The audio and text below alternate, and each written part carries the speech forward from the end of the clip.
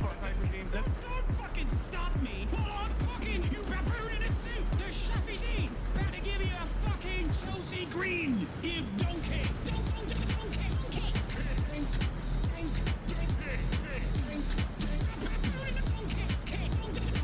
Listen to what I'm saying, and you will understand, perhaps, what I'm trying to imply. Patronizing. Yeah, I am being patronizing. I don't know who the fuck you are, and you're over here chirping all the way from fucking London about you want to fucking free Palestine, but also simultaneously you're talking about both sides are fucking fine. Shut the fuck up. You don't know anything, okay? Who the fuck is this pink-haired twink?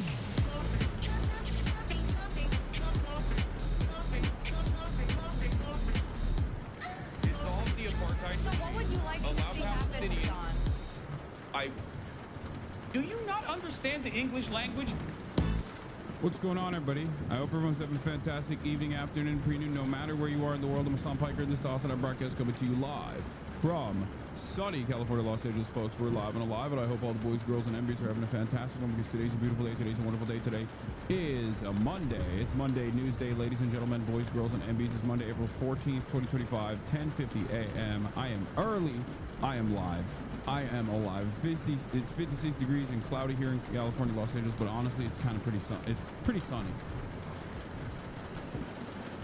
In California, Los Angeles, folks, we're live, and I hope everyone's having a fantastic one. And of course, I am not, I wasn't streaming yesterday, so that's part of the reason why I'm live early, and this is the part of the broadcast where I tell you about my personal news in between the time period where I press the stop streaming button and press the start streaming button, so help me God. And let me tell you, nothing. That's right. Virtually nothing happened. I ended the broadcast on Saturday night, and then unceremoniously, I thought I was going to stream, as I usually do on Sundays as well. But we actually... Baba ne yapıyorsun? İnanamıyorum yani.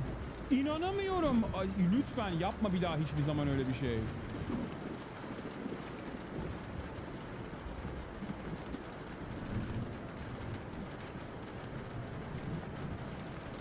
My dad almost showed my like straight up home address on camera.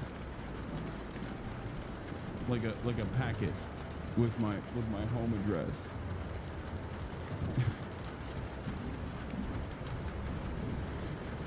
That was crazy. Hey, my brother used to get annoyed by me watching your streams. Remember one time he yelled he was going to sleep, what's wrong with him? But over time, he's actually started watching them and feel like I'm leading him down a good path. So thank you. Hell yeah. Anyway, yeah, I'm glad that I took a day off. But yeah, personal news wise, like I said, I didn't do anything. I didn't do anything yesterday. I ended the broadcast, woke up early, played basketball, was on fire Sunday morning, was on fire the first game, had like 9 points. We still lost, but it was all good. I had like 2 threes. I was shooting at a 90% percentage. It was crazy. Then after that, I shot the podcast. Cutie Cinderella's back finally. Oh my God! After the glorious return of our queen, and then I was going to stream, but it was already too late. So I was like, you know what? Fuck it. I'm gonna take the day off today, which is what I did. Which is precisely what I did, and I didn't do nothing. I did not do anything. And no, I didn't feel the earthquake that just took place because it was in San Diego. I did not feel it here.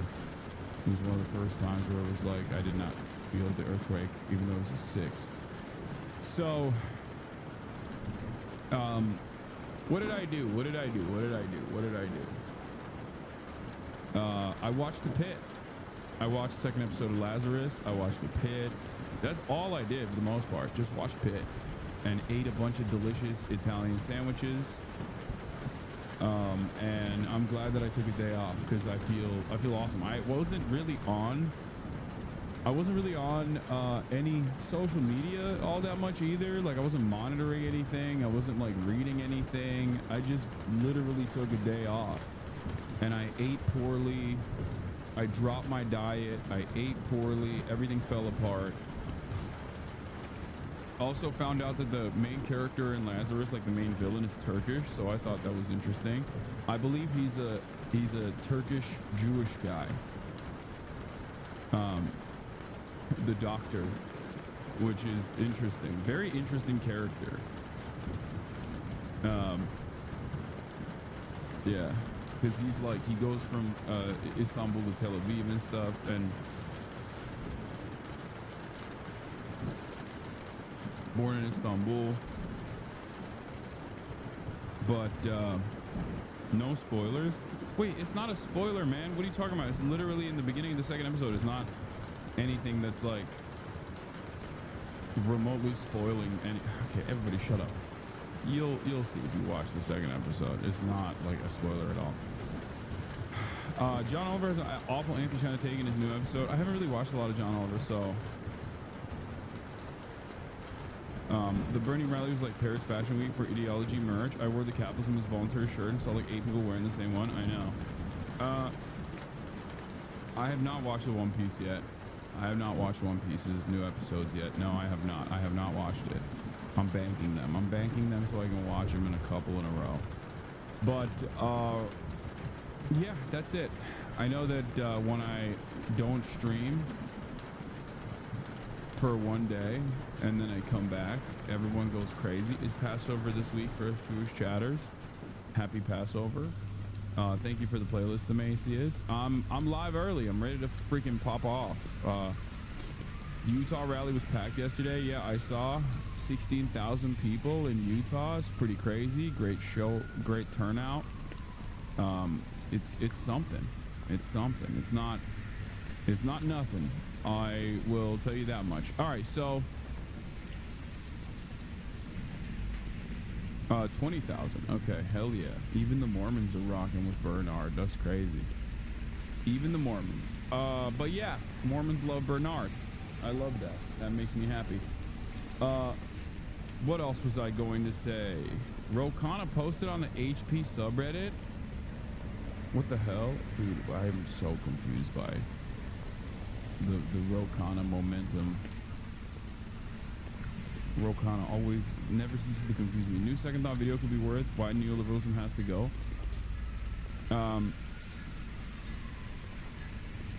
Yeah, of course as a staffer.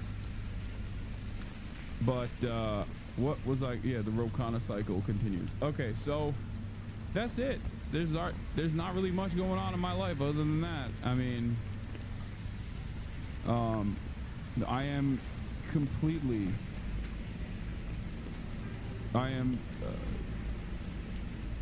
Completely oblivious to all things that took place. I read a bunch. The Dark Work Super Soldier from CNN.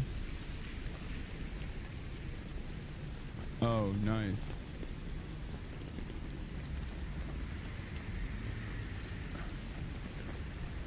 As a nurse, I love that the pit hits on those tough topics that most medical journalists overlook. Hospitals don't hire more nurses for profit. They constantly put profits over patients. Yeah, that's why I love that. Unironically, that's why I love the pit. The pit is so good because, like, aside from, you know, gruesome depictions of like all the awful things that are happening to people, from what I understand, it's just like it tracks with everything that I have heard from doctors and nurses that work in emergency rooms, and it literally hits on all of the issues of overcrowded hospitals, overcrowded emergency rooms, hospital administrators focusing on didn't you enjoy the liberal Zionist genocide rally? Yes, I did. I loved it. I'm a liberal Zionist and I love the genocide and I love every moment of it. Yes. Chatters, what do I always say? You have to work within the confines that you have. This is the largest organizational capability we have. I am not going to cast it aside. Many of the people that are in that crowd, if not the damn near entirety of the people in that crowd, are way first of all, you guys are at the Bernie rally. So many people there are way further along the anti-Zionism than Bernie Sanders himself is. But it doesn't matter because he's bringing in moms, dads, uncles, all of those people, okay? It's an incredibly important important way to organize. Please understand that the Discord circles that you are in, the Discord circuit that you are inside of is understandably significantly more radical. But if it's causing you to go, hey, the largest motion, the largest momentum happening in terms of organizing, like there is actually bad and wrong, okay, then I don't know what to tell you. He's messaging which Dems avoid and replace with platitudes. I had to debate chatters on how Bernie and AOC speech aren't leftist enough. I mean, they're not wrong. They're not wrong. They're right. They are correct. They're not wrong. Like Bernie being like Israel has a right to defend itself. It's ridiculous. Okay, what do you mean Israel has a right to defend itself? Big Dog has been 18 months. Like, it's 18 months of genocide. Okay, the people that are upset with that are perfectly valid and perfectly reasonable. But you have to also understand that there's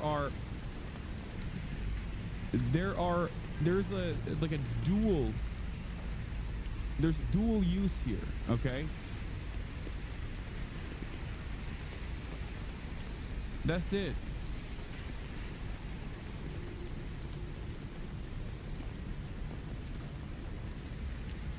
Like, go to the fucking rallies and recruit instead of just like sitting around and being like, well, I would do it differently. You know what I mean? I understand feeling discouraged when you see someone who you have looked up to, admired, saying ridiculous things. You know what I mean?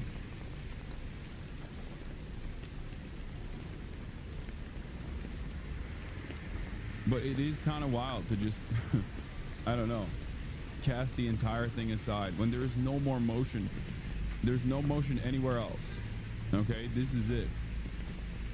All right, let's do it. Let's blast off. Reminds me of the chatters taking issue with the order you cover events in, then start your own podcast. No, I just.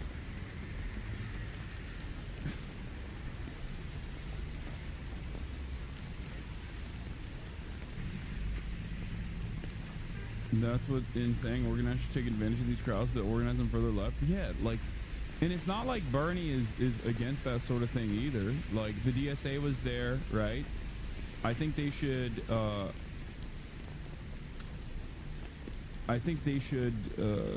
allow for more organizing to take place at these sorts of rallies as well, like directional. These are one of my this is one of my biggest, like, not gripes necessarily, but this is like one of the biggest demands that I have. And who the fuck am I? I mean, obviously I'm just a loser, but it is a thing that I maintain all the time. It's a thing that I reference all the time. It's just like there's more to do at these rallies. Like, making them directional, making them issue specific is a good thing. In any case, where was I? All right, let's blast off.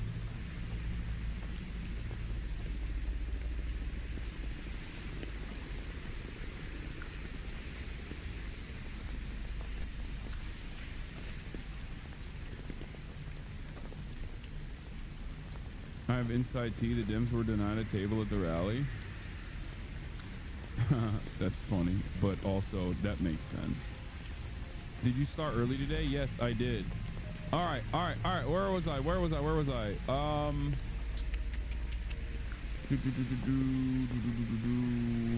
Let's blast off. I started after a day of not being live, and instantly I'm like, my brain is already fried. 12 minutes in, it's crazy. Okay.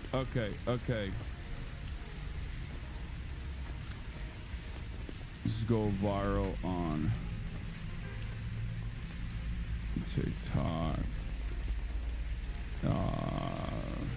Trump, tariff, terror, bum, LA claims he can't send back Maryland resident defying SCOTUS order.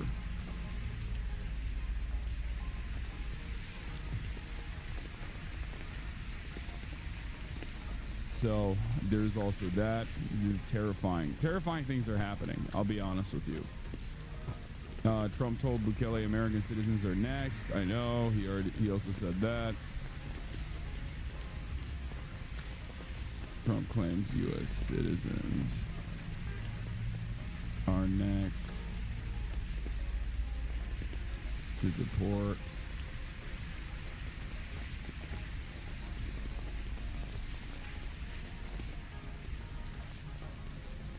Dude, it is. Oh yeah, Josh Shapiro, PA Gov Mansion arson. On early after a day off, assume 9/11 happened. Yeah.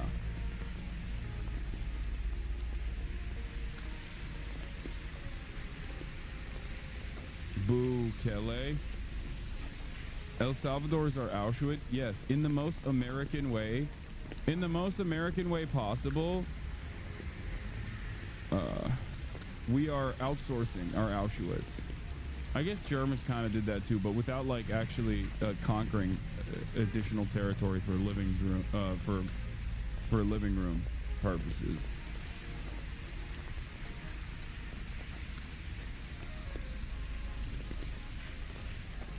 Exemptions.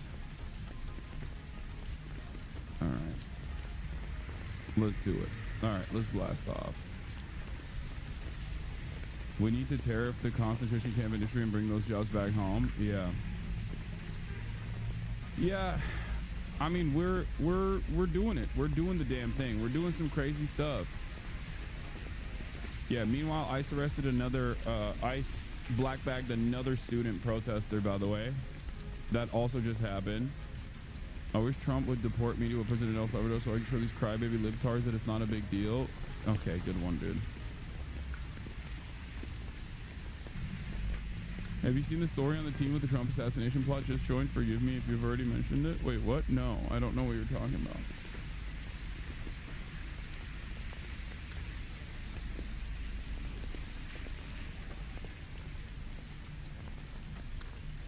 Yeah, here, let's blast this off and then we'll talk about the new student that they just black bagged as well.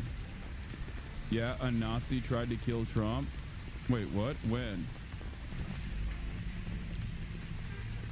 When did that happen?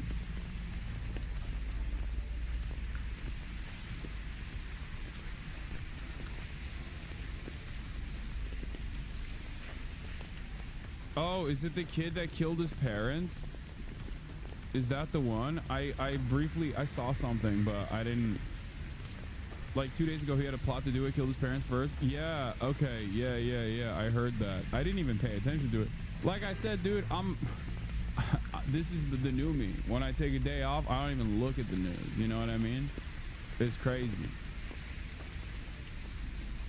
But yeah, we're gonna do the oval. We're gonna do the oval back and forth, all up and down, because there's a lot to talk about here with the Bukele meeting, where Donald Trump went nutty mode with President Bukele of El Salvador. As you guys know, Nayib Bukele is probably the worst Palestinian descent person out there, like literally. One of the worst, if not the worst, I would say. It's like him and fucking son of Hamas, like honorary, no longer Palestinians. Like, people get mad at like DJ Khaled for not really saying anything about Palestine or doing much about Palestine, but like, this guy straight up is the worst. Like, yeah, he's him, Richard Hanania, but he is the worst, I think. As far as like Nayib Bukele goes, he started off relatively progressive, focusing on like rehabilitation over incarceration, and then very quickly became like a cryptocurrency guy who was willing to use El Salvador as a fleshlight for Western interests, billionaires, things like that. He is a horrible, monstrous piece of shit. He set up the CCOT facility for anti-terrorism, and since then, there's speculation that he also worked with some of the MS-13 leadership, and simultaneously decided to go on this like massive surveillance regime, massive police state regime, where his goons will go up to any street vendor or any village in the middle of the night and just black bag people and do dragnets and then claim that they're all MS-13. And then, you know, 300 people at a time will go and sit in front of a judge who's wearing a balaclava and decide that they're all MS-13, all 300 of them. And then they get disappeared into CCOT, where they're tortured.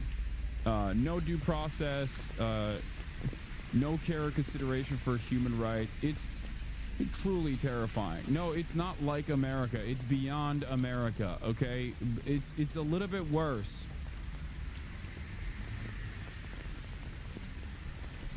Our American prison system is pretty bad. But at least the things that happen in the build-up to the American prison system there's some semblance of logic and some semblance of order. Yeah, they arrested like 2% of the population is beyond USA.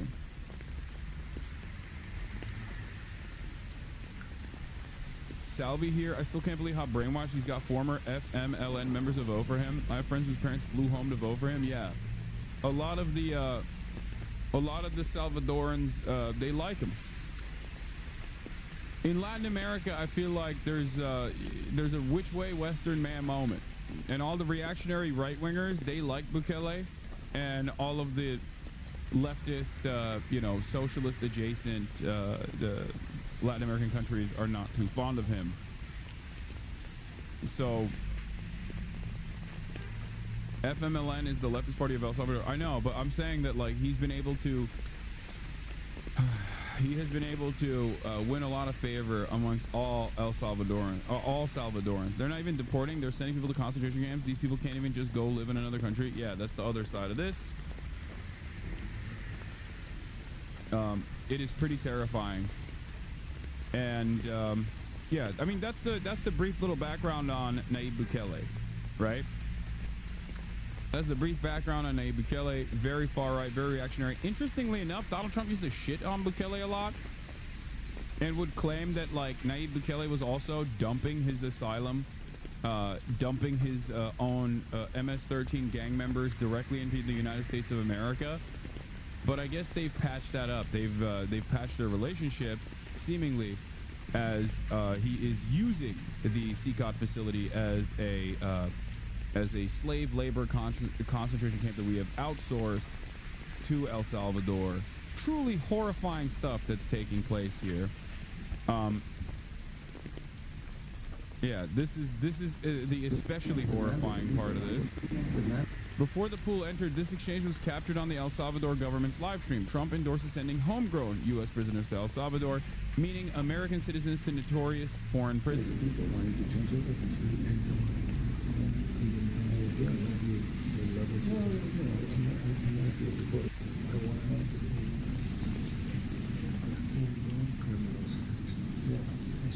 Homegrowns are next. The homegrowns. You got to build 5 more places. Yeah, that's fair. All right. He says the homegrown ones are next. You guys built about 5 more spaces. He goes, yeah, we got space. It's not a Twitter video issue. This is not supposed to be live, chat. This is a hot mic. This is a hot mic, okay? This is not, we were not supposed to hear this. Before, as Jonathan Lemire, co-host of The Morning Joe, says, this is before the pool entered. This exchange was captured on the El Salvador government's live stream. Trump endorses sending homegrown U.S. prisoners to El Salvador, meaning the American citizens to notorious foreign prisons.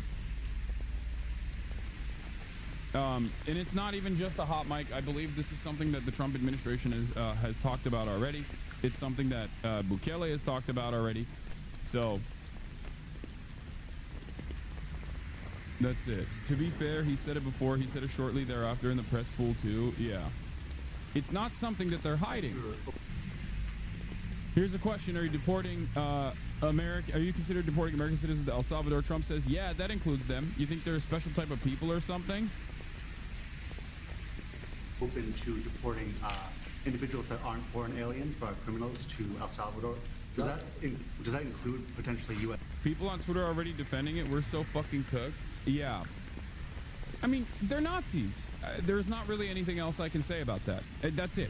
It's here. It's happening. They're fucking fascists. They're really horny for this kind of violence. They don't really consider that this kind of violence may actually impact them in the long run. I don't know. This is every single day that goes by. Like, I joke about it being Burger Reich or whatever, but like, it's not really a joke. These guys are actually straightforward, blood-curdling fascists. They are baying for blood. They want it. They're excited at the prospect for this kind of structure to become legally calcified. They want to test the boundaries. They're testing the boundaries right now in terms of like what they can get away with. They've already eradicated any sort of mechanism of pushback. There's not a lot of work you can get. Like, one of the most important and yet like somewhat quiet actions that the Trump administration took was against law firms. Okay, and we obviously covered it here, but there wasn't like that much anger or resentment towards this, partially because it's like there's outrage fatigue. It's impossible to pay attention to all the things that they're doing. But the reason why it was very significant, the reason why Donald Trump's attacks against law firms was very significant is because they basically came in and said, if you don't do pro bono work for us, we won't let you into federal buildings. And if you can't go into a federal building, you can't practice law. Like, you can't talk to your clients. Like, they basically said, you have to, you can't go against us. There are very few law firms that are still capable or interested in fighting back against them, against this government. Please stop. I don't care about the CCOT facility thing right now, okay? I know. This is like... I just saw this video. Are these bodies and blood? I know. Is the CCOT facility, does it have bodies and blood? Is that what it is? Once again, eyes on the prize here. You guys always hyper-focus. Liberals have this fundamental inability to understand larger schemes that are happening in broad daylight, where they have to focus on, like, some kind of conspiratorial aspect to all of this, okay? Please, stop. Lock it. I don't even know if that is real. I don't even know if they're just like fucking killing people, assassinating them, and just like dumping them into a mass grave in the way that people are talking about. But I do know that they are doing horrifying torture. We know that already. We've seen it. It's not like they're hiding that part of it. Bro, pay attention on taxes on USA law firms. Regular fold. Folk don't know the importance.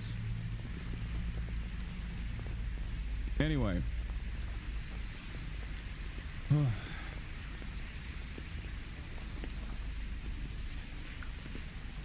But why send criminals to another country? I thought our prisons were for profit and want as many as possible. I think that the CCOT alignment is going to work where Eric Prince, from what I've read, Eric Prince Academy, right? Like private mercenaries are going to take over some of the logistics from the Department of Homeland Security. That's number one. Number two, they're most likely going to do a joint partnership with American corporations, I suspect, like American private prison corporations, where they can open up these facilities or manage these facilities, these concentration camps, for pennies on the dollar, as opposed to having them operate on U.S. soil, where there are at least some kind of constitutional hurdles that they have to avoid. So I suspect that they will utilize they'll utilize El Salvador, purchase the land, engage in a land lease agreement with the Salvadoran government, and it will still be like, you know, American private prison corporations will make money off of this, I suspect.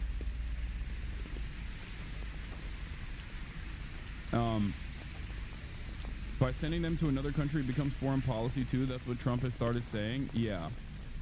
There's a bunch of reasons as to why sending them to El Salvador is a benefit for a fascist administration like this, and we're seeing it. One of the benefits from their perspective is Well, we can't return them, even when the SCOTUS, the Supreme Court of the United States, says you have to return this person. You were not supposed to send this person. This person is a active withdrawal, as in due process kicked in. He went through the court system. The American government literally cleared a higher, this person, this Maryland resident, cleared a higher standard of proof to get a withdrawal to El Salvador, as in the asylum application beyond that is easier to prove. It is harder to prove a withdrawal to El Salvador than it is to get an asylum application through. Okay? That's precisely the reason why the Supreme Court gave a unanimous decision on the facilitation of the return of this, or withdrawal, withholding, sorry. Thank you, Jay Mershon. Like, there are different mechanisms to defend yourself against, like, deportation. A withholding of removal to El Salvador, which is where he's from, is a de facto harder to prove in courts than getting an asylum application done. And it means de facto that, like, you're not supposed to remove this person, you're not supposed to deport this person. Or even if this person was to, I don't know, do something heinous, right? Like a deportable crime, they would not be able to deport him to El Salvador. They would deport him somewhere else. But this person never did that, for the record. He's not a part of any gang. He is, as far as I understand, there's no crime that he's committed. And yet, the actual crime that was committed in this process was done by the government, which then admitted to the wrongdoing.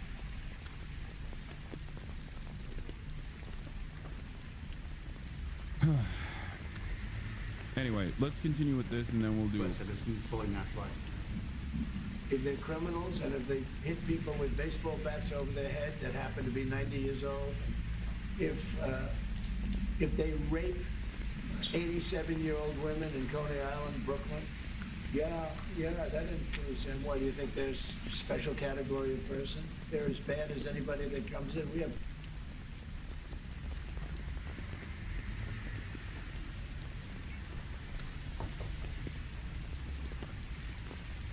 With a simple administrative error, the U.S. now has wholesale SCOTUS approval to illegally detain and deport any U.S. citizen that they want.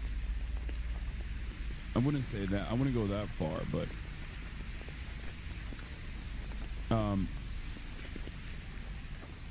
yeah, Donald Trump is now entertaining the notion of kidnapping, blackbagging, and shipping off American natural-born U.S. citizens to a different country. This is new. This is new territory. A lot of the stuff that they're doing is new territory, for the record. Straw man argument too strong. It's not even a straw man. There is no straw man that he's engaging in. He just, like, made up a couple cases that are gruesome in his mind and said, yeah, we're going to ship those guys off to El Salvador. Okay, we're going to ship those guys off to the El Salvador torture slave facility.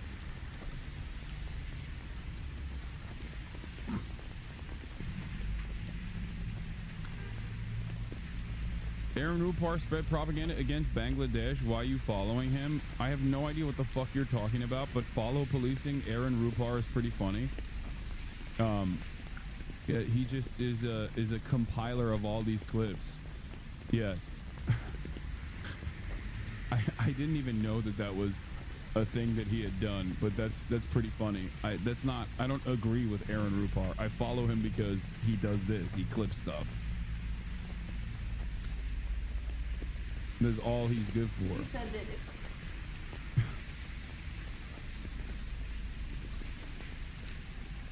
that aren't people just going to revolt if this admin goes full fascist like this? I don't know. I don't know. I don't think so. Especially on this stuff. On the deportation stuff, I think a lot of people are utterly oblivious. They are utterly oblivious to the actions that this administration is taking. And I think on the Israel stuff, on the deportation stuff, which goes hand in hand, It is far more consequential than the fucking trade wars, okay? And this isn't to say that, like, the tariffs and the exemptions are not consequential. It's far more consequential than the Doge cuts, which isn't to say that those Doge cuts aren't consequential. But this, ironically enough, this thing that not enough people are paying attention to is far more significant for our future. Because the reality of the matter is, you do the Doge cuts, people revolt, okay? People rise up. Let's say they fire every federal employee, right? And then the people go, what the fuck are you doing? You just fired every single person. How dare you? You start protesting in the street. His administration comes in and black bags key leadership in those protests. And they ship him off to El Salvador. Boom.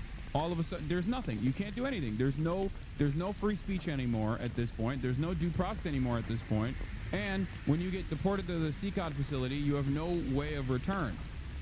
So it doesn't even matter. It is one of due process and First Amendment rights are the most consequential remaining the most consequential remaining protections that we have that they are actively destroying. And ironically, the sad state of affairs is that many of these people are either completely oblivious to this stuff. I've been ringing the alarm bells on this for quite a while now, and I think that most Americans are completely either A, oblivious to this shit, or B, perhaps even worse than being oblivious, the ones who are knowledgeable about what's going on here are in support of it. They are championing it. It's a truly terrifying predicament. If the Supreme Court said someone needed to be returned, that you would abide by that. You said that on Air Force One just a few days ago. And they said that it must be facilitated. Why don't you just say, isn't it wonderful that we're keeping criminals out of our country? Why can't you just say that? Why do you go over and over, and that's why nobody watches you anymore? You know, you have no credibility. Please, go ahead. President Trump, thank you very much. How many illegal criminals are you planning? Yeah. You said this. You said that if SCOTUS says someone needed to be returned, you would abide by that. You said that on Air Force One just a few days ago. Why don't you say, isn't it wonderful we're keeping criminals out of the country? Like, that's his reaction to this. Is you are in violation of the Supreme Court orders. Here, we'll just watch the full thing. But basically, the question is, Mr. President, you are directly in violation of the Supreme Court orders. What do you have to say about this? And his response is, it's great. It's great that we're keeping terrorists out of this country. By the way, for the record, there is no evidence whatsoever. There's only evidence to the contrary. Okay?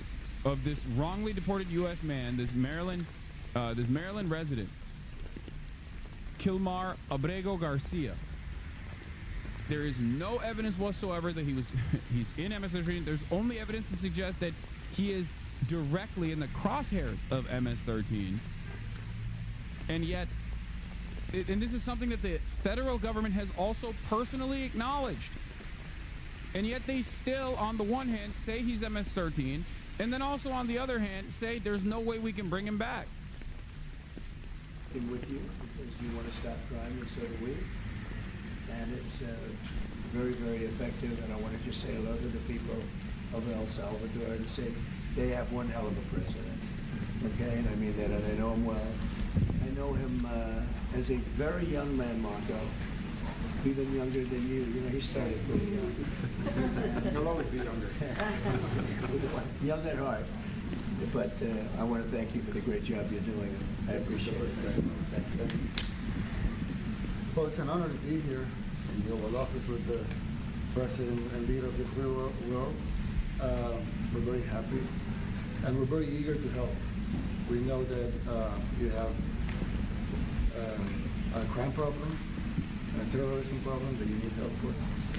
And we're a small country, but if we can help, we will do it. And we actually turned the murder capital of the world, that was the journalists call it, right? Murder capital of the world into the safest country in the Western Hemisphere.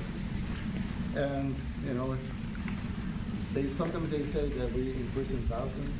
I like to say that we actually liberated millions. So, you know, like, That's very good. Who gave him that line? Do you think I can use that? and in fact, Mr. President, you have 350 million people to liberate. But to liberate 350 million people, you have to imprison some. You know, that's the way it works, right? You cannot just, you know, free the criminals and think crime's going to go down magically. You have to imprison them so you can liberate 350 million Americans that are asking for the end of crime and the end of terrorism. And it can be done. I mean, you're doing it already. And I'm sure that people have seen the change. Why is he sucking Trump / America's boot? What do you mean? This is the dream for him. Everybody knows that if you want to have a permanent dictatorship till the end of time, especially in a Latin American country, you have to be America's dog. That's how you get all the benefits. You get money, you get political support. That's it. This is all. These are all of his wishes being realized in broad daylight in real time.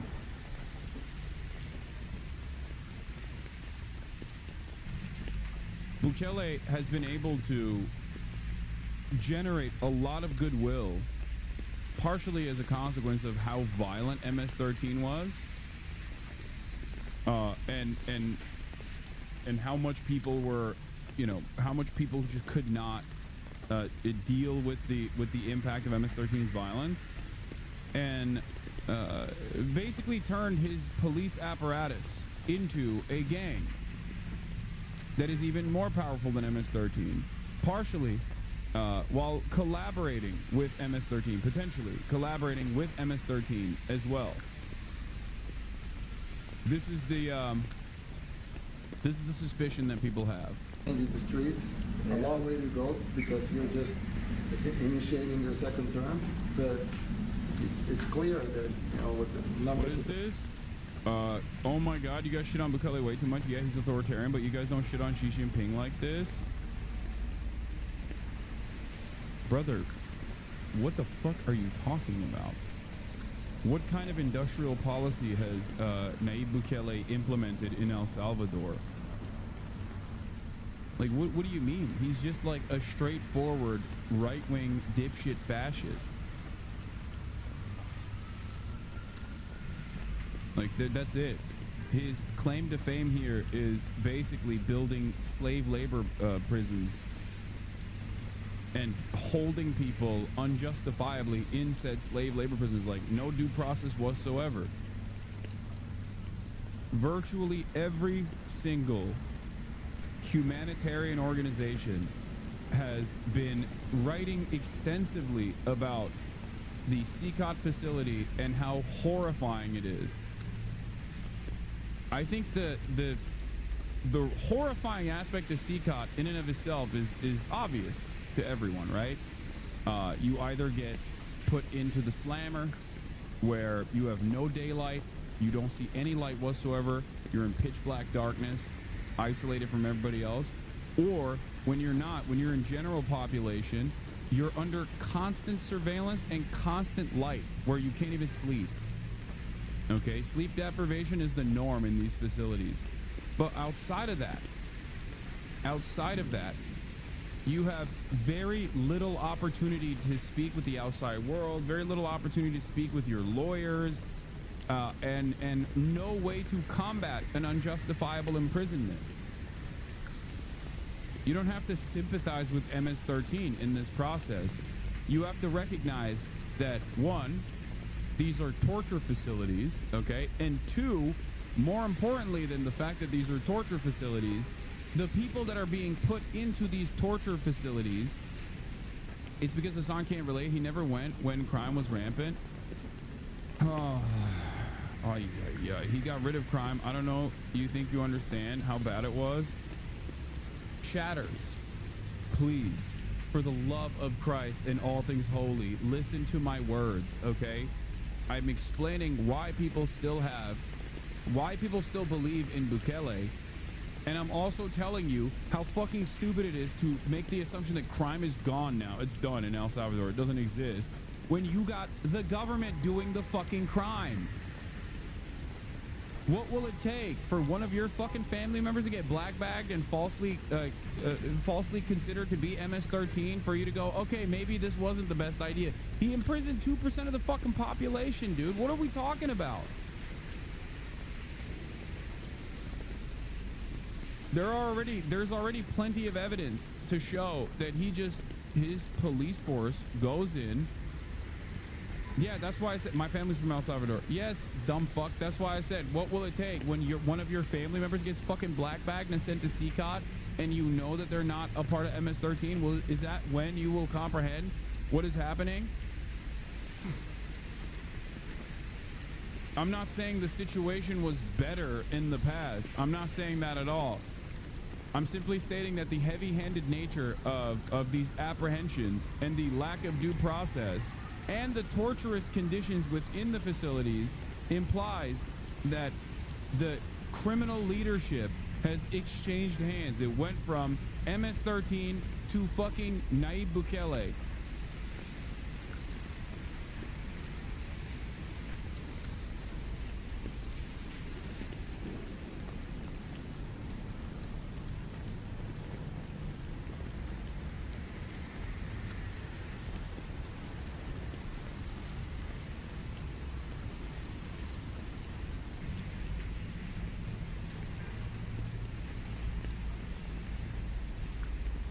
Salvadoran that studies violence here. First of all, double fuck Bukele forever and always, and I doubt Kilmer is dead, despite what TikTok believes, and if he is, then it was the state that killed him. People overlooked that in CCOT, rival gangs are incarcerated next to each other, and there has not, to my knowledge, been an issue with that. Instead, the state has been responsible for killing and torturing people. Yeah. There's also suspicion that Bukele himself, in a deal not dissimilar to like previous deals that Mexican leadership have done with the cartels, most likely also cut a separate side deal with MS-13 as well, which is part of the reason why he wanted the American MS-13 leadership that was apprehended to be sent expeditiously to El Salvador before they were able to make public statements about the collaborative nature of MS-13 and Nayib Bukele.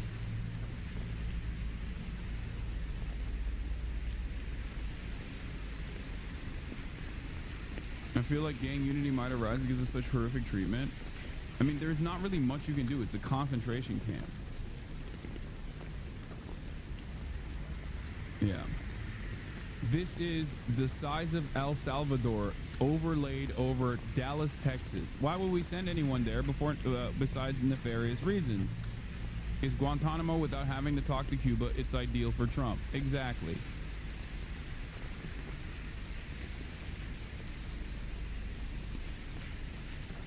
You think we don't have facilities to deal with this shit? Of course we do.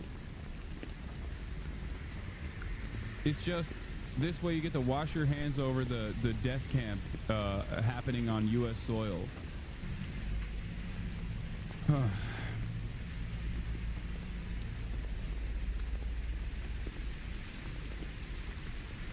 Did you not see that I said only the worst listen to CCOT and the rest focus on rehab? CCOT is the worst? No, you're wrong. You're just, I think you're delusional. You're absolutely wrong. No, it's not the worst of the worst that are sent to CCOT, dumb fuck. What are you talking about? That's the entire problem here. No, it's random people, random street vendors, for example. It's whoever the fuck the police decide is MS-13, and there's no due process. That's kind of the whole problem here happening in America as well. You're just making shit up. No, Nayib Bukele initially wanted to focus on rehabilitation, focus on solving the underlying economic problems where crime manifests. That's true. That is how Nayib Bukele actually rose to power, and then very quickly was like, yeah, fuck all that. They literally grab people for tattoos, even if it's not MS-13 related tattoos. They grab people for being street vendors if they've been threatened by MS-13. It has nothing to do with actual MS-13 gang activity. The idea that it's like the most rugged of the MS-13 criminals that are being shipped into the facility is wrong.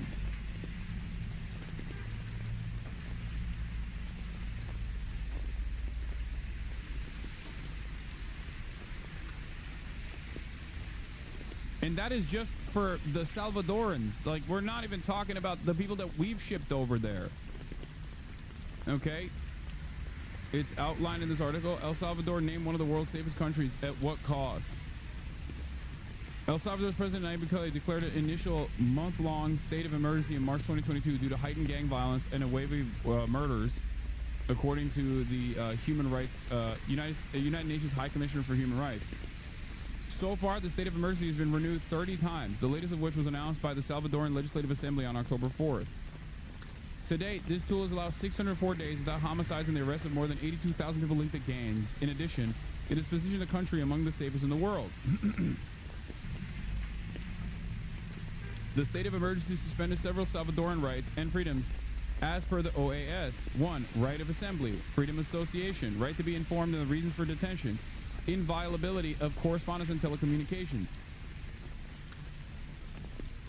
Regardless, the entity does recognize a constant decrease in homicide cases, with the rate per 100,000 people going from 21.2 in 2020 to 4.9 in 2023. Okay? The alleged human rights violations. El Salvador has been called out for massive human rights violations, including thousands of arbitrary detentions and violations of due process, as well as torture and ill treatment, according to Amnesty International. In a report published on December 2023, the organization detailed a rise in systematic detentions, forced disappearances, and instances of torture since the introduction of the state of emergency. There's also suspicion that he most likely did a secret deal with MS-13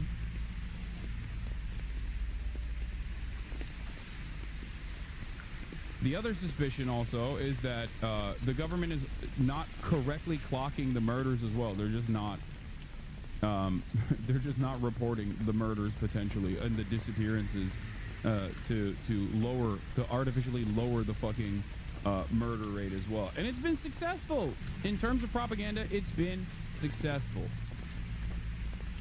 The remaining Salvadoran population that isn't in prison love it. They love him and they love this.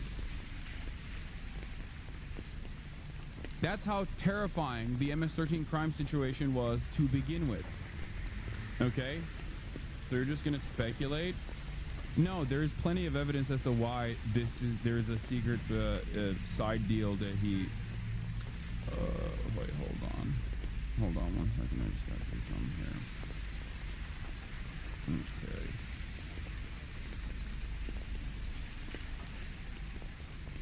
Washington Post covered it as well. Bukele agreed to accept hundreds of suspected gang members living in the United States. In return, he wanted the U.S. to send him less than a dozen MS-13 gang members in U.S. custody. Why was he so intent on getting the MS-13 guys? Washington Post reports. Some Salvadoran analysts believe Bukele wants the gang leaders back so they won't testify about his government's involvement with them and potentially put him in legal trouble. If these returns of Salvadoran gang members continue, it takes away the possibility that the U.S. judicial system will open a case against Bukele for negotiations and agreements with terrorist groups, said Juan Martinez de Bucion, an anthropologist who has studied the gangs. Bukele has denied making deals with gangs. Such negotiations by his predecessors were highly unpopular domestically.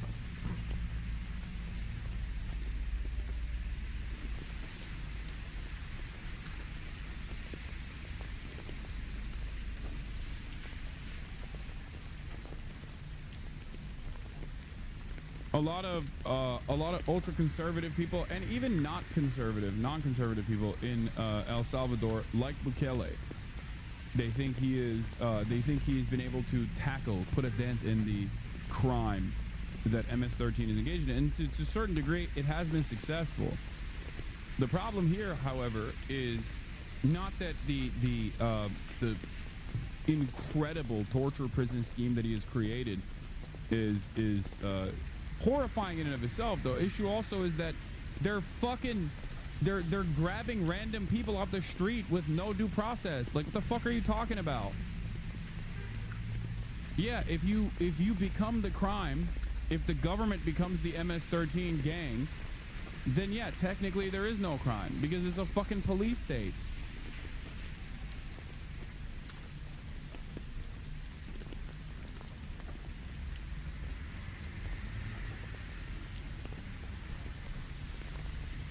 Operational autonomy. Just curious, what kind of deal would he make with MS-13? What does MS-13 get? Yeah, this is similar to what narco politics looks like in Mexico, as well as the Shatter correctly points out. Operational autonomy and legal immunity in some cases, as long as they stay within government boundaries. Don't fuck up the bag too much.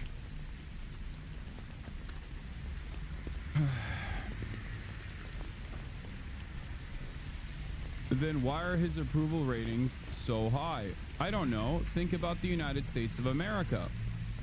The United States of America is an even better analog to this, because the rates of crime, specifically violent crime, are nowhere near as high as El Salvador, and yet the people were made to believe that there is like an undocumented migrant crime panic that has taken place in this country, and therefore are totally fine with these sorts of insane, unprecedented schemes that the Trump administration is engaging with right now. It's directly Hitlerian policy, and most people are either A, oblivious to it, or B, the ones who are aware of it are in support of it. So think about how that can happen. Try to analyze how that can happen in a country where there isn't the same level of fucking crime, and then think about what it would look like, how bloodthirsty normal Americans would be like if there was that level of crime as well.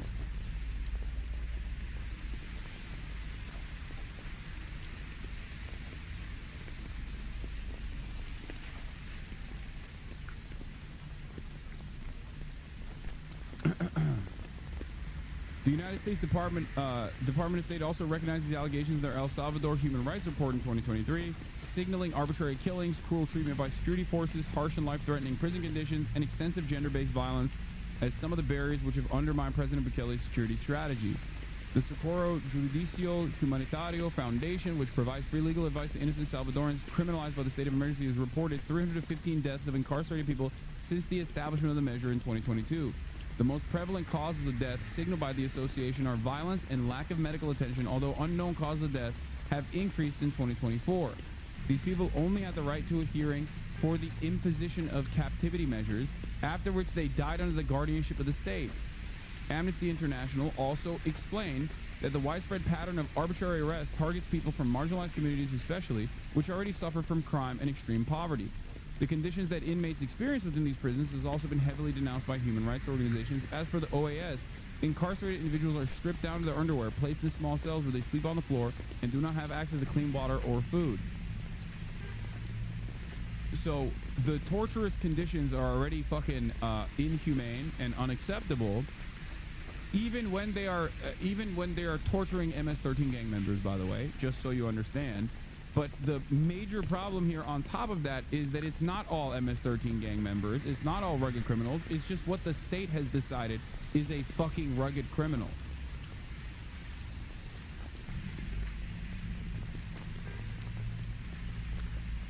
Yeah, Salvadoran here who's been and is going again this year. Reason for Bukele's high popularity is because living conditions have improved. It's just that simple.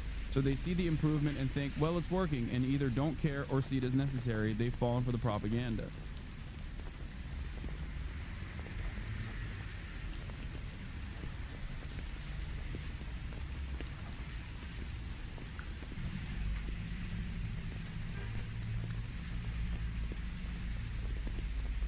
And for the record, we're talking about what's going on in El Salvador. But what's happening in El Salvador is no longer just about El Salvador, because we're sending Americans to this torture facility. Okay? And the reasons as to why we're doing that, the reasons as to why we're sending Americans, or, you know, legal permanent residents and potentially Americans down the line to this torture slave camp without due process, with no mechanisms to bring back these people, even if the Supreme Court demands that they bring back these people, is because we want to have an unaccountable torture slave labor colony that is not on U.S. soil, where we can just like ship enemies of the state to. And considering that the Trump administration is entertaining the notion of even drawing fucking penises on a Tesla as an act of terror, that could mean anyone and everyone.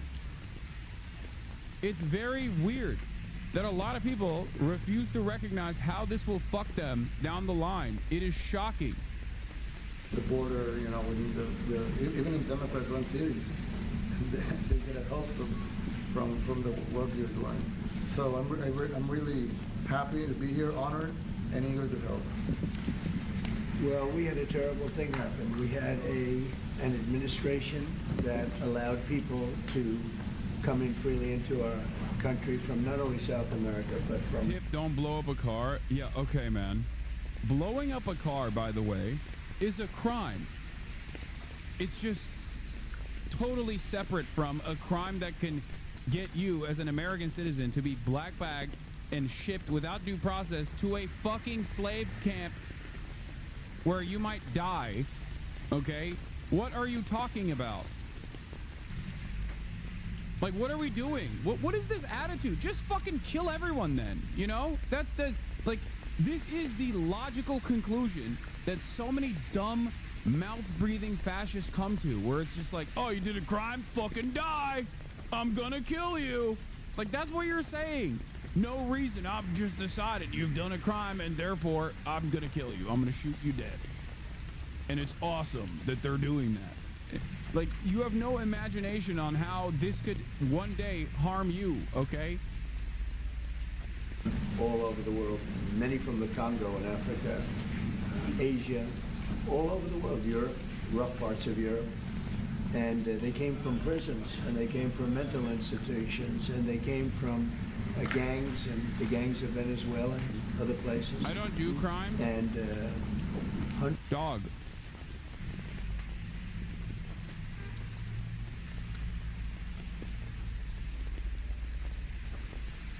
Normal daily activities that you engage in today could be considered a crime tomorrow.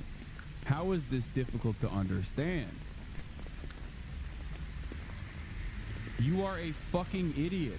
Also, it doesn't matter if you do a crime. If there's no due process, someone can just say you are doing a crime and black bag you anyway. That's the whole point of eroding due process. If there's no free speech, for example, and no due process, for example, these are two things that the Trump administration is eroding at this moment. Someone could just decide that they don't like the thought crime that you engaged in and black bag you. The only thing holding this entire structure together for you in your mind is the fantasy that it will never happen to you or a loved one. You don't actually need to do something. If there's no due process, someone could just claim that you did something and it's enough for you to get fucking sent to the slave labor camp.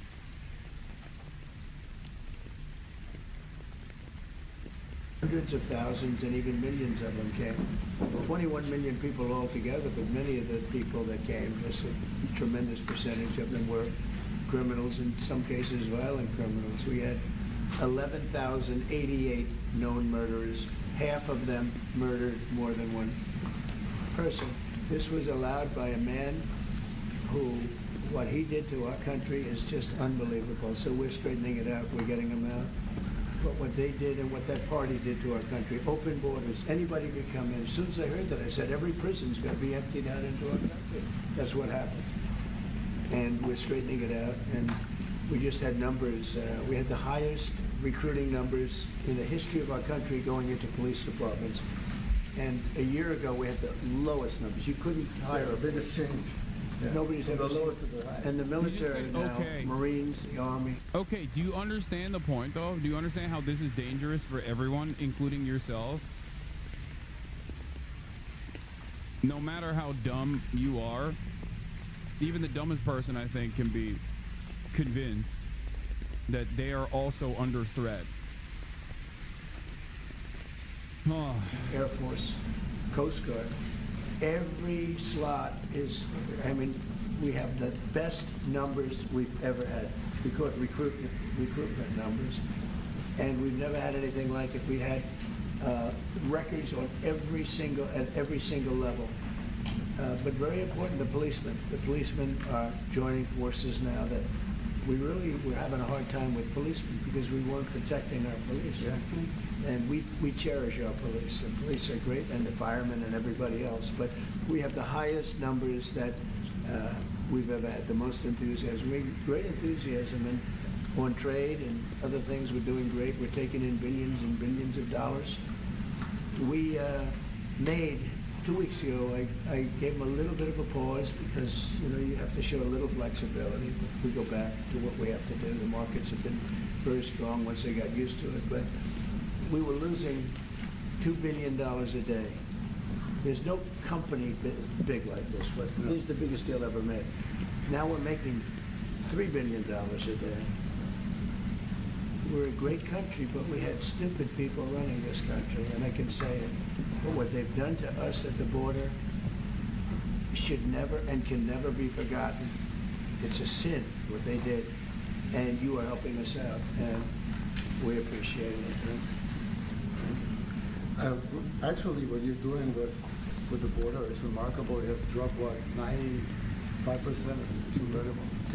As of this morning, 99%, 99.1% to be exact. Why are those numbers not in the media? Well, they get out with the fake news, like CNN. CNN over here doesn't want to put them out because they don't like putting out good numbers. They only like putting out because I think they hate our country, actually. Yeah, that's but it's a shame. You're right. Isn't that a great question? Why doesn't the media? Why don't they put out numbers? Yeah, 99%. I mean, it's crazy, right? We're doing It's great. a crazy turnaround. Christy, could you maybe say a couple of words about the border? How we're doing? It's just been absolutely phenomenal what a great leader can do. Clear direction. Our laws matter. We should only have people in our country that love us, and the Border Patrol and our ICE officers and law enforcement officers have done fantastic work. So we're proud of them. Now we just need to get the criminals and murderers and rapists and dangerous gang members and terrorist organizations out of our country. So, Mr. President Bukele, we thank you very much for your partnership. It has been wonderful for us to be able to have somewhere to send the worst of the worst and someone to partner with. This entire conversation is happening on the heels of a person who demonstrably is not the worst of the worst, that the American federal government has actively admitted was not the worst of the worst. The El Salvador president refusing to order the return of the wrongly deported U.S. man, Kilmar Abrego Garcia, okay, despite a unanimous Supreme Court decision, 9-0 Supreme Court decision, in direct violation of the Supreme Court's orders, that the Trump administration is utilizing the language surrounding the Supreme Court's unanimous decision to their advantage, while also simultaneously saying that they have no interest in facilitating this anyway. The president of El Salvador said in a meeting with Donald Trump at the White House on Monday that he would not order the return of a Maryland man who was deported in error to a Salvadoran mega prison. The question is preposterous, Nayib Bukele said in the Oval Office on Monday, where he was welcomed by Trump and spoke with the president and members of his cabinet. How can I smuggle a terrorist into the United States? I'm not going to do it. This person is not a terrorist. This person is not even in MS-13. This person is in the crosshairs of MS-13. The American judiciary, the American justice system, found that this person was not only not MS-13, but also simultaneously under threat from MS-13 if he were ever to be sent back to El Salvador. Okay? The government said, we cannot deport this person because you don't usually deport someone to another country in any case. But even if there was a situation where this person committed an act so vicious that they were deportable, they cannot be deported to El Salvador. Okay? He was in the process of going through his asylum application when he was black bagged and shipped away. And not only did all that happen, obviously, thank you. Not only did all this happen, the federal government also admitted.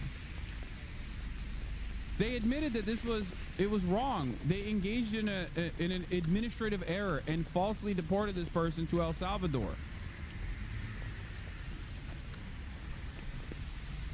He added, I don't have the power to return him to the United States, and said he would not release the man into El Salvador either. I'm not very fond of releasing terrorists into the country. The comments came a day after the Trump administration claimed that it's not legally obligated to secure the return of Alberto Garcia, despite the U.S. Supreme Court ruling that the administration should facilitate bringing him back.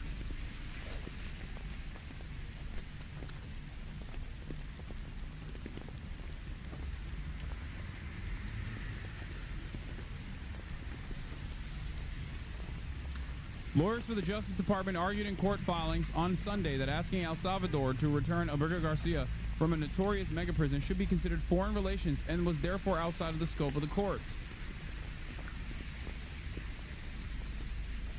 How is the ruling enforceable? No ruling is technically enforceable. The judiciary has the power to persuade. That's it. Nothing else. No, the judiciary, the Supreme Court does not have any mechanism of enforcement beyond what it says goes. If the federal government refuses to follow through on the Supreme Court's decision, you create a constitutional crisis. That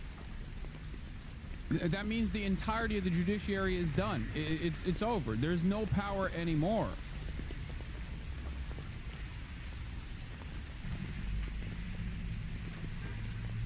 Yeah, the judiciary requires a buy-in from the executive and society at large. They have no enforcement mechanism. This is a true constitutional crisis in every sense of the term. Yes.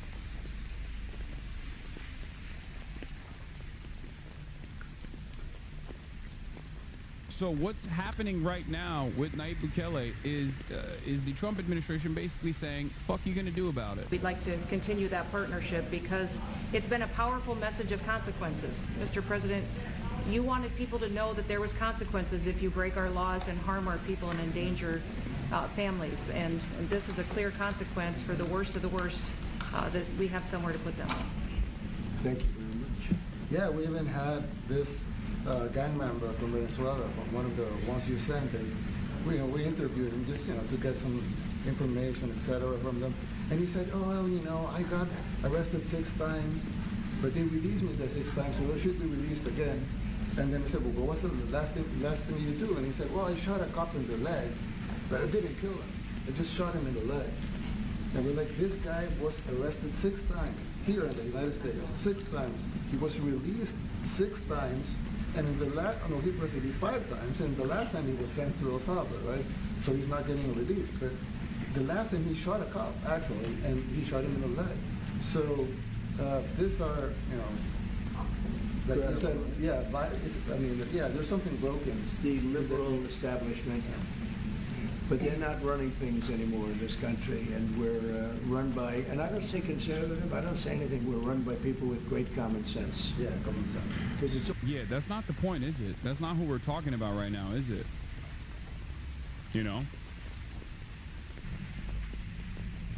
Even that guy should still go through the criminal justice system here in the United States of America. If he shot an American cop, he needs to go to American prison. That's my attitude on this issue, but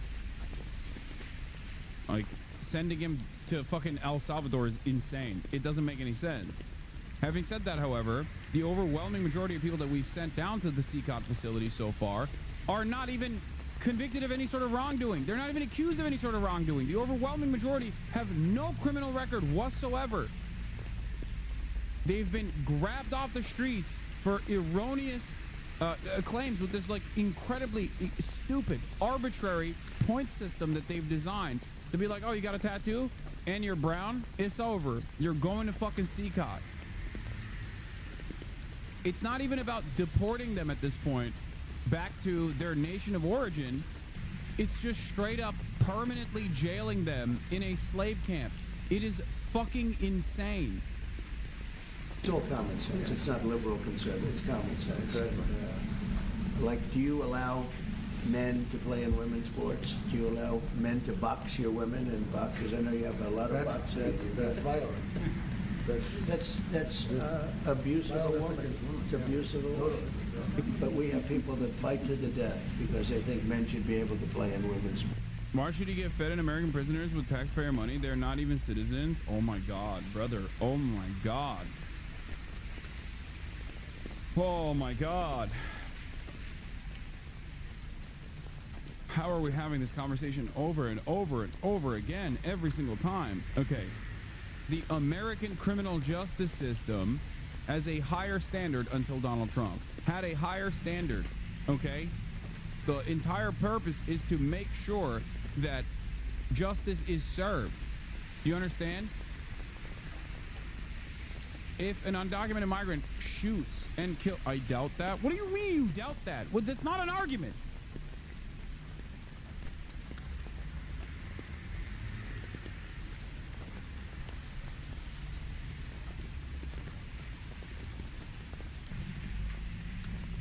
Okay, never mind. You doubt it. Okay, well, I guess fucking own.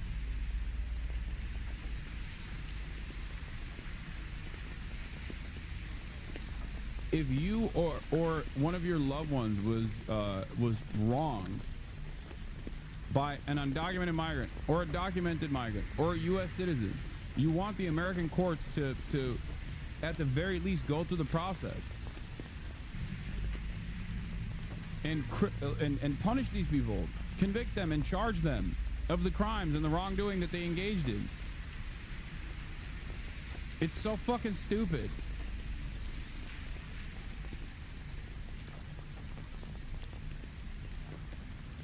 I hate that because Americans are so vindictive and so insane when it comes to crime and punishment that they straight up, no, I would want the death penalty.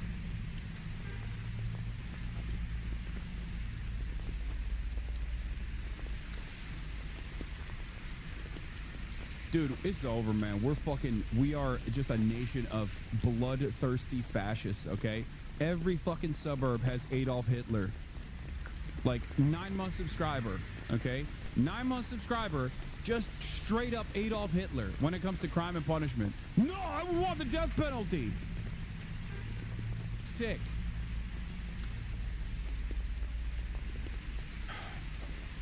When I hear stuff like this, I do think, you know, not the worst. Not the worst that we have Donald Trump. We kind of do fucking deserve it. Why should legacy Americans care? That's what they want, no? Wait, what? Don't forget, USA is scaring the immigrant working force. How about we stole the most brilliant peoples from the vassal states? What? What are you fucking saying? Did you get hit in the head over the course of the past 3 days? Legacy Americans?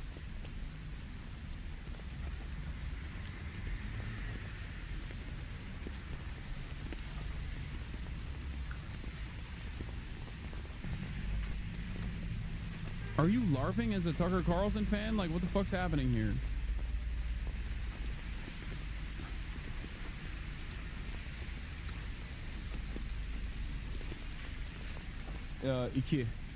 İki buçukta yaparsan yerim.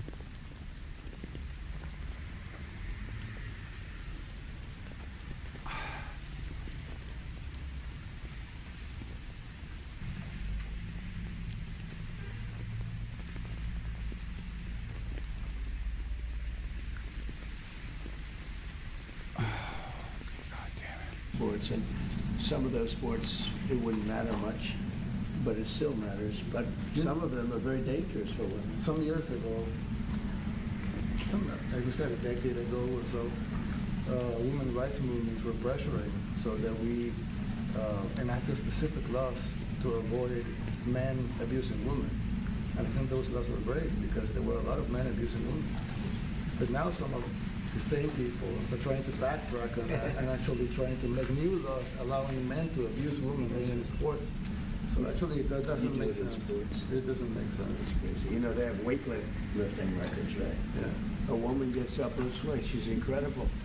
Oh my God, they're fucking talking about like trans athletes. I'm losing my fucking mind, dude. This is such.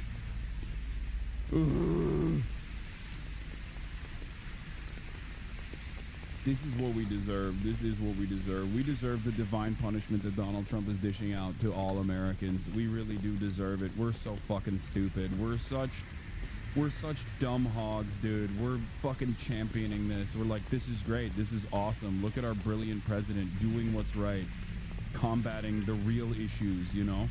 Trans athletes. It's about 100 pounds.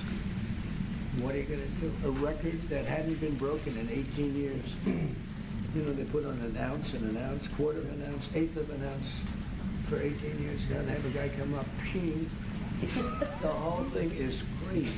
But they continue to fight. And I don't like talking about it because I want to save it for just before the next election. I said to my people, don't even talk about it because they'll change. And well, but I watched this morning. There was a congressman fighting to the death for men. Documented New York reports that one of the Venezuelans deported to El Salvador was a 19-year-old with no criminal record, no tattoos, and who wasn't even a target of the ICE operation, but ended up sent there anyway. An ICE agent even said he's not the one when arrested. Wilmer only found out his son had been detained after receiving a phone call on March 15th from his nephew, Luis, who lives with them. That morning was their last time together. They had gone around the corner to do their laundry. Later that day, Wilmer said his son met with a friend to get some help with some errands at the American Red Cross. He learned this from Louise, who looked at the situation from inside the apartment. When his son was on his way back, just steps from his home, ICE agents stopped him. The officers grabbed him and two other boys right at the entrance to our building. One said, no, he's not the one, like they were looking for someone else, but the other said, take him anyway. That moment marked the beginning of Wilmer's search for answers. Answers he's still waiting for. This is 19-year-old Merville Gutierrez, who was grabbed off the street in New York City days before he was sent to El Salvador. His family insists he has no connection to Tren de Agua. He doesn't even have any tattoos. 19-year-old, take him anyway. This is Gestapo shit. This is stuff that we learned about in history books. Many of you, I think, many of you in this community learned those lessons and are terrified. But some, I think, learned those lessons were like, why don't we do that here? It would be awesome to do that here. And that's why they're championing the doing of that here.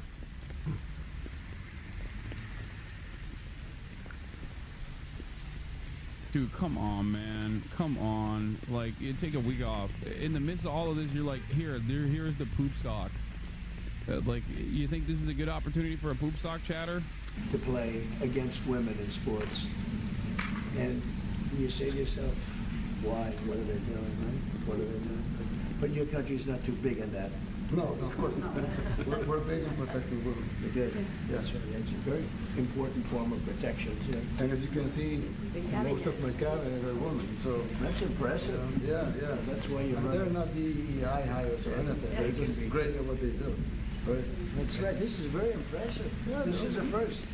We've had women, but we've never had three of them right here. That's 4 and 3 men. Look at what we have.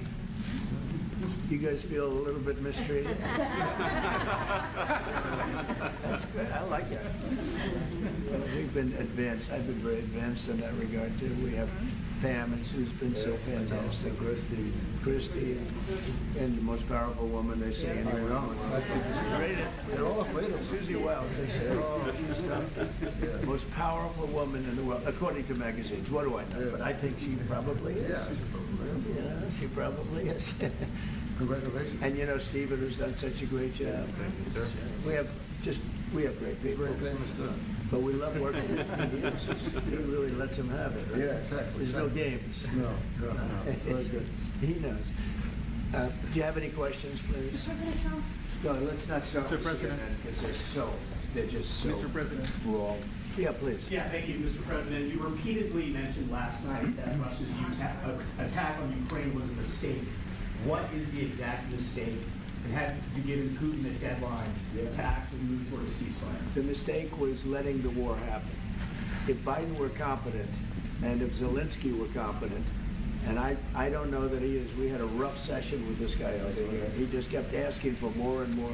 That war should have never been allowed to happen. That war, I went 4 years and Putin wouldn't even bring it up. And as soon as the election was rigged and I wasn't here, that war started. There was no way that war should have been allowed to happen.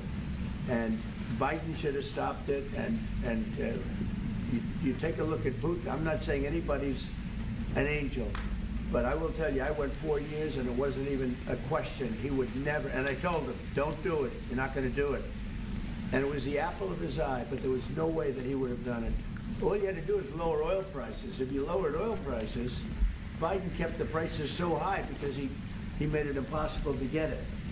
If you lowered oil prices, you would have never had the war. But you wouldn't have had it with me anyway. That war would have never happened. And I think it's a great abuse. So now what do? You get a country where 25% of its land is gone, and the best locations, where millions of people are killed. You know, you haven't reported accurately the death. And this was Biden's war, and I'm trying to stop it. And I think we're going to do a good job. I hope we're going to do it. They lose 2,500 young people a week, think on average. Now they're Russians and they're Ukrainians, but it's 2,000. We don't care. It's like whatever it is. They're not from your country. They're not from mine. But I want to stop it. 2,500. It's a killing field. It's like the Civil War. You take a look. I look at the satellite pictures. This should not be happening in our time. Of course, our time can be pretty violent, as we know. But that's a war that should have never been allowed to start. And Biden could have stopped it, and Zelensky could have stopped it, and Putin should have never started it. Everybody's to blame. Have you spoken to President Zelensky, sir, about his offer to purchase more Patriot missile batteries? Oh, I don't know. He's always looking to purchase missiles, you know. He's against, listen, when you start a war, you got to know that you can win the war, right? You don't start a war against somebody that's 20 times your size and then hope that people give you some missiles. If we didn't give them what we gave, remember, I gave them javelins. That's how they won their first big battle with the tanks that got stuck in the mud, and they took them out with javelins. They have an expression that Obama at the time, Obama gave them sheets and Trump gave them javelins. But just something that should have never happened. It's a really shame. The towns are destroyed. Towns and cities are, largely destroyed. They have the spires, the beautiful spires that go up. They say they were the most beautiful in the world in Ukraine for whatever reason, but the most beautiful in the world, they're mostly laying on their side, shattered and broken. And most importantly, you have millions of people dead. Millions of people dead because of 3 people. I would say 3 people. Let's say Putin, number 1, but let's say Biden, who had no idea what the hell he was doing, number 2, and Zelensky. And all I can do is try and stop it. That's all I want to do. I want to stop the killing. And I think we're doing well in that regard. I think you'll have some very good proposals very soon. Last question, sir. Have you attributed a motive through the FBI investigation behind the attack on Governor Josh Shapiro over the weekend? No, I haven't, but the attacker was not a fan of Trump, I understand, just from what I read and from what I've been told. The attacker basically wasn't a fan of anybody. It's probably just a whack job. And certainly a thing like that cannot be allowed to happen. Is your good relation with President Bukele the best guarantee that this time you won't terminate the temporary protected status? I have a great relationship with this man. I have the best relationship with him. We've known each other. I've known him since he was a very young man, as I said, very, very young, and I was impressed. I said, look how this guy is. In fact, you sort of look like a teenager. You look like a teenager. I said, what kind of a country is this? He grew up well in the last 5 years. Do you support the extension for nationals of El Salvador under temporary protected status? Do you plan to ask him? Let's hear the question from this very low-rated anchor at CB. Thank you, President. Do you plan to ask President Bukele to help return the man who your administration says was mistakenly deported? The man who was mistakenly deported to El Salvador? Well, let me ask Pam, would you answer that question? Sure, President. First and foremost, he was illegally in our country. He had been illegally in our country. And in 2019, 2 courts, an immigration court and an appellate. This is insane to me. Like, the government openly at this point recognizes that they did the wrong thing. And a part of recognizing that this was an administrative error means recognizing the lower court decision, the immigration court decision, to offer this person protected status against deportation from the United States of America, specifically to El Salvador. And they just simply lie over and over again. In the court proceedings that took place, they found out that this person was not a part of MS-13, that the confidential informant that lied to the police that he was MS-13 claimed that he was in New York. This person had never been in New York. On top of that, he was able to prove that if he were to be sent back to El Salvador, his life would be in danger. This is precisely the reason why they got the protections.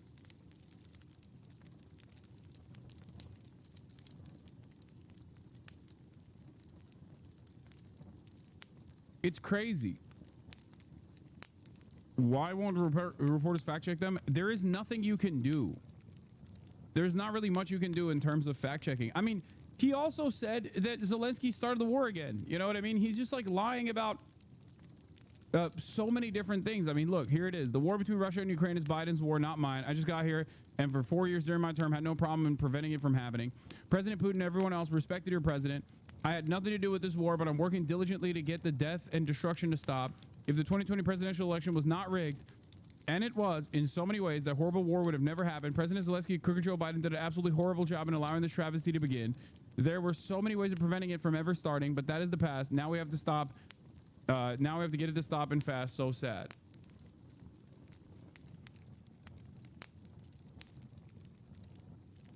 Everything he says is incorrect. Everything he says is a lie on every issue, whether it be tariffs, saying that there's going to be exemptions but no exemptions, saying that like you know, Xi Jinping's going to call me any day now, and then being like, why won't Xi Jinping call me? Everything he's just breaking everything. And it's not like things were great already. They weren't. They certainly weren't. Kaya, place.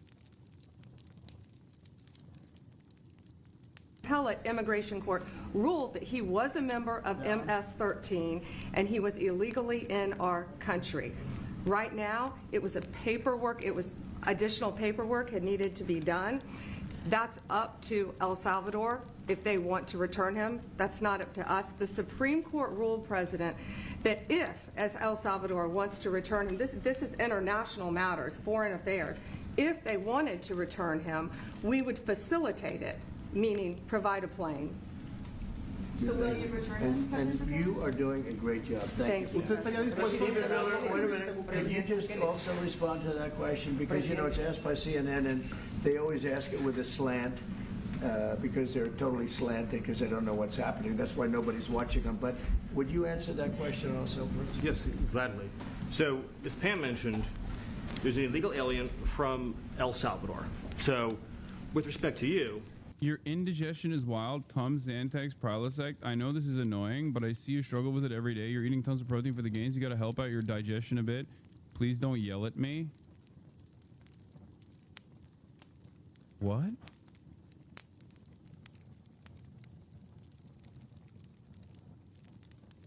Dude, what the fuck are you talking about?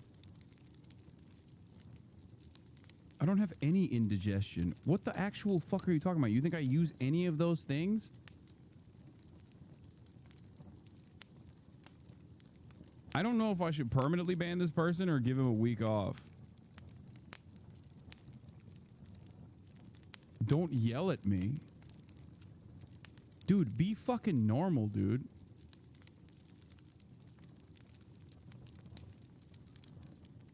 What the fuck is that?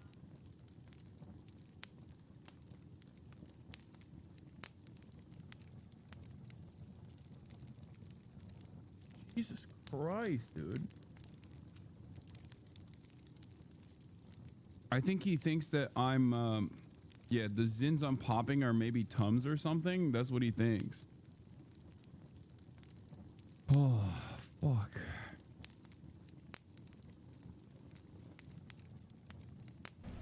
He's a citizen of El Salvador.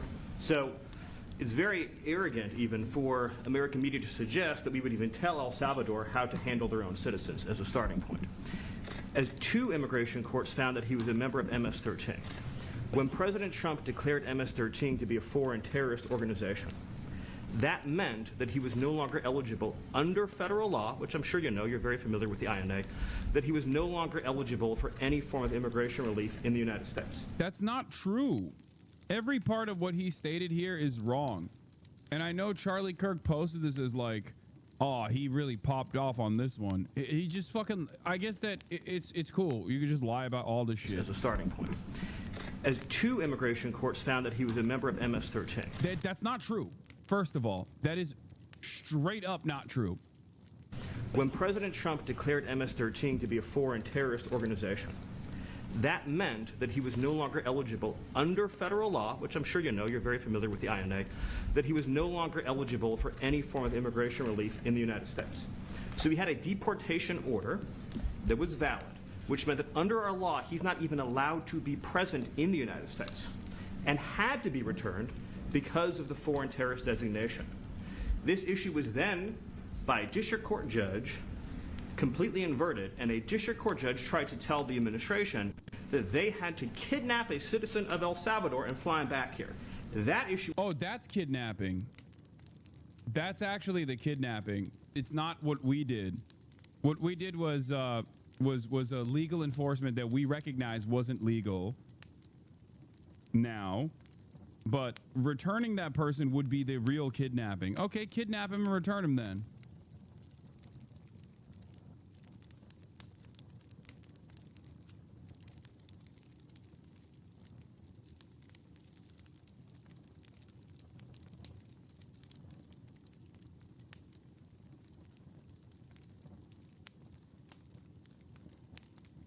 Who are they talking about? Is this guy's name public? Yes. His name is Kilmar Abrego Garcia. His name is Kilmar Abrego Garcia. He's a Maryland resident with a wife and a child. He was a member of a union.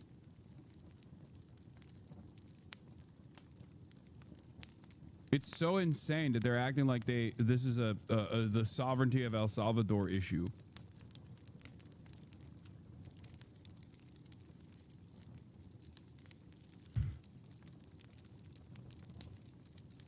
Like,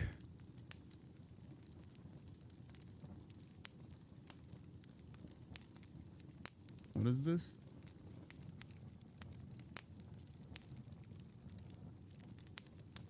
Oh. She was raised to the Supreme Court, and the Supreme Court said the district court order was unlawful, and its main components were reversed 9-0. This is also an inversion of the truth once again. Here's Ed Whelan's statement on the matter. Outrageous misinterpretation of the Supreme Court ruling. The unanimous court ruled that the district court order properly requires the government to facilitate Abrego Garcia's release from custody in El Salvador and to ensure that his case is handled as it would have been had he not been improperly sent to El Salvador. Yes, the court also stated that the intended scope of the term effectuate in the district court's order is, however, unclear and may exceed the district court's authority. And it told the district court to clarify its directive with due regard for the deference owed to the executive branch in the conduct of foreign affairs. But 1, due regard doesn't mean that the district court couldn't have any teeth to effectuate. And 2, in any event, the district court dropped effectuate from its revised order, so this is all irrelevant. Duty to facilitate continues. As I've said, the Trump administration will probably be able to get away with its bad faith defiance of the court on this matter, but it's appalling that it thinks that anyone is stupid enough to believe that it is actually complying with the court's ruling. Or rather, reversing the court's actual ruling by saying, no, the Supreme Court actually is on our side. The unanimous decision is there to defend our our immigration enforcement action. It's not. It's the exact opposite. If it was in defense of your immigration enforcement action, you wouldn't be playing legalese semantics with the decision. You would just say, the decision is clear as day. The Supreme Court thinks what we did was totally permissible. Instead, you have to hyper focus on what facilitate versus effectuate means. Facilitation doesn't mean that this is an enforceable action, for example. Like, that's what it... That's the entire point of contention here. If the unanimous Supreme Court decision was stating that the federal government has the power to do this, they would not have said the federal government has to facilitate a return of the Maryland resident immediately.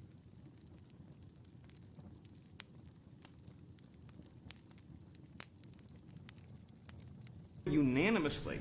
What do they gain by keeping him there? A million different reasons. One, they stand firm and test out the boundaries of the Supreme Court. Two, they basically violate Supreme Court orders without triggering a constitutional crisis, which gives them more opportunity to do this down the line. Three, if he were to be returned, he talks about the horrifying nature of the prisons. You got, 60 Minutes doing a... You set a precedent, you set a scary precedent for the Trump administration that, like, some of the people that they are interested in unjustifiably sending over to the slave colony can be returned to U.S. soil. And on top of that, they talk about the horrifying conditions there and the horrifying mistreatment that they experience as a Maryland resident. All of a sudden, it destroys the secretive nature of these operations. Because you don't want any microscope on this, okay? You don't want any sort of attention being brought forward here. They're trying to basically start a process in which they have enough utilizing the pre-existing legal restrictions to their advantage to slowly but surely erode the last mechanisms of safety that would stop the administration from doing stuff like this, whether it be due process, whether it be, violating court orders. So if they were to actually return this person and he comes back, it's horrible propaganda against the administration. It ruins everything that they're trying to do. It makes them look weak. It sets a precedent that they have to abide by court. They have to abide by the authority of the courts.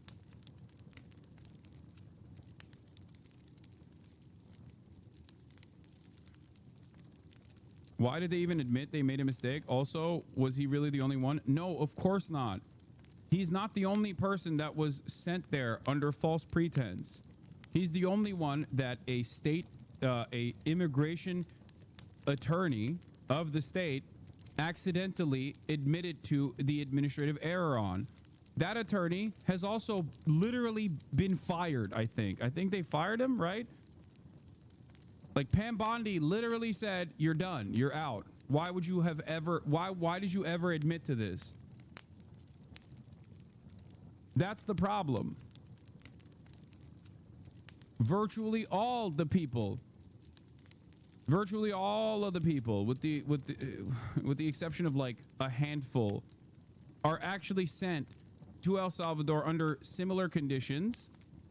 This one is the most egregious because there was a directive from the court to not send him to El Salvador.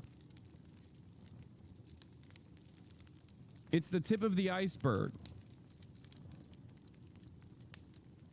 Stating clearly that neither Secretary of State nor the President could be compelled by anybody to forcibly retrieve a citizen of El Salvador from El Salvador, who again is a member of MS-13, which, as I'm sure you understand, rapes little girls, murders women, murders children, is engaged in the most barbaric activities in the world, and I can promise you, if he was your neighbor, you would move right away. So you don't plan to ask for Supreme Court is asking to... And what was the ruling in the Supreme Court, Steve? Was it 9-0? Yes, it was a 9-0. In our favor. In our favor, against the district court ruling. That's not what happened. It's the exact opposite of what happened. That is saying incredible. That no district court has the power to compel the foreign policy function of the United States. As Pam said, the ruling solely stated that if this individual at El Salvador's sole discretion was sent back to our country, that we could deport him a second time. Well, no version of this legally ends up with him ever living here because he is a citizen of El Salvador. That is the president of El Salvador. Your questions about it, per the court, can only be directed to him.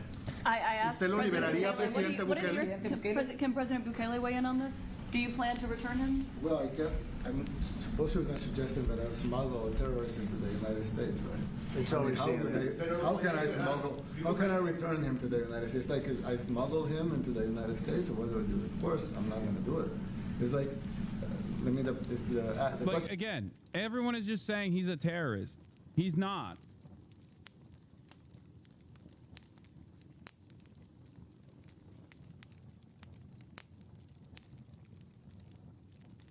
It's insane. It's preposterous. How can I smuggle a terrorist into the United States? I don't have the power to return him to the United States. But you can release him inside El Salvador. Yeah, but I'm not releasing, I mean, we're not very fond of releasing terrorists into our country. I mean, we just turned the murder capital of the world into the safest country of the Western Hemisphere, and you want us to go back into the releasing criminals so we can go back to being the murder capital of the world? No, that's not going to happen.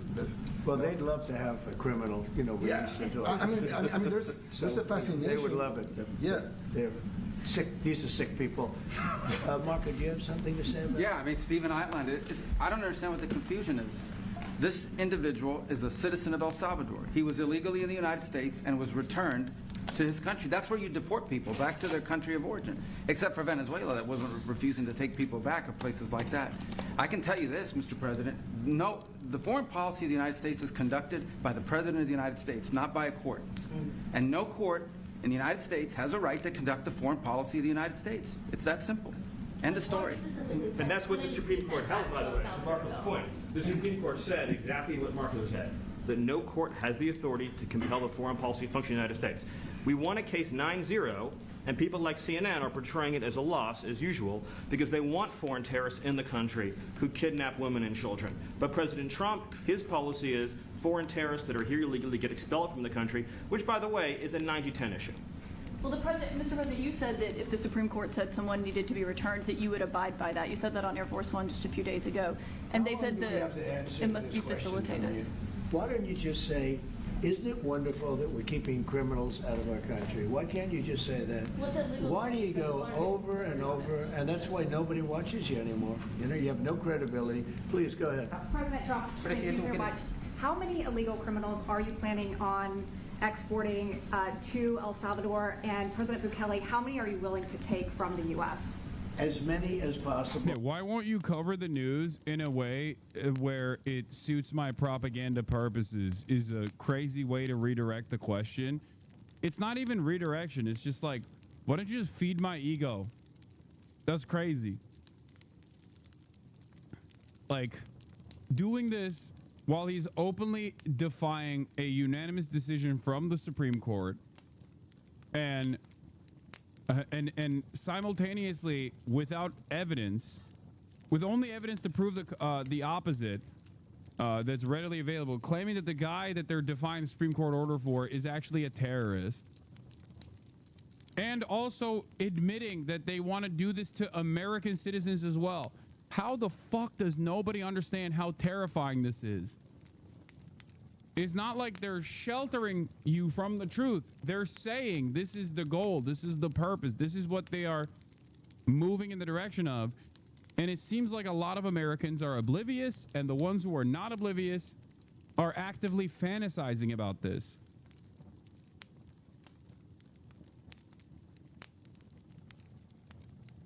I don't even know how you combat this. I truly don't know how you... Like, I don't know what to do in this situation. This is just unprecedented territory. Yeah, meanwhile, the army is arriving at the southern border as they're gearing up potentially for an invasion. I don't even know what the fuck they're going to do there. This is openly defiant of the Supreme Court, which specifically upheld in a unanimous decision an order that requires the government to facilitate Abrego Garcia's release from custody in El Salvador. Here it is. The order properly requires the government to facilitate Abrego Garcia's release from custody in El Salvador. They just wrote it. Clear as day.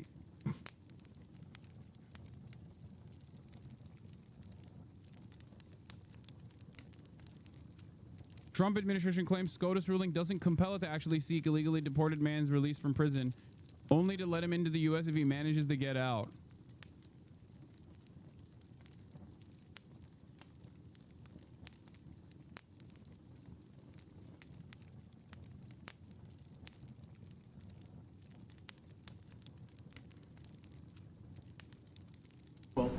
And I just asked the president, you know, it's this massive complex that he built, jail complex.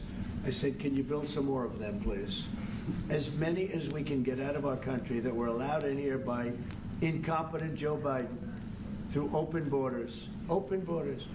You probably hear open borders and you can't even understand it because nobody can understand. Nobody smart or with common sense can understand it.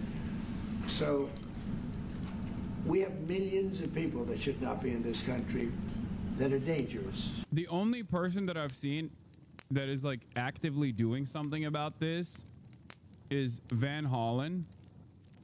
Okay. Respect to Chris Van Hollen on this. Requests meeting with President Bukele to discuss the return of Kilmar Abrego Garcia. Announces intent to travel to El Salvador this week if Abrego Garcia is not returned.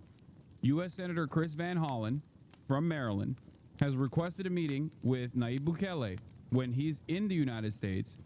And if he is not returned by the end of this week, he's going to go down to El Salvador. This is actually 100% something I am in support of 1,000,000%.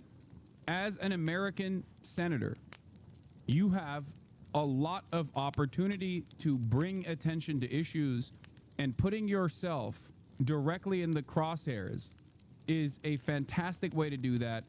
And I'm glad that there is at least someone out there that's willing to do this.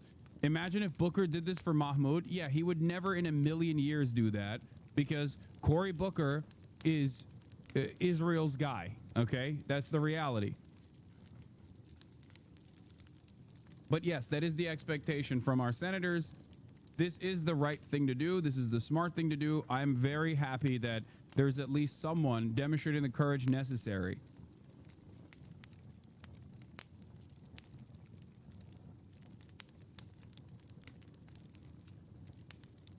Partially because when you're an American senator and a country like El Salvador, let's say, denies you entry into the country, you're basically taking an action not just against an American senator, a member of the Democratic Party, but you're taking action against America. And I think that will have a profound impact on the way that this is treated in the media and the way that Americans will respond to this. It will create a situation where Americans who run off the notion that we're the #1 country on the planet, with our citizens having extra rights in comparison to everybody else, will get mad at the Trump administration if the Trump administration doesn't turn around and defend an American senator.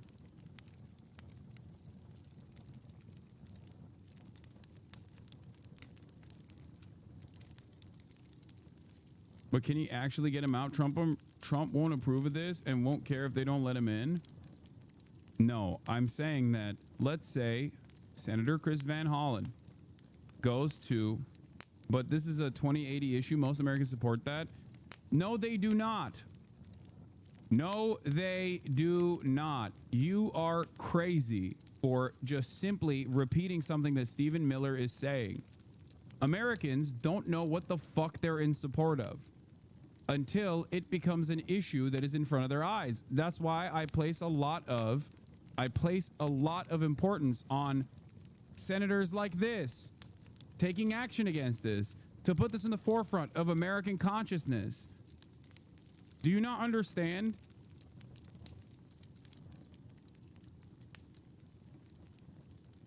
How many times do we have to experience this until people recognize that something being considered a 2080 issue doesn't necessarily mean it will stay a 2080 issue? This is at the heart of my anger towards the Democratic Party in terms of immigration. No counter messaging on immigration has created an environment, a media landscape that is heavily dominated by right-wing lies on the issue. This is precisely the reason why Americans are either, like I said, oblivious to the actions that the Trump administration is taking, or at the very least entertain it or enjoy it and support it, the ones who are knowledgeable on the actions being taken to begin with. But that is only because they do not comprehend the full scope of what is happening. Yeah. Also ironic to say this exactly. These dumbass shadows don't realize that 2 years ago, Israel had 80% of American support. Yeah. Now it's become a 2080 issue in the other direction, at least in the Democratic Party. Now, this doesn't stop the Democrats from refusing to recognize the popular support towards Palestinian emancipation that is in their base, because, you know, their careers rely on them refusing to recognize it. But these kinds of actions, unironically, when paired up with the reality that every American can experience, every American can see, will quickly change the attitude. Look no further than the fucking tariffs. Donald Trump ran on tariffs. He could say he won on tariffs. Look at the Americans' attitude towards tariffs now. Because once implemented, everybody realized, oh my God, this is going to have a horrible impact on both the stock market and also the price of goods. Please drop this fucking, this is a 2080 issue nonsense.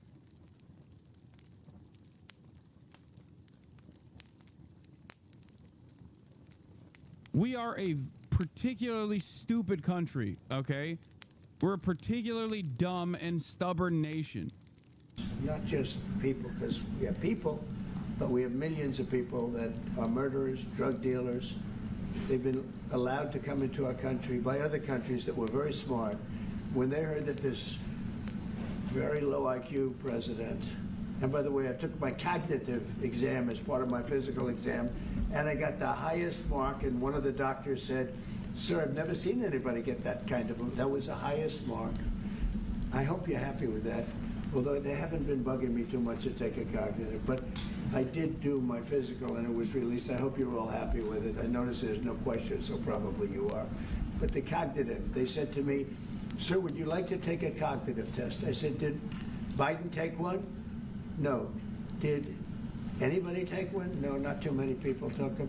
I said, what about Obama? Did he take one?" "No, he didn't take one either." I said, "Let me be the only one to take one." But I've actually taken them 3 times already. I like taking them because they're not too tough for me to take. But we had a great physical exam, so I know you're going to ask that. And the doctors who are total professionals, Walter Reed Medical Center, they're great people. And I visited a soldier that was badly wounded, incredible soldier, lost his leg, and spent a lot of time with him. I mean, great with his mother. And it was really a very great thing. They do a phenomenal job. I just want to say, Walter Reed, I was there for, 5-6 hours. You were there with me. But I took a full physical, and it came out perfecto, so that's good. That means you've got me for a little longer. Would the U.S. be willing to pay for those facilities to be opened if new ones were going to be built? I'd do something. We'd help them out, yeah. We help them. They're great facilities, very strong facilities, and they don't play games. I'd like to go a step further. I mean, I said it to Pam. I don't know what the laws are. We always have to obey the laws, but we also have homegrown criminals that push people into subways, that hit elderly ladies on the back of the head with a baseball bat when they're not looking, that are absolute monsters. I'd like to include them in the group of people to get them out of the country, but you'll have to be looking at the laws on that, Steve, okay? How essential is it for you guys to be locking up these prisoners? And do you think more presidents should follow suit like you guys as far as taking a hard stance on crime here in the United States? Well, I do. I think everybody has to. I mean, the president said it better than anybody. He said, you know, you have liberty and you have to have liberty, but to have liberty, not everybody is going to be good. And, you know, some are bad because they're sick. They're mentally deranged. They're bad. And you have to take them. If you're going to have a country, you're going to have to take those people out. And we've been doing that. But this was like an unforced error, they would call it, where we had people that may hate our country, or maybe they're just stupid people. I think they're probably stupid people more so. A lot of people said they did it for the vote. But I did better with Hispanic people than they did, because they always use Hispanic. I did better. You people love me. I saw my poll numbers in your country up through the roof, right? 91%. No, some people think they do it for the vote. But they don't have to do it for the vote. They cheat. You know? How dangerous is the U.S. for tourists right now? Incredibly dangerous. Straight up. I never thought I would say this. Insanely dangerous. Because they don't just deny you entry into the country, okay, which they have already.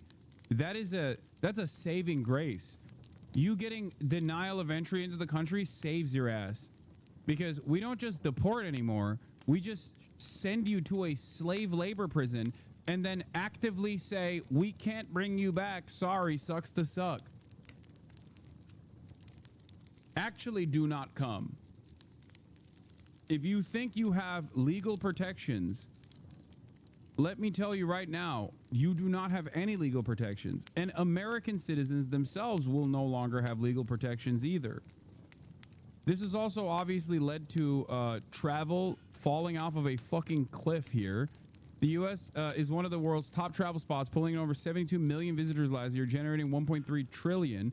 But lately, travel from Europe and Canada is down up to 35% thanks to Trump's talk and scary border stories. Trump is bankrupting the U.S. It's down 30% for most countries. 20 to 30%.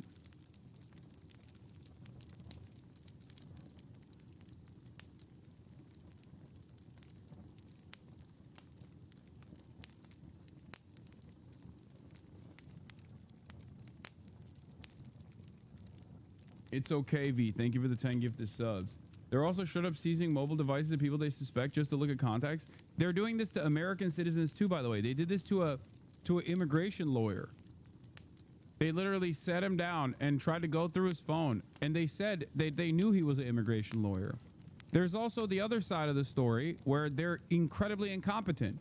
They sent out a mass blast of emails to American citizens telling them to self-deport in 10 days. That also happened this past week. And it was so stupid that I initially thought it can't be real. There was an immigration attorney in the United States of America that revealed that her wife, who's also an American citizen, got a immigration enforcement email demanding that they self-deport in 7 days, saying that their citizenship, or not citizenship, saying that their legal permanent residency had been revoked. This person was not a legal permanent resident. They were a citizen.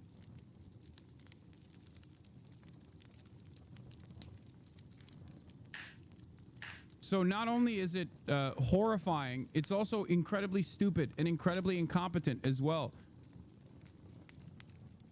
Yeah. How is this country going to host a World Cup is a real question. This is supposed to happen in a couple months. A well-respected MMA coach who always posts training tips and is based out of Australia says he arrived in the U.S. for an already scheduled seminar, but was detained at the border, thrown in a federal prison, and ultimately deported.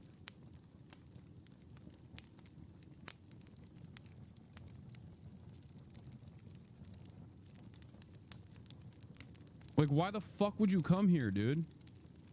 Oh, next year. Sorry, not this year. Next year. I don't even know how we get to next year at this stage. At this point, I don't know what next year looks like even.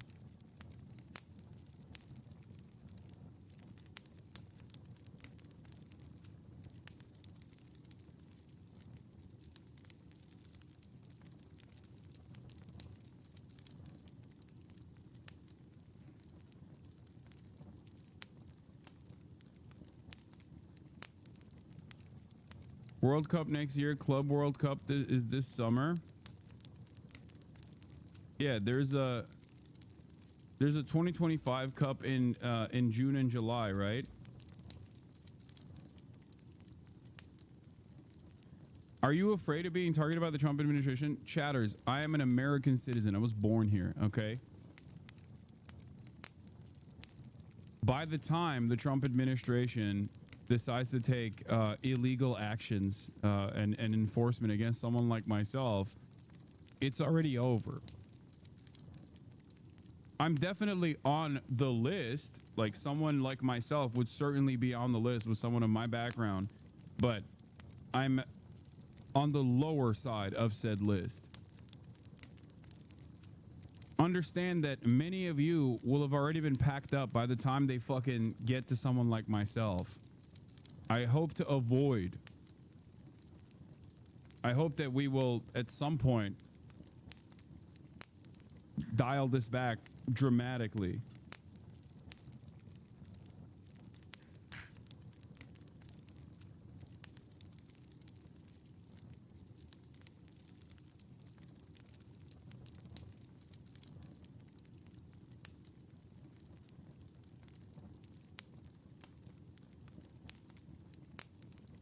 You know, they're professional cheaters. That's about the only thing they do well. So we just have had a great relationship, and it's become bigger because of a strange thing that happened. You know, I came back. We had no war in Ukraine. We had no war we had no October 7th Middle East problem. We had nothing. We had no inflation. We didn't have the Afghanistan, most embarrassing moment in the history of our country, the Afghanistan, not withdrawing, because I would have been out, you know, I had it all set to bring people out with dignity and pride. That was the worst, most embarrassing moment in the history of our country, Afghanistan.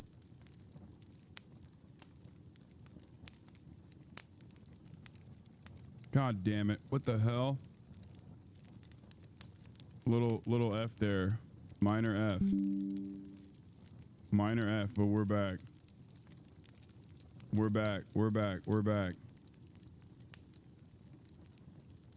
No, they didn't get me. The CIA heart attack gun did not get me. Everybody calm down. It wasn't that significant of a drop.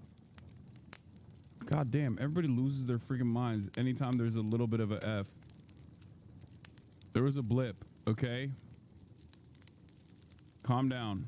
Middle East, we didn't have any of that. You wouldn't have had the war with Russia, Ukraine. You wouldn't have had the Middle East problem because Iran was broke. They had no money because we had secondary sanctions on and lots of other sanctions. And now every single thing, got a problem with Iran, but I'll solve that problem. That's almost an easy one. We got to solve a war that should have never started, Ukraine and Russia, and we'll get that solved. And we have to solve problems, and we already solved inflation. You know, if you look at the numbers are incredible, actually. The stock market's up, and we're not letting other countries take advantage of this country like they have for the last 40 years. So thank you very much. You have a question, please? Yes, Mr. President, thank you so much. You scored another major investment win this morning when NVIDIA pledged to build its AI supercomputer, the first time ever, right here in the United States. Thank you. That's a question I like. That's true. What is your reaction to this announcement, sir, and how will this positively benefit Americans across America?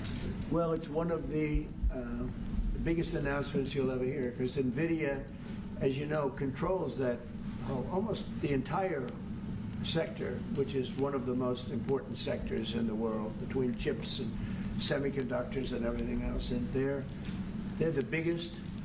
And the other biggest we already have coming in is spending $300 billion, as you know. They announced 2 weeks ago. But NVIDIA is so highly respected. And this was an announcement that a lot of people, I knew it was going to happen, but not to the extent that it happened. It's big. And the reason they did it is because of the election on November 5th and because of a thing called tariffs. As I say, the most beautiful word in the dictionary. After love, God, relationship. The press actually hit me and said, tariff is the most beautiful word in the dictionary. What about family, love, God? I got hit even on that. You understand? I said, okay. So now I say it's my 5th most favorite word. because they get you on anything. But no, that NVIDIA, it's one of the great companies of the world, modern, super modern companies, controls segments that nobody, you know, sort of controls the world in a sense, and they're coming in here in the biggest way with hundreds of billions of dollars. Not like millions of dollars, hundreds of billions of dollars, and I'm honored by it. And I want to thank Jensen and all of the people that we deal with. They're great people, they're brilliant people. And without tariffs, they wouldn't be doing it. Okay. Thank you very much. Yeah, Are please. you considering additional sanctions against Russia after their latest attack? And do you have an update on the rate and when you might announce semiconductor Well, I already tariffs? have sanctions on Russia. I put them there. If you remember, Nord Stream 2, that's the big pipeline that goes through Europe. I stopped it. That's Russia's pipeline, the largest pipeline, I think, in the world. Goes to Germany. And I stopped it. And when Biden came in... Well, Biden blew it up, so... I mean, who took more significant action, one must ask. He approved it. And then they say, oh, I'm friendly with Russia. No. Putin said, you know, if you're my friend, I'd hate to see you when you're my enemy. I stopped the biggest economic job they ever had. I stopped it cold, right? It was dead. You know that, right? And Biden came in and he immediately approved it. What was that all about? And it's a pipeline that takes care of a lot of the needs. Now, you know, it was a very controversial thing, but I stopped it and Biden approved it. Question? On tariffs? No, not you. Not Update today on potential semiconductor tariffs and potentially pharmaceuticals. What? Semiconductor tariffs and potentially pharmaceuticals. Pharmaceuticals we're going to do. We don't make our own drugs, our own pharmaceuticals. We don't make our own drugs anymore. The drug companies are in Ireland and they're in lots of other places, China. And all I have to do is impose a tariff. The more, the faster they move in. The higher the tariff, is very simple. It's inversely proportional. The higher the tariff, the faster they come. And yeah, we're going to be doing that. That's going to be like we have on cars. We have, as you know, a 25% tariff on cars. We have a 25% tariff on steel and aluminum. And that's what that category fits right now. Do you have a percentage in mind and a timeline? I have a timeline, yeah, not too distant future. And we're doing it because we want to make our own drugs. We're doing it because we want to make our own steel and aluminum, lumber, other things. And they're all coming in. We have record numbers, $7 trillion.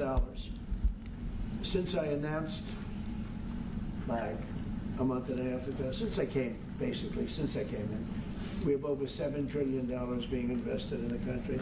We didn't have $1 trillion. We didn't have $500 billion for some of these guys. They didn't know what the hell they were doing. So we have the largest investment that we've ever heard of, and we're only 2 months in. Is any of this true? No, of course it's not true.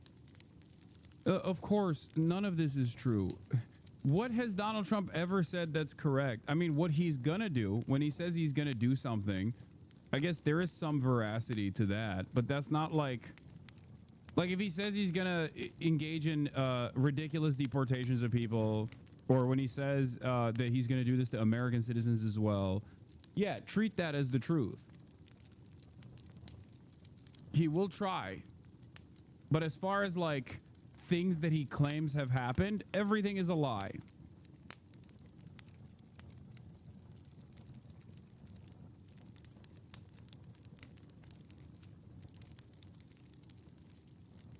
In terms of the economy, tariffs, its impact, everything that he's saying is a fucking lie, straight up.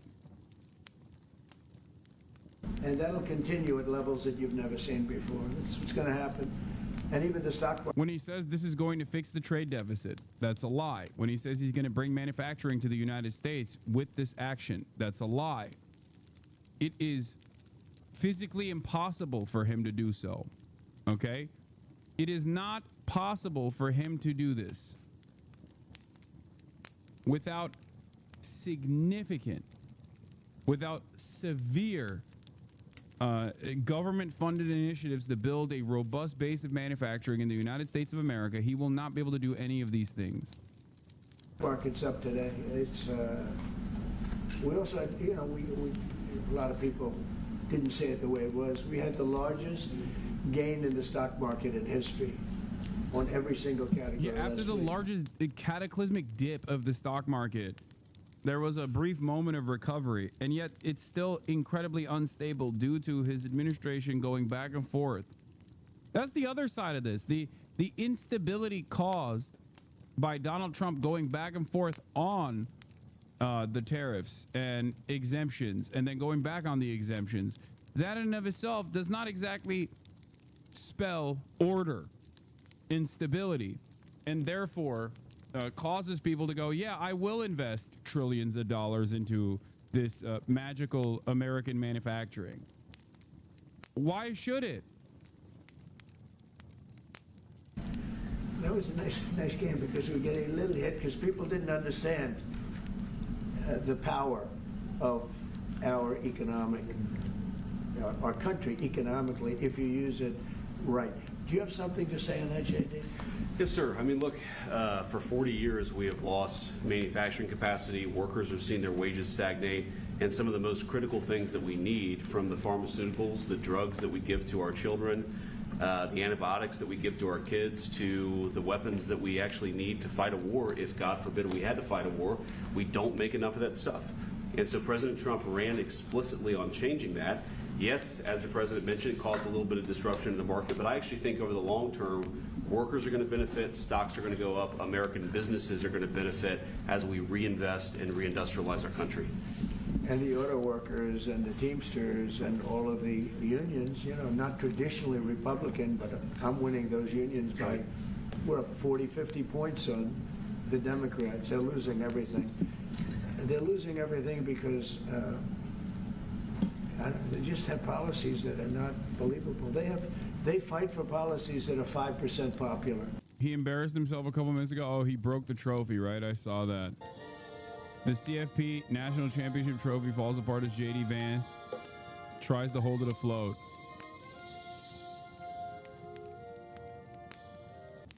An idiot. The trophy was made in America by UAP Polic Talix in New York. The award is two separate pieces, the trophy and the base, with the idea being that the trophy is what's held aloft, not the base.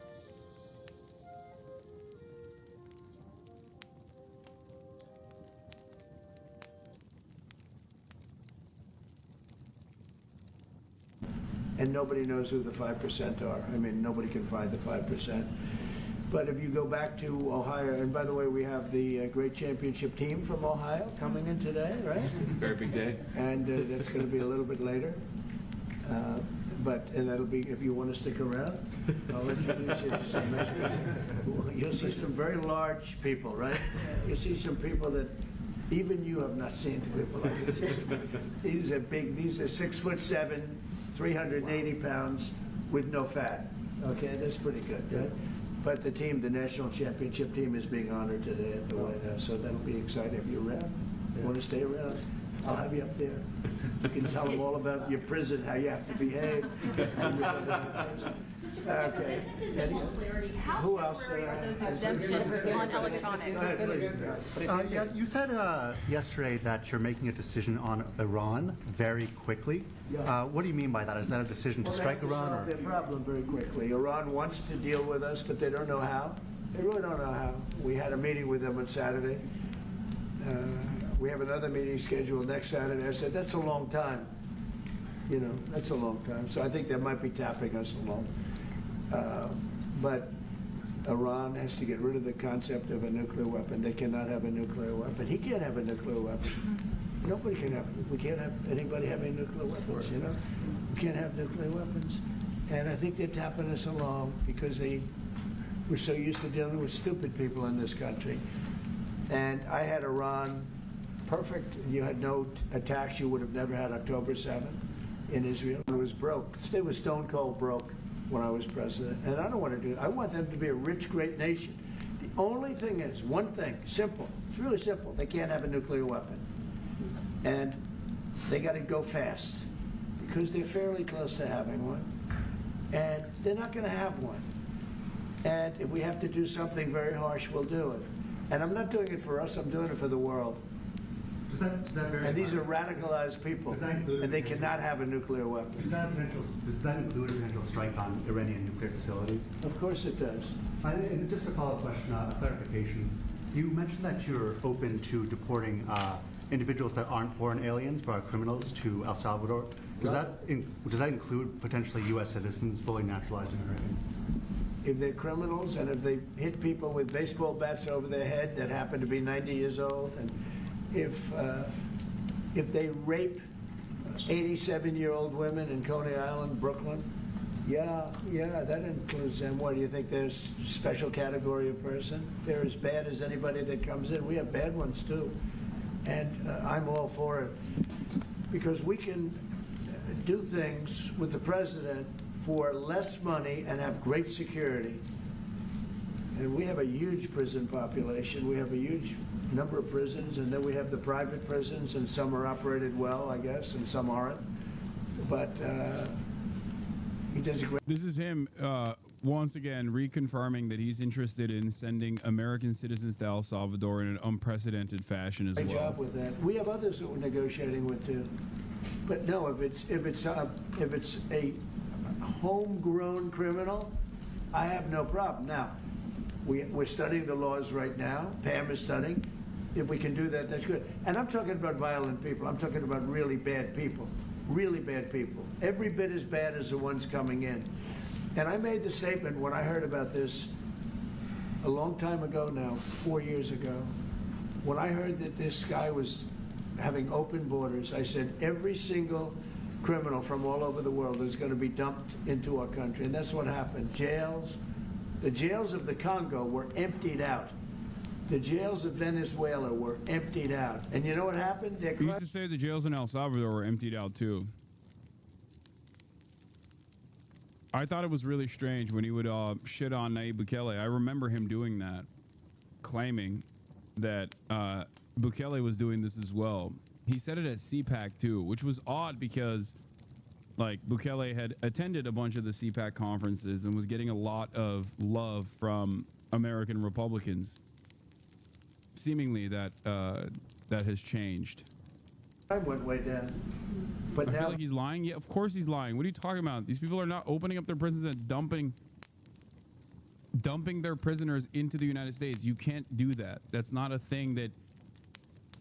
It's not even a thing you can facilitate. Venezuela has other problems. You know what the problem is? The irony, of course, is that the only time a country that is capable of doing that has done that is the United States of America. That's how MS-13 was created. MS-13 was a gang that was created in the American prison system, and we sent all of the MS-13 prisoners to El Salvador. We flew them in on flights, commercial jets, without telling the Salvadoran government that these were MS-13 gang members, and we just simply deported them without informing El Salvador that these were MS-13 gang members. So when Donald Trump says, like, this is something that other countries are doing, he probably doesn't even know that we did that. He has no idea that we literally did that to El Salvador. But that is how MS-13 became such a powerful organization.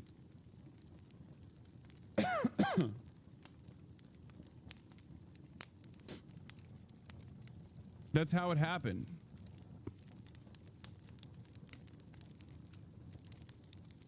I have no money. Yeah. Because I shut off their oil, and we put secondary tariffs because they're not doing what's right over there. They know what to do. We spoke to them. I spoke to them. They know what to do. But they have no money. Venezuela has no money. But Iran had no money, and Iran behaved so beautifully. And then Biden took all those secondary tariffs on. I told China, you can't buy oil. If you buy oil from Iran, China, I told it to President Xi, then we no longer want you to do business with the United States of America. And those ships disappeared from that harbor so quickly. China. Get along great with China. Are the talks with Iran productive? Do you want to continue that? The talks with Iran, do you believe those are productive? Do you want to continue that? I think Iran could be a great country as long as it doesn't have nuclear weapons. If they have nuclear weapons, they'll never get a chance to be a great country. They will never get a chance. It won't even come close. Sir, on tariffs. Yeah. Yeah, thank you. Yesterday you mentioned short-lived product exemptions. Which specific products are you considering, and how long is short-lived? Weeks, months? I'm looking at something to help some of the car companies where they're switching to parts that were made in Canada, Mexico, and other places, and they need a little bit of time because they're going to make them here, but they need a little bit of time. So I'm talking about things like that. What about any Apple products, other cell phones? Look, I'm a very flexible person. I don't change my mind, but I'm flexible. And you have to be. You just can't have a wall and you'll only go, no, sometimes you have to go around it, under it, or above it. There'll be maybe things coming up. I speak to Tim Cook. I helped Tim Cook recently, and that whole business. I don't want to hurt anybody, but the end result is we're going to get to the position of greatness for our country. We're the greatest economic power in the world if we're smart. If we're not smart, we're going to hurt our country very badly. We lost with China over the Biden years trillions of dollars on trade, trillions of dollars, and he let them fleece us, and we can't do that anymore. And you know what? I don't blame China at all. I don't blame President Xi. I like him. He likes me. I mean, you know, who knows? Who the hell cares? Do you have any updates on? Oh my God, he's literally like a scorned lover, dude. His behavior with Xi now has dramatically shifted. He went from he's so scared, he'll call me, we have good relationships.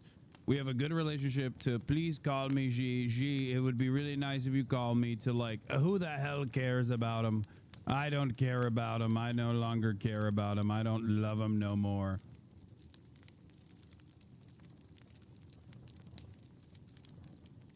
This keeps going. This keeps going, and Trump is going to be begging for Xi to call by next week. Like, come on, please. What are you doing, Xi? You're ruining the global economy. Why would you do this? Why would you do this? Why would you let me do this, Xi? You know what? What? Do you have any updates for the talks with China? No, let me just tell you this. I don't blame China. I don't blame Vietnam. I see their meeting today. Is that wonderful? That's a lovely meeting. They're meeting, like trying to figure out how do we screw the United States of America. Don't forget, the European Union was formed to do just that.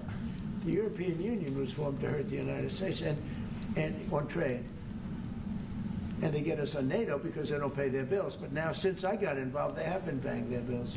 I took in over $600 billion for NATO. Nobody took in anything. I mean, they were all delinquent. They had 8 nations out of 28 paid their bills. The rest of them were way delinquent. Don't do and NATO. I said, if you don't pay your bills, we're not going to protect you anymore. And the money poured in over 600. The Secretary General last week made that statement. He said, I've never seen anything like it. We couldn't get anybody to pay because the United States was footing the bill for NATO. Well, we got hurt there, and we got hurt on trade, likewise, European Union. And they've got to come to the table, and they're trying to. They're trying to. But the European Union has taken terrible advantage. They don't take our food products. They don't take our cars. We have millions of their cars, BMW, Volkswagen, Mercedes-Benz, many others. They come in by the millions. They don't take, there are no Chevrolets in Munich, I can tell you that. I said to Angela Merkel when she was there, as she was letting millions of people infiltrate Germany, which was not so good from, we would call them illegal immigrants, but she made them legal. But I said to her, and I get along with her very well, I said, how many Chevrolets do we have? So they're not illegal immigrants, then. I like that we have changed our own designation for what we consider to be illegal versus legal immigrants, and we want to do that for other countries too. Like, we gotta control what they do in terms of their own domestic policies, in terms of their own fucking asylum processes too. It's just like, we gotta dominate the whole world. You need to change your food regulation so you can get our meat, our big beautiful meat, our big beautiful beef. You must get our poultry. You must get our chickens in our factories. You must get our cars, change the roads, widen those roads, make it into a parking lot. I will not stop until Barcelona is one big parking lot. Have in Munich or Frankfurt. You remembered right on Trump Venezuela. shitting on Bukele? Yeah, of course. Crime is down 72%. You know, Caracas, Venezuela was a very, very dangerous place. And now, because of the great job they've done in removing their criminals into the United States, next year we're going to have our Michigan rally in Caracas, Venezuela, because it's nice and safe. Okay? Does that sound like a good idea to you? Because we want safety. Now, the press is going to write that. They're going to say, Donald Trump proposed next year's Michigan rally in Caracas, Venezuela. They'll say, isn't that horrible? Isn't that unpatriotic? You understand. This is what I have to go with. I'm only kidding, press. I'm only kidding. Although maybe it's not a bad idea. So El Salvador is an interesting one because I know the president. He's a young guy, and he's been getting this great press that his crime rate's way down. And they're training their criminals. Well, you don't train criminals, okay? You know, maybe every once in a while you get lucky, but you don't. So in El Salvador, murders are down 70%. He's saying, yes, we're teaching. He's different. Most of them just say, well, the United States is stupid, so we're dumping all our criminals there. He does it differently, smart. He goes, we're working with our people that are causing problems and crime. And he's not working with them, he's dumping them in the United States. And their crime rate, their murder rate is down 72%. See?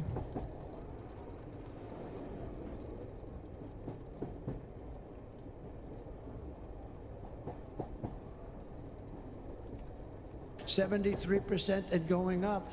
And I don't blame him because of Yeah. He used to falsely claim that Nayib Bukele was also dumping prisoners into the United States of America.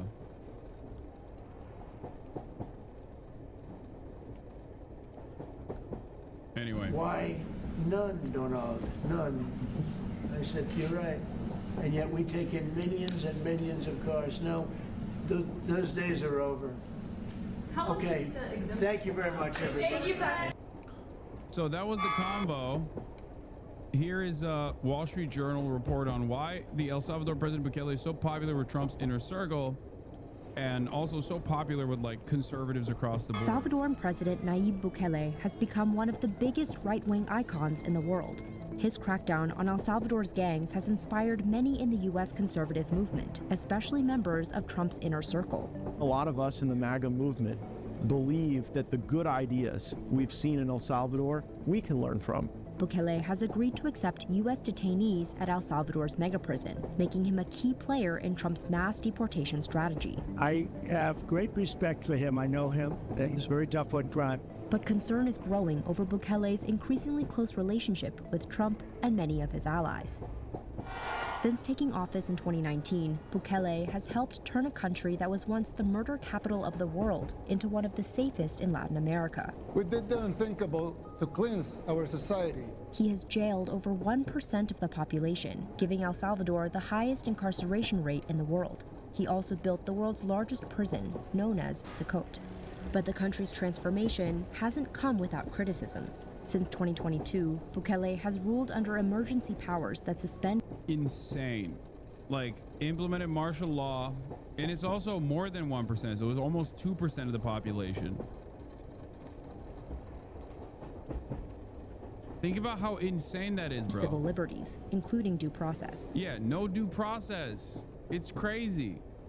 And our right-wing politicians are looking at that and going, this is fantastic. This is an incredible idea. This is amazing. We need to do that. And they are doing that. Rights groups say his time in office has been marked by an erosion of checks and balances, widespread human rights violations, and arbitrary detentions, along with the weakening of opposition parties and attacks against freedom of expression and independent media.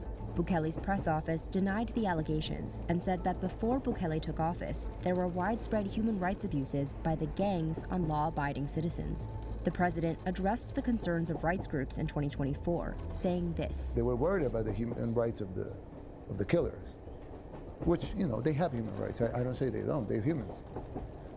But if you have to prioritize, what will you prioritize? He's a democratically elected president. Damian Merlo has been working with Bukele since 2018 and acts as the president's advisor and his link to DC. If people aren't happy, then the next election they can vote for someone else. People are participating at a very high rate in these elections, and they are voting for his party and for his allies. Former Congressman Matt Gaetz led the launch of a bipartisan El Salvador caucus in 2024. My friends. He owns a home there and visits several times a year. Oh my God. Oh my God. Oh God. Bukele's landslide victory in 2024 came after the courts allowed him to seek re-election, despite a constitutional ban on running for a second consecutive term. I believe El Salvador should amend their constitution, should remove the presidential term limit, and should allow President Bukele to continue this transformation.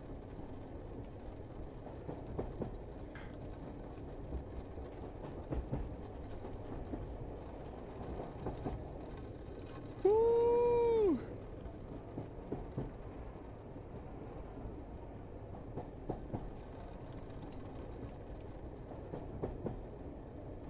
This is like the Xi Jinping but for fascists, okay? What social democrats and democratic socialists and socialists alike look towards, like the governance of Xi Jinping in China, for fascists, like they're like, oh, Nayib Bukele is the method. He is the man for the moment. No wonder they fucking love collaborating with this guy. That will lift people up. A big part of Bukele's appeal is his use of social media to rebrand El Salvador in the eyes of the world.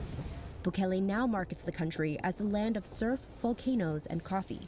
He hosts international events like the 72nd Miss Universe competition! He comes from an advertising background, and he knows exactly how to market not just to his own country, but increasingly to the outside. Vera Bergen-Gruen is one of 2 U.S. journalists who have interviewed Bukele in the last 5 years. When he became president, there was quite a noticeable shift where he started, for example, tweeting a lot more in English. And even the videos that are in Spanish tend to have English subtitles. La criminalidad. He knows that's where his growing fan club is. One of the other things that really struck me is also how he's changed some of the rhetoric he uses. For example, in his interview with Tucker Carlson and also in general, he speaks a lot more about God. All my security cabinet are believers. They all believe in God. We're a secular country, of course, but we all believe in God. He speaks a lot more in the language of kind of the Christian right wing in the United States. And this shit is totally fake, by the way. Like, all this God stuff is... He's just... I mean, I guess he's similar to Donald Trump in that vein. Trump being like, I love the Bible. I love the Bible. It's my favorite. I love all the verses. And everyone I spoke to in El Salvador and elsewhere who's tracked him for a long time says that kind of language is quite new. President Bukele sort of first was noticed by the MAGA movement when we did the visit to the Heritage Foundation. That's the Conservative Research Institute in D.C. behind Project 2025, a controversial policy blueprint for the federal government. El Salvador needs the support of the most influential think tank in the world. The big turning point was... So for you to the right of social democrats, there's only fascists? What the fuck, dude? Wait, first of all, I think social democrats can also entertain social fascism. Okay, that's number one. But number two, I didn't even fucking say that. I don't know where you derived this information from. Everyone has a little bit of a fascist dog in them, I think. Hitler particles inside of their soul, waiting to unlock. Was when he traveled to Maine to do the interview with Tucker when he was still at Fox. I think most governments would rather let people have guns than free speech. Free speech is a real threat to them. Well, that's why they hate free speech. Yeah, also, this guy literally disbanded free speech with martial law. He was invited to CPAC, which is sort of an annual Woodstock for... Like, thank God Wall Street Journal is talking about this, right? Republicans. What I remember so vividly is as President Bukele was coming in the back room in the kitchen, the entire hotel staff, it seemed, was there holding "We Love You, Bukele," holding their Salvadorian flags, and he gave this remarkable speech. They say globalism comes to die at CPAC. I'm here to tell you... Dog, you are literally the El Salvadorian president. You are the Salvadorian president. What do you mean globalism? Dude, one of the funniest things that I used to point to is when Nayib Bukele would say we're killing globalism, or when Viktor Orban does the same. They do the same thing. They go to CPAC and they talk about how like we're killing globalism in America. You're just global at that point. What the fuck do you mean? That in El Salvador, it's already dead. He probably had the second longest line for pictures after President Trump. Bukele has done quite an impressive job making inroads with the MAGA wing of the Republican Party. Donald Trump Jr. and Alex Brusiewicz, the digital strategist behind Trump's podcast strategy, were among many MAGA Republicans at Bukele's second inauguration. Bukele has also developed a relationship with Elon Musk. I was like, how did you put all those thugs in prison without dying? Because it seems like that would have been not easy. They met in person for the first time in Texas in late 2024. Welcome to Tesla. Thank you. Bukele and Trump have kept up a relationship over the years, despite having only met in person once before in 2019. Bukele, makes no secret of the fact that he's a big fan of Donald Trump. President Trump is very nice and cool, and I'm nice and cool too. we both use Twitter a lot, so we'll get along. He shares a lot of his ideas about being tough on crime, but really it's the global right-wing language of being against international institutions. The EU was set up in order to take advantage of the United States. The corrupt system work in tandem with the so-called international community, the NGOs, and of course the fake news. Bukele, he's a strong critic of aid in a lot of ways. In the past, these nations have defined their relationships with the United States and other hegemons through the distribution of foreign aid. The chance for that type of nationalism to resist the globalist impulses does inspire some of us. Bukele's allies also fired top judges and packed the courts with loyalists. That is incredibly appealing to a lot of people in Trump's orbit as well. The idea that if a judge is trying to block you, then you can just basically get rid of them and just carry out your agenda. Bukele's new court allowed him to run again in a consecutive term. Trump himself hasn't ruled out running for a third term. People are asking me to run, and there's a whole story about running for a third term. I don't know. I never looked into it. They do say there's a way you can do it. In the last few months, Trump has been praising Bukele, calling him a model for others seeking to work with the United States. But just last year, Trump's opinion of him was quite different. He says how well the country's doing because their crime rate is down, and he said he's training all of these rough people. They're rough. But then I realized he's not training them. He's sending all of his criminals, his drug dealers, his people that are in jails, he's sending them all to the United States. It does remain to be seen if Bukele keeps getting all of this global credit as being the greatest crime fighter and, in the hemisphere, whether Trump will want to keep praising him or whether he will kind of go back to what he tends to do, which is just kind of go after basically any Latin American country as a bad place that is sending criminals to the United States. For now, though, Bukele remains an important ally of the Trump administration, especially with Bukele's influence spreading across Latin America. I think the Trump administration has realized that he's a reliable partner on rebuilding the economy of El Salvador, which is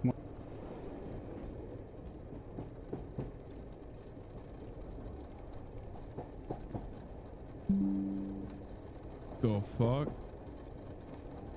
Second time this happened. Weird.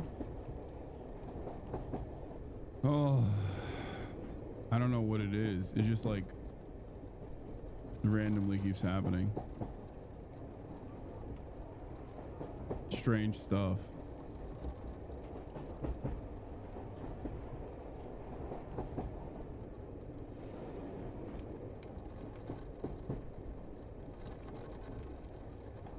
When I say I don't know what's happening, this is not an invitation for you to speculate.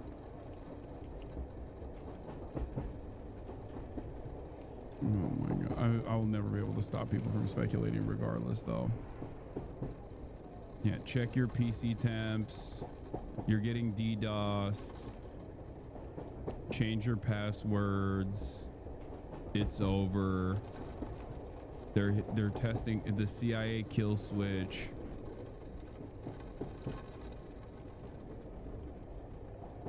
All of that is real. That is what happened. Nationalism. That invigorates the opportunities for people like Melee, Bolsonaro, if he's allowed to run again. That does give us comfort in the United States that there is someone of common mind who doesn't believe that China is the ideal partner on every project. But he's still ruling under a state of emergency, and there's a lot of people who are concerned that by, this kind of Bukele worship or making him an icon, people are encouraging the routes that he took, which would be pretty unlikely in the United States, but a lot of critics would say that we're already seeing a lot of that in the second Trump term.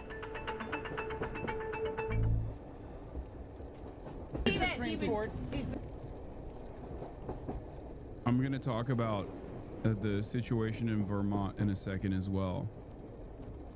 I will cover that as well.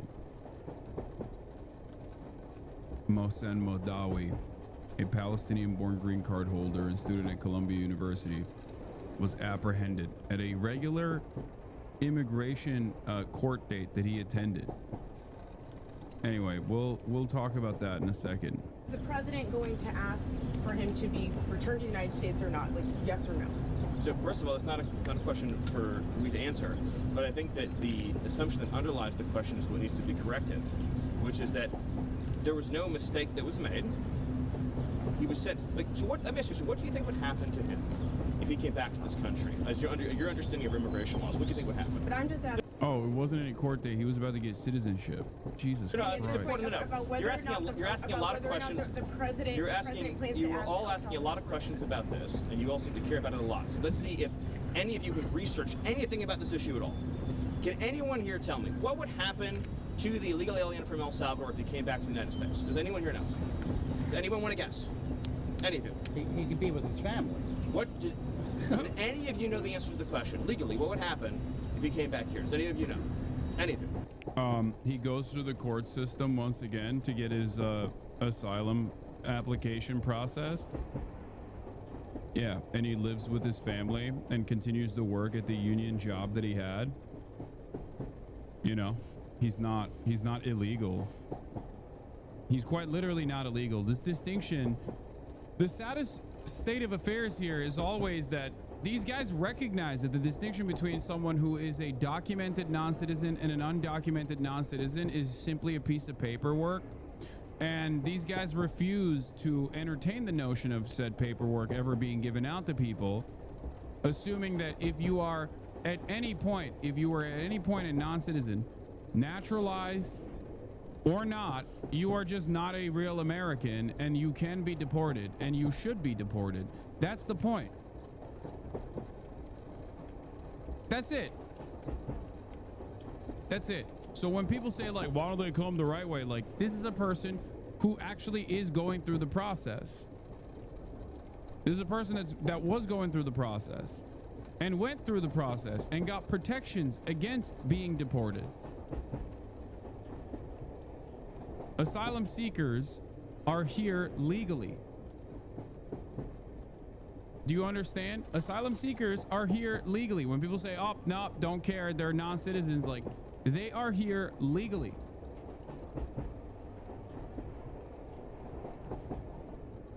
Do you really believe the Supreme Court? I'm talking. Do you really believe the Supreme Court I'm talking now. Doesn't think he should be returned? Why was it unanimous? You're done. Does any of you know the answer to the question? Does any of you? You've been talking about it for days. All would deport him again, no? He would be arrested.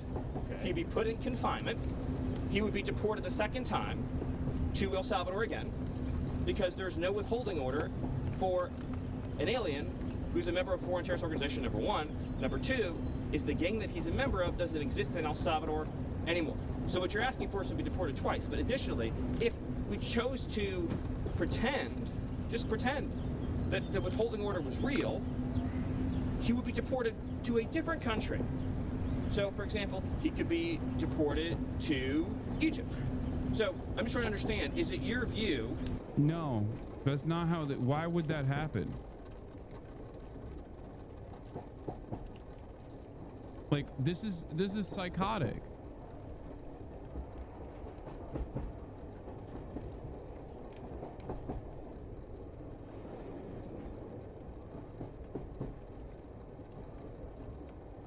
I don't. In other words, you have to find a country that would be willing to take a MS-13 member from El Salvador.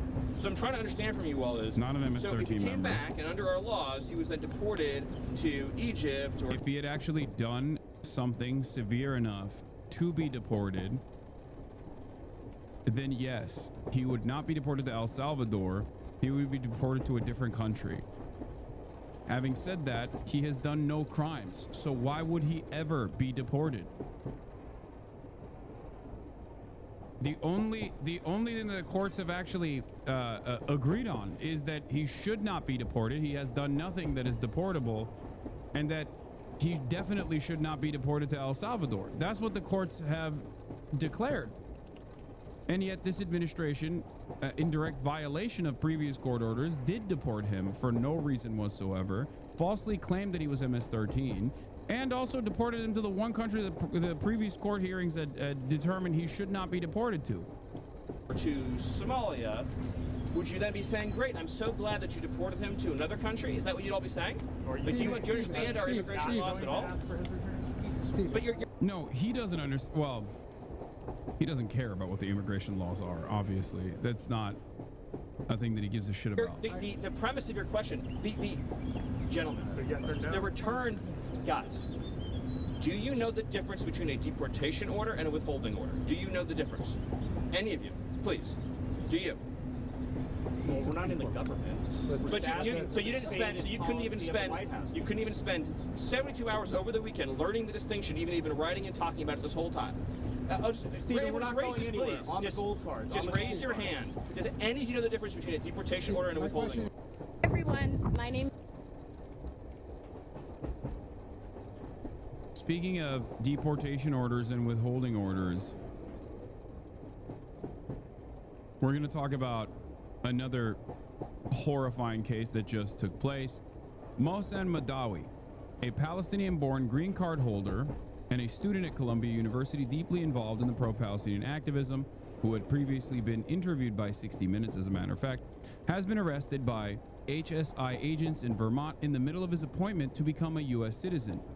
Remember, this is a naturalization appointment. Madawi grew up in a Palestinian refugee camp in the Israeli-occupied West Bank, where his childhood was shaped by the Second Intifada. He experienced significant personal losses, including the death of his best friend during a confrontation with Israeli soldiers when he was 10 years old. He later studied computer engineering at Birzeit University in Palestine from 2008 to 2014, before enrolling at Columbia University in New York, where he pursued studies in philosophy at the School of General Studies. At Columbia, he has organized protests and events addressing the Israeli genocide. Madawi has also emphasized the empathy and dialogue as pathways to justice and peace. He has participated in initiatives fostering cross-cultural understanding between Palestinians and Israelis on campus. Here is how he was, here is what took place. Exclusive footage. Columbia student and Palestinian Mohsen Madawi, who is an American green card holder in the process of getting his naturalization, was just arrested in Colchester, Vermont.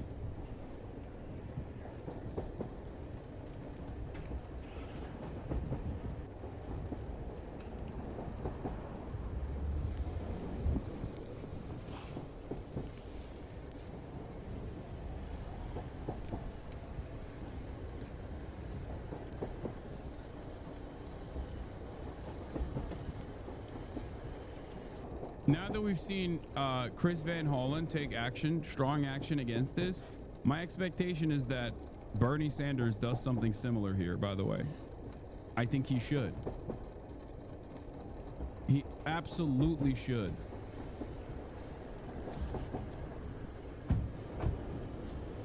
This happened 4 minutes away from my office, only like an hour after Rameza's hearing in Burlington. Yeah, Rameza's hearing happened in Burlington, Vermont as well today.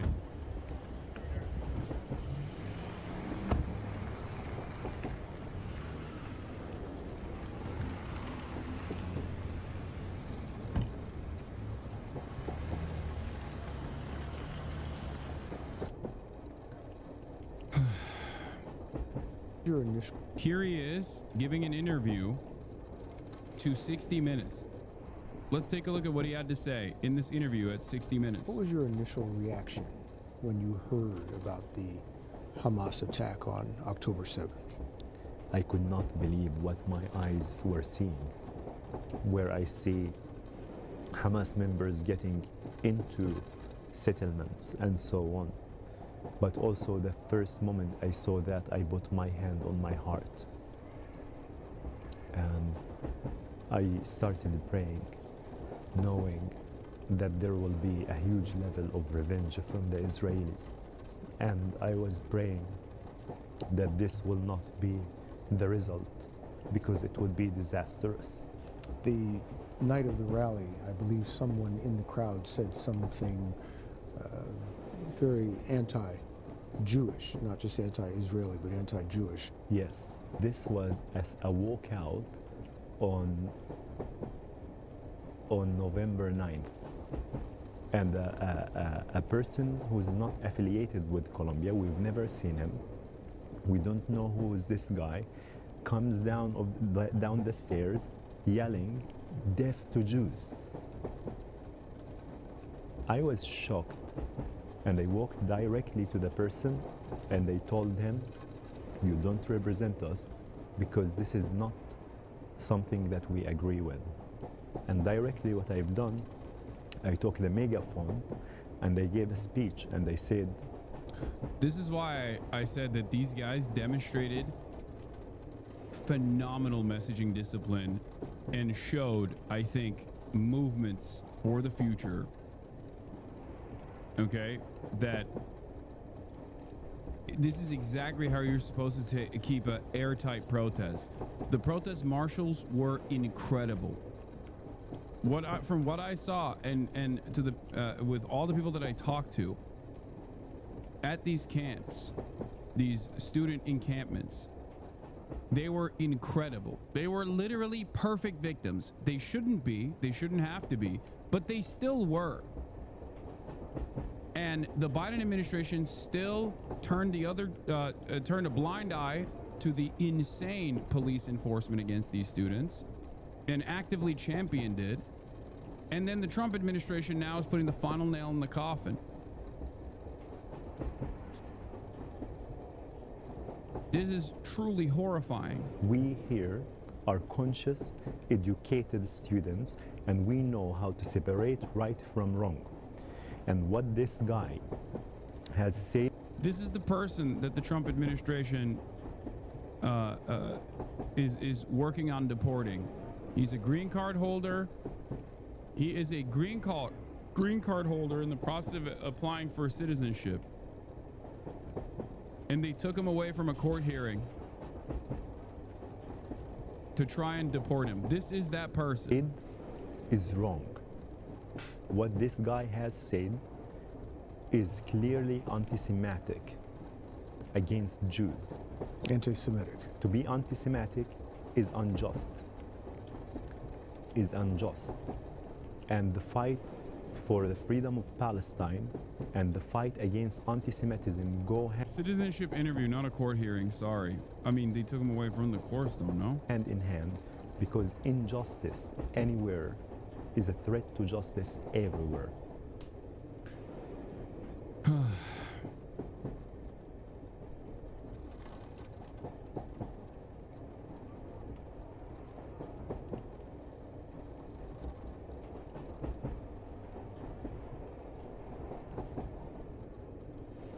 It's horrible, man. It's horrifying. My name is Becca White. I'm a state senator. I'm outside of a building in Colchester, Vermont. My friend Mosen is being handcuffed. He is inside the building here in Colchester. He is a Palestinian man. He is an Upper Valley resident. He is being detained, is our understanding, inside of 463 in Colchester. They would deport him to an Israeli prison, by the way. That's where he would get deported to, or CCOT. I don't know. He's inside the building. We don't know what side he's going to be coming out of the building. I'm here A judge I'm going to quickly go blocked live. Columbia University I'm protester going to Mohsen stay live Madawi from until being we removed see from the him. U.S. We don't know where he is going or what's happening, but he is going to be, we don't know what's happening. Looks like ICE database confirms detention of Columbia University anti-Israel activist Mohsen Madawi, although it lists his birthplace. This is a New York correspondent for Times of Israel, by the way. So just understand, like, the messaging on this, the way he's talking about it is going to be a little weird. Columbia University anti-Israel activist Mohsen Madawi, although it lists his birthplace as Jordan and he was born in the West Bank, the database does not have a category for the Palestinian territories. And a judge has now blocked Columbia University protester Mohsen Madawi from being removed from the United States. He's been handcuffed. So the other gentleman went to the front. If you want to go to the front, so we'll stay here. We saw this part. Him with vehicle. Rebecca. Hi there, this is Senator Rebecca White. I'm standing outside of the building again. I'm out front. While we were down in the back, they came and took him with vehicles. How many cars do you think took him? 4. There were 4 vehicles. Again, this happened in Colchester, Vermont. Mohsen has been taken. He has been detained. Supposedly, they're revoking his green card. He has been taken from Colchester. So a group of... There were 2 cars who parked and then another 2, and they came and took him. We've called the federal delegation. We've reached out to Bernie Sanders' office. I spoke at length with Mohsen last night, says Akila. This is a scoop for the Intercept article, which can someone send this to me without the paywall? Because I don't have the email. I guess I could put a fake email on here. Hold on.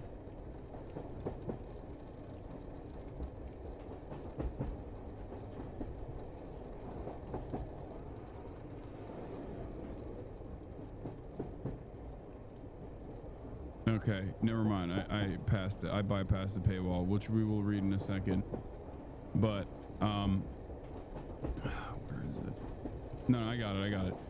Akila spoke at length with Mohsen last night. He said he was in good spirits. I asked what he thought would happen to him today. He said best case he hoped he'd come out a U.S. citizen, and in worst case the naturalization interview would turn into a honey trap for ICE. And that's precisely what happened. That is precisely what happened. A green card holder, Columbia University protest leader Mohsen Madawi, faced attacks from pro-Israel activists. Mohsen Madawi arrived at the U.S. Citizenship and Immigration Services office in Colchester, Vermont on Monday, a Palestinian student at Columbia University. He hoped that after 10 years in the United States, he would pass the test to become a naturalized citizen. Instead, agents from U.S. Immigration and Customs Enforcement arrested him and began the process to deport him to the occupied West Bank. Madawi, a leader of the campus protest movement against Israel's war on Gaza, became yet another green card holder arrested and is facing removal. Mohsen Madawi was unlawfully detained today for no reason other than his Palestinian identity, Madawi's attorney Luna Druby said in a statement to The Intercept. He came to this country hoping to be free to speak about the atrocities he had witnessed, only to be punished for such speech. Madawi's lawyers filed a habeas corpus petition on Monday morning challenging the legality of his detention, alleging the government was violating his statutory and due process rights by punishing him for speech related to Palestine and Israel. The filing said it appears that Madawi was facing deportation under the obscure provision used in recent cases that gives Secretary of State Marco Rubio the right to unilaterally declare immigrants as threats to American foreign policy. He was a green card holder, and this was a naturalization process for him. And it was a honey trap for illegal detention. Madawi was one of the leaders of the pro-Palestine students' protest movement until spring 2024, when he said he took a step back from the movement to focus on building bridges with Jewish and Israeli communities on campus. In December 2023, Madawi asked Columbia professor Shai Davide, a controversial pro-Israel figure at the school, to get coffee. The two met, but Madawi later said that Davide left in the middle of the coffee. Less than 2 months after the meeting, Shai Davide posted a video of Madawi to a Twitter thread characterizing him and other protest organizers as anti-Semitic and pro-Hamas. Davide did not immediately respond to a request for a comment. Since then, Madawi became a focus of the attacks from a member of Congress. I wonder who that member of Congress is, chat. Richie Torres, I suspect. Oh, never mind. It's not Richie Torres. Shocking. It's actually Representative Beth Van Dyne. I'm surprised. I'm surprised Richie Torres didn't get involved in this. And groups like Canary Mission and Beitar. With Donald Trump's inauguration, by the way, Shai Davide is not an American citizen, just so you know. With Donald Trump's inauguration, groups like Beitar and Canary Mission have been at the center of a push to place scrutiny on foreign students active in campus pro-Palestine movements. At Columbia, one behind-the-scenes push came from a WhatsApp group that included alumni and faculty who organized to get the students deported. Davide was a member of the group, though there's no indication he participated in talk of deportation, whether about Madawi or other students. Even before his friend and fellow Columbia activist Mahmoud Khalil was arrested by immigration authorities, Madawi asked university administrators to help him find a safe place to live so he would not be taken by ICE agents, according to emails reviewed by The Intercept. The school did not in response, Madawi said. Did nothing in response. They didn't do shit. After ICE abducted Khalil last month, Madawi sheltered in place for more than 3 weeks for fear of being picked up himself. Instead of taking him off the street, however, immigration authorities scheduled a citizenship test at the Colchester USCIS office and took Madawi into custody when he arrived.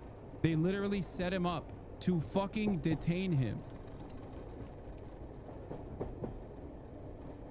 Now Madawi is facing an order to deport him to the occupied West Bank, where escalating attacks from both Israeli military and Jewish settlers have led to increased casualties among Palestinians. It's kind of a death sentence, Madawi said, because my people are being killed unjustly in an indiscriminate way.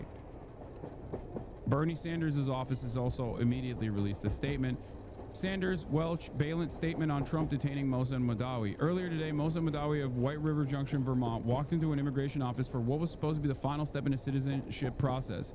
Instead, he was arrested and removed in handcuffs by plainclothes armed individuals with their faces covered. These individuals refused to provide any information as to where he was being taken or what would happen to him.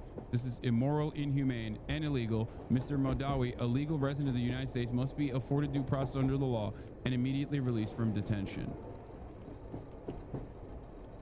Beitar in January, I assume.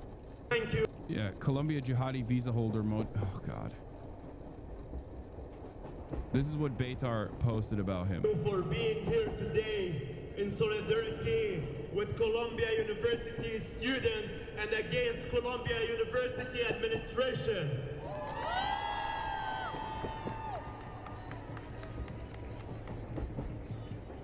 Brothers and sisters, I say thank you as a Palestinian refugee born and raised in a refugee camp as a third generation.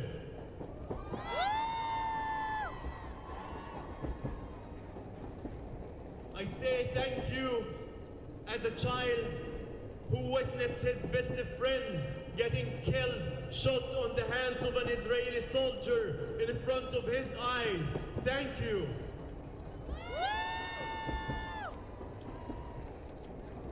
I say thank you as a child who lost his uncle when he was 11 years old. My uncle Thayer was shot in the head twice and in the shoulder once on the hands of IDF terrorist soldiers. Shame on them. I say thank you as a child who witnessed a strike, an explosion.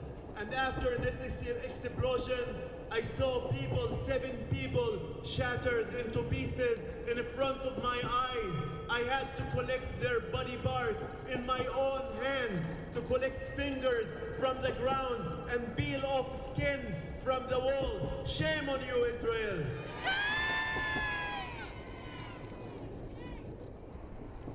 I say thank you as a child who was shot in his leg when I was 15 years old on the hand of an Israeli soldier. And I come here today as a witness, as a living witness to the Israeli apartheid, to the Israeli oppression.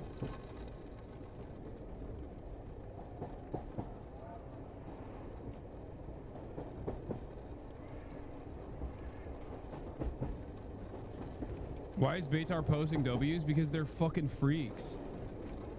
Because they can get away with it. Because this administration is literally working alongside them. That's why they post this stuff. Oh yeah. No, What happened? You called Sanders' office? Okay. I've called David, but I haven't heard back. So if you have anybody who you could call. You want me to call Ryan? Yeah, call Ryan. Yeah. So this is like a serious situation. Our friend Mosen, I think this is the first thing like this that has happened in Vermont. I mean, this is outrageous. This is like I think this, I don't even know how to describe it. He was told that he was kidnapped. He was kidnapped. Yeah, so this is a constituent. This is a person. This is a great person. I'm not quite sure what to do now. We're in a weird position.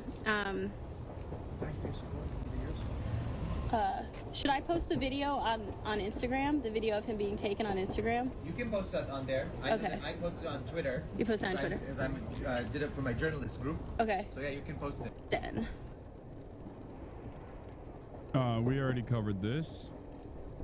Here are Turning to Burlington protesters right now, a in federal Burlington rally outside the detention hearing for international student Rumeysa Öztürk.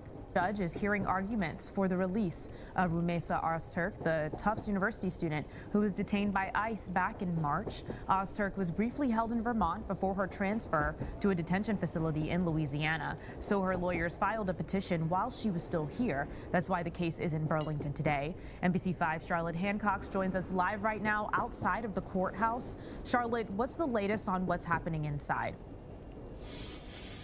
Yeah, so right now attorneys on both sides are still arguing on who has jurisdiction. They're also still arguing on where her appeal should have been filed. Acting U.S. Attorney Michael Drescher argued on behalf of immigration authorities, and he argues that the district court judge doesn't have jurisdiction to release Öztürk because her case is an immigration case. Öztürk has several lawyers in the courtroom today. They've argued that her arrest was unconstitutional, claiming that she does not need to be in prison to go through the removal process, and that she was never notified that her visa was revoked before her arrest. Her attorneys also claim the government used her arrest to send a message for people who speak out against administration's beliefs. This has to do with an op-ed Öztürk wrote at Tufts University commending the war in Gaza. Today, activists from the Vermont Coalition for Palestine Liberation rallied for her release. By the way, the State Department openly admitted, according to John Hudson's reporting from the Washington Post yesterday, that they have zero evidence for Hamas support. Like nothing. No evidence whatsoever. Nothing anti-Semitic was ever said. Yeah, State Department, zero evidence. John Hudson scoop for Washington Post. Days before masked immigration and customs agents detained Tufts University student Rumeysa Öztürk to deport her, the State Department determined that the Trump admin had not produced any evidence showing that she engaged in anti-Semitic activities or made public statements supporting terrorist organizations, as the government has alleged. Which, by the way, is still not this. I need people to understand something.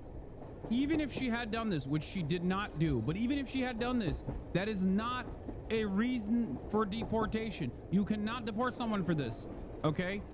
That is still not deportable. And I'm very worried that like a lot of people are hyper focusing on these perfect victims, and because like the administration is actively trying to deport these people that have not even done any wrongdoing beyond that, like that I'm worried that the next time there is someone who has said something anti-Semitic, people are gonna be like, well, this guy was anti-Semitic. It does not matter, okay? Saying anti-Semitic shit, saying things that the administration could perceive as anti-Semitic, or actually saying anti-Semitic shit is not a deportable offense. It is protected by the First Amendment. This is very important for people to understand. It is not a crime to be fucking anti-Semitic. It is inappropriate. I don't agree with it. It does not matter. You cannot deport someone for this, okay?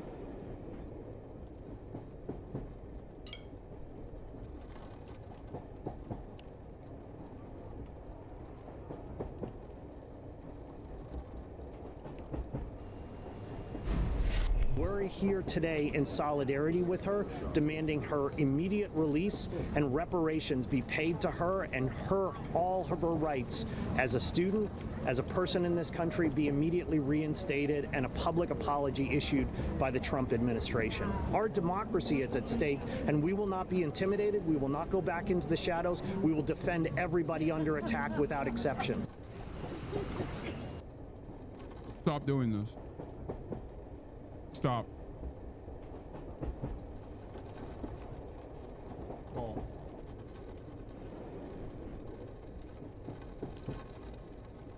I hate when dumb fucks go, they're gonna clip you for this. Like, okay, let them. Shut the fuck up. I don't care. It's the truth. Like,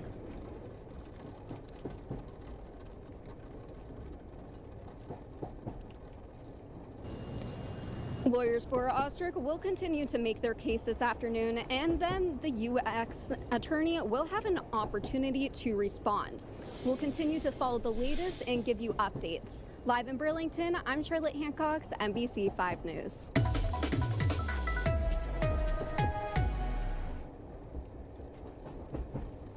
I told you so. People actually thought this guy wasn't going to get deported. It's insane. The fuck is this? This changes everything now?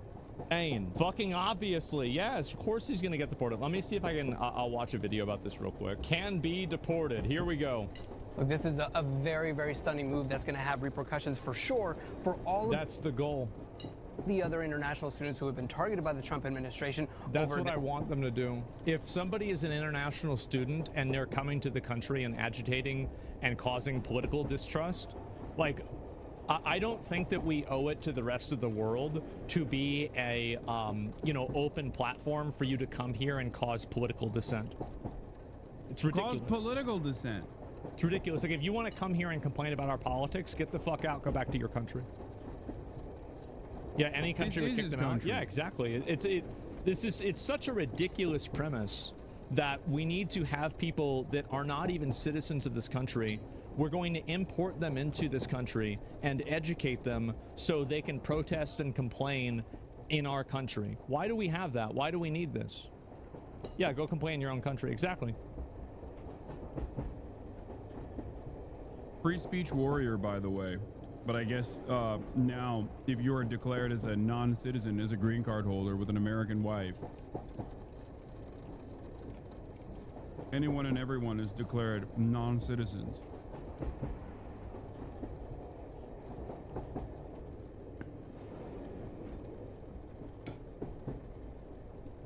The First Amendment is supposed to protect citizens and non-citizens on U.S. soil alike, whether they are documented or even undocumented, as a matter of fact.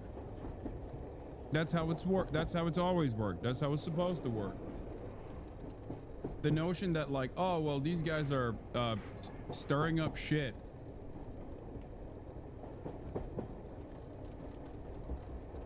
So they should have their green cards revoked is insane.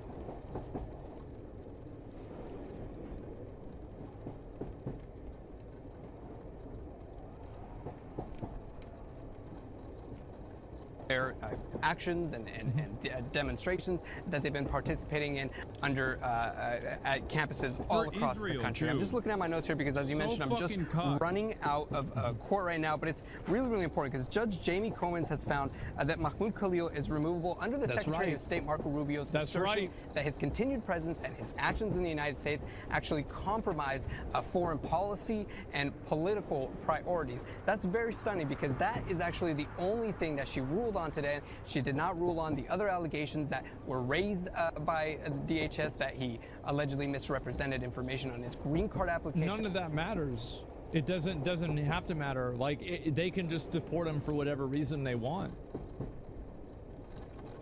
That's what the rules say. No. I said this at the beginning. No, that's not what the rules say.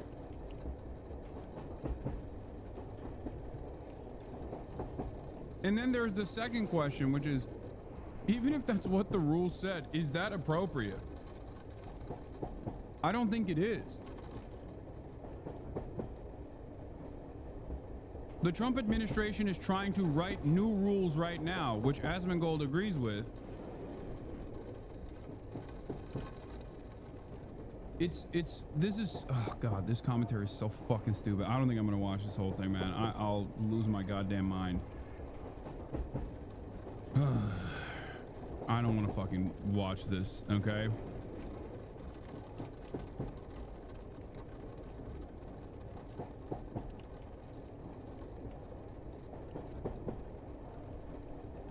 So fucking stupid.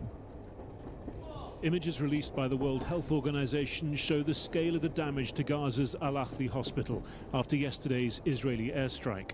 Israel gave a 20-minute warning before the attack, which destroyed a 2-story laboratory and caused massive damage to the emergency department. It leaves just 2 other hospitals in Gaza's north, both operating at less than 20% of capacity.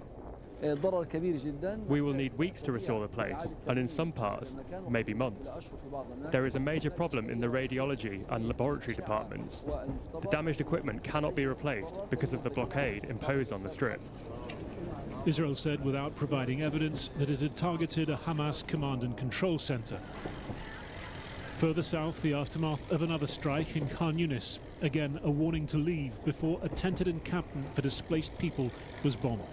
There were 150 tents here, 150 families. There are no tents left. There's nothing left. Our homes were destroyed. Our tents were destroyed. What will we do next? Where will we go? All of this adding to the already grave concerns about Gaza's humanitarian situation. For over 1 month now, no aid, no supply, no electricity, no a crust of bread has entered Gaza. Access is completely blocked by Israel. Food is running out while warehouses outside Gaza are full with food is rotting there because we can't get in. The EU among those calling for an immediate ceasefire. Yeah, remember when this is the same hospital that kick-started the process of Israeli Hasbara, where everyone was yelling at me when I said, going along with BBC's initial reporting, that the AHLI hospital was initially struck. The Israeli, the AHLI hospital courtyard was initially struck by Israel, and then Israel just lied and offered no real evidence as to why it wasn't them, and we just kind of moved on from it. But that's where we that's where the Biden administration basically platformed the term Hamas-run health ministry, which is now a part of the lexicon. Remember that. This was that hospital. Also remember that Israel had previously bombed the AHLI hospital 2 days prior. They actually fucking hit it with artillery shells 2 days prior to the courtyard bombing.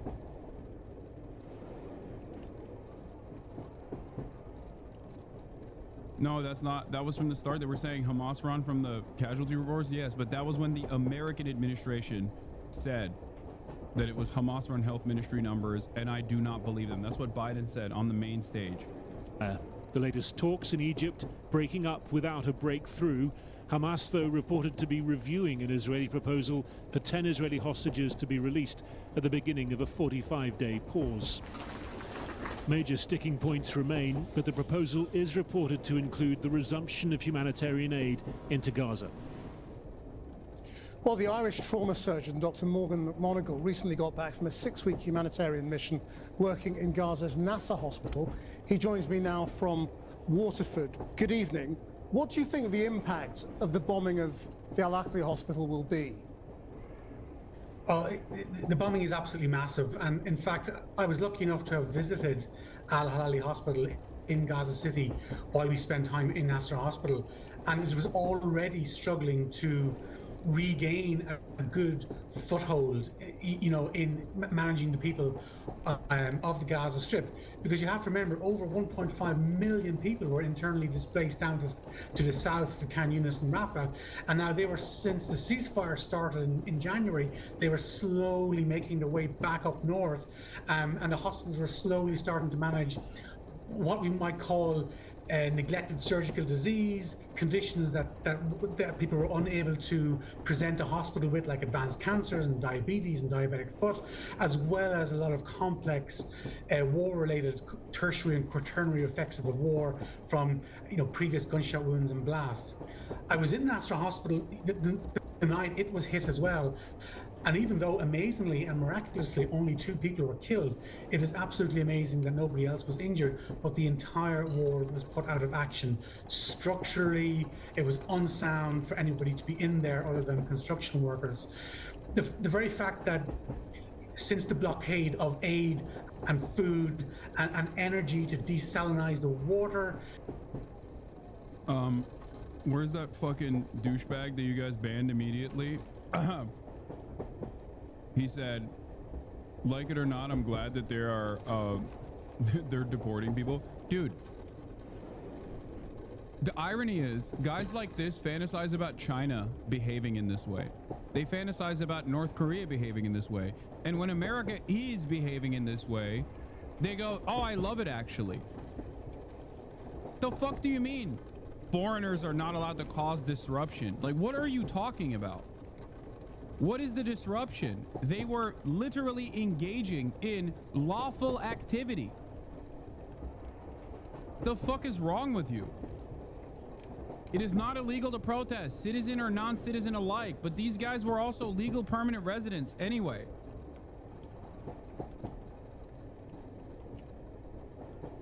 What the hell are you talking about? Oh, you're not allowed to protest if you're a fucking non-citizen. This is a new thing. I hope you understand that. The thing that you're championing is not a country that I think is moving in the right direction.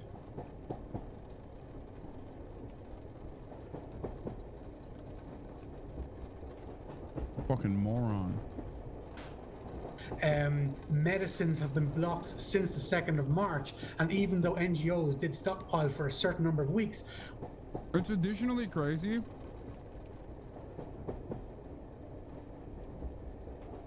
You know what's even crazier? This is happening at the behest of a foreign nation too. Like, these guys could be like, fuck America, America sucks dick, and they probably wouldn't get this level of fucking immigration enforcement. But God forbid you say fuck Israel, dude. This is not a country anymore. I'm sorry, we're not a fucking real nation. I don't know how the fuck this happened.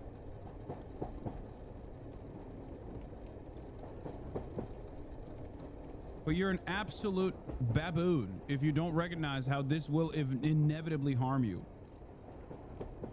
Oh.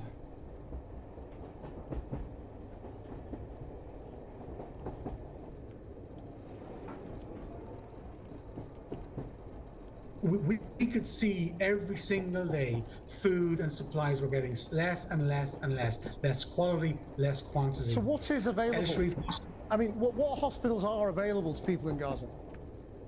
Well, I believe before the current conflict there was about 36 hospitals that were functioning. Now there's 22 that are only partially functioning. What I've been told from people who are on the ground, they're less than 20% functioning, most of these hospitals. So you can't take care of normal disease, normal conditions, never mind the conflict-related conditions, which are mostly blast-related. And the problem with a blast-related injury is it doesn't just affect one system or one part of the body, it affects all parts of the body and all teams. Even when I was there were specialists traveling from North Gaza and Gaza City down to Khan Yunis and down to Rafah. So they're spread out. So manpower is spread very thin on the ground, as well as a lack of supplies.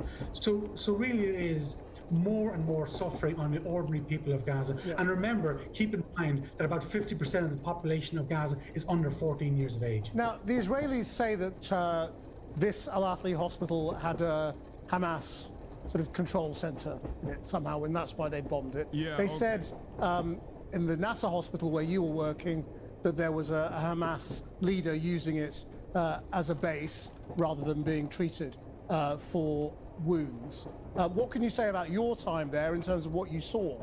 As you know, did you see Hamas there? Oh, look, there was a time when every person with an Irish accent was a member of the IRA as well. I mean, as a humanitarian, I'm impartial and I'm neutral. But let's pretend for a moment there was a risk of a terrorist person or people being there. You still don't bomb healthcare facilities. And it goes against the Rome Statute of 1998. And motive is irrelevant. Motive is absolutely irrelevant. It's the intent to destroy a healthcare facility, regardless of what you think your motive might be. That goes against all international and humanitarian law. Dr. McMonagle, thank you very much for joining us. Thank you.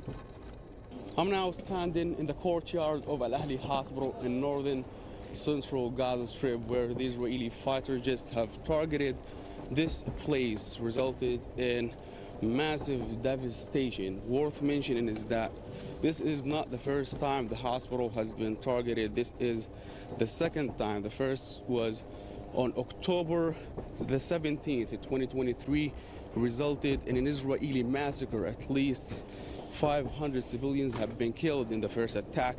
The second was yesterday. We can clearly see the scale of devastation and the crater created by the Israeli missile dropped on this surgical operation unit. We were receiving treatment and asleep in the hospital when suddenly they told everyone to evacuate at around 2 a.m. We started running with nowhere to go. We don't know where to go if hospitals are unsafe. We can clearly see that this is the emergency unit. We can see the beds are empty right now. We can see the broken glasses due to the brutal attack. No patients are being received after the Israeli military rendered out the only barely functional, it was once a barely only functional hospital in northern Gaza Strip. Now it got out of service and it is right now empty.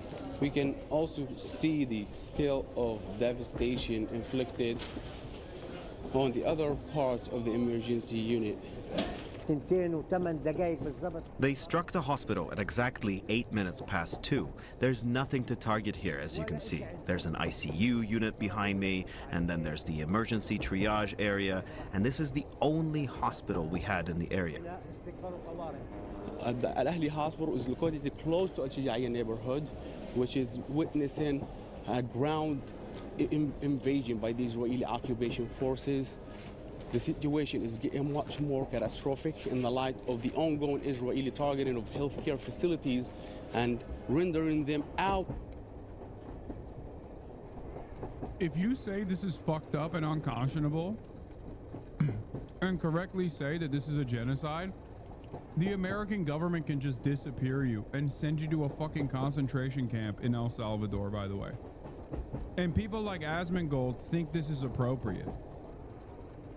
Monsters, dude. Actual fucking monsters. If you are a legal permanent resident, if you got a green card, you're about to fucking apply. You're about to get your citizenship the day. You're about to become a naturalized citizen. The American government can just come and kidnap you.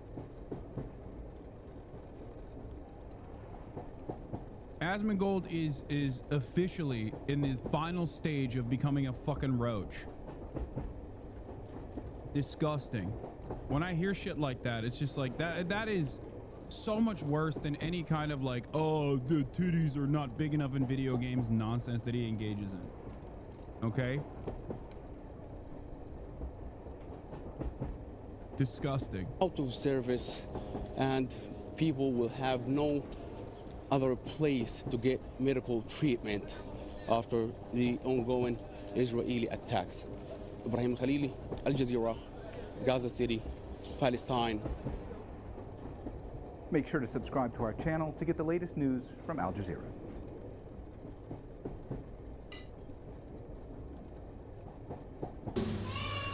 Давайте разом відкриємо перше послання.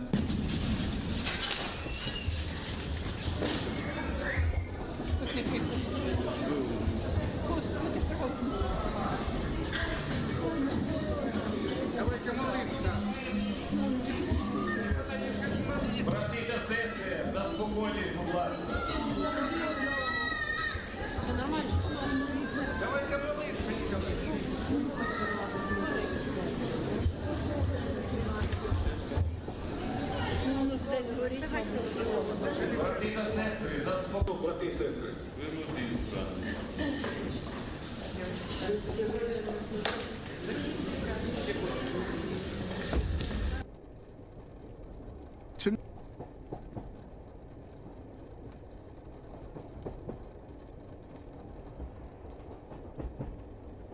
Genuinely, what happens?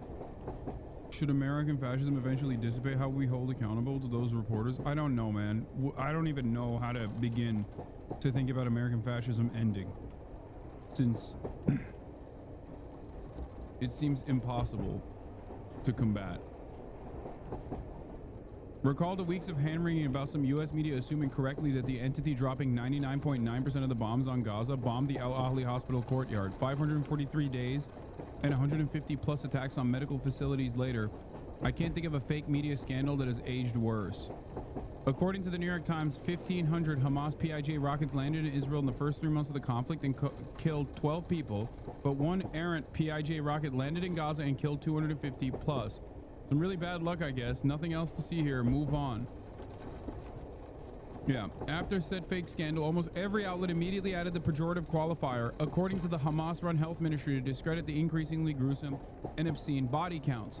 This was essential to suppressing opposition to the war, in air quotes, in its early weeks.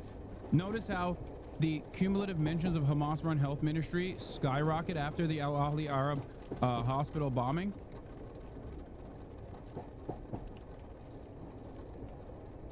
With no mention, of course, that the Hamas-run health ministry figures had been used for years by the U.S. State Department, Human Rights Watch, and Israeli intelligence.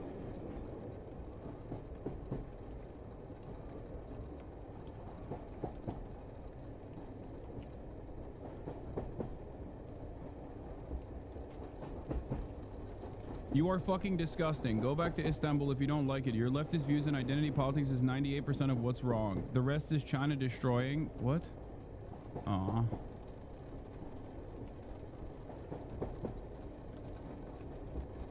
I couldn't read the whole thing. So annoying. Guys, stop banning these fucking douchebags while I'm in the process of fucking reading what they're saying, okay? Please. What is the username? Here, I'm unbanning them. You are fucking disgusting. Go back to fucking Istanbul if you don't like it. Your leftist views and identity politics is 98% of what's wrong. The rest is China destroying us from within. Can you even explain fascism, or are you just listening to your damn brainwashing tactics?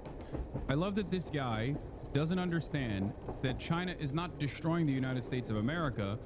It's the people that you probably voted for and you like that is actively dismantling the United States of America. Whether it be our due process, whether it be our First Amendment protections. It's not China doing that. It's Donald Trump doing that. It's also Donald Trump working at the behest of those very same billionaires that have undermined every aspect of American existence up until this very moment. But of course, you will never understand that because you're laser focused on dumb fuck nonsense like identity politics is what's ruining this country. Yeah, it's actually trans people and undocumented migrants that is the reason why your rent is unaffordable and seemingly keeps going up. It's trans people and undocumented migrants that is the reason why you can't get a fucking job where you can actually with a single wage be able to pay for rent, maybe even get a wife one day, maybe have some children one day. It's actually trans people and undocumented immigrants that's the reason why you will never be able to retire at a reasonable age. Perhaps it's not that, and people are just simply moving you in that direction because they know you're stupid enough to fucking you're stupid enough to dive into that bait head first every single fucking time.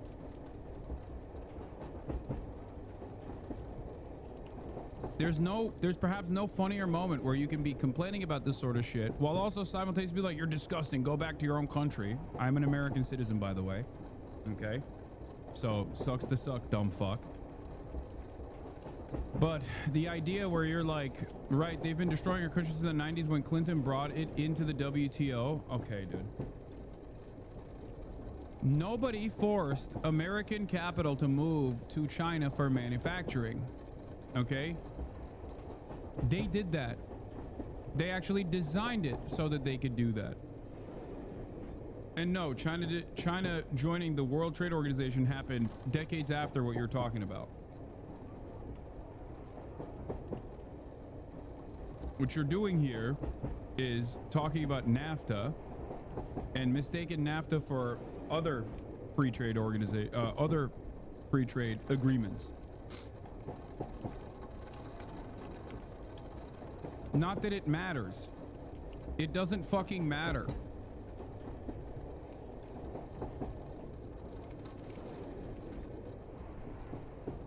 Because every single person that engaged in this shit did it for one reason and one reason only, to put profits over the interests of American people. But you think it's a Democrat thing. It's not just a Democrat thing. It's a Democrat and Republican thing, okay? That's the difference. But notice what is not notice who is not responsible for any of this? The fucking woke identity politics that seemingly occupies a big chunk of your fucking mind.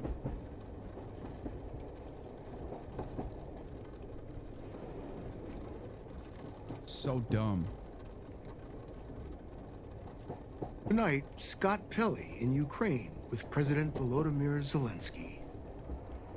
The Ukrainian president faces a critical moment in his alliance with the United States.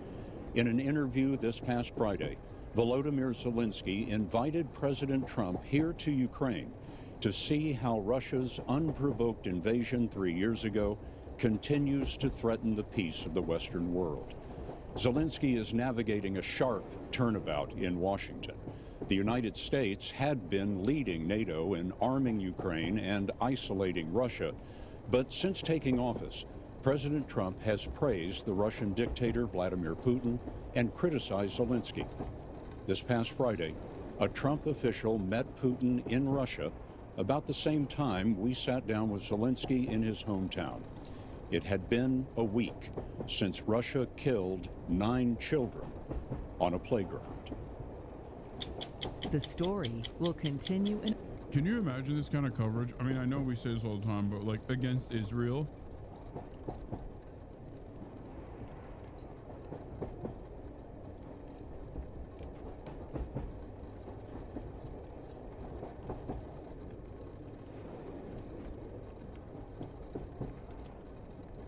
In spite of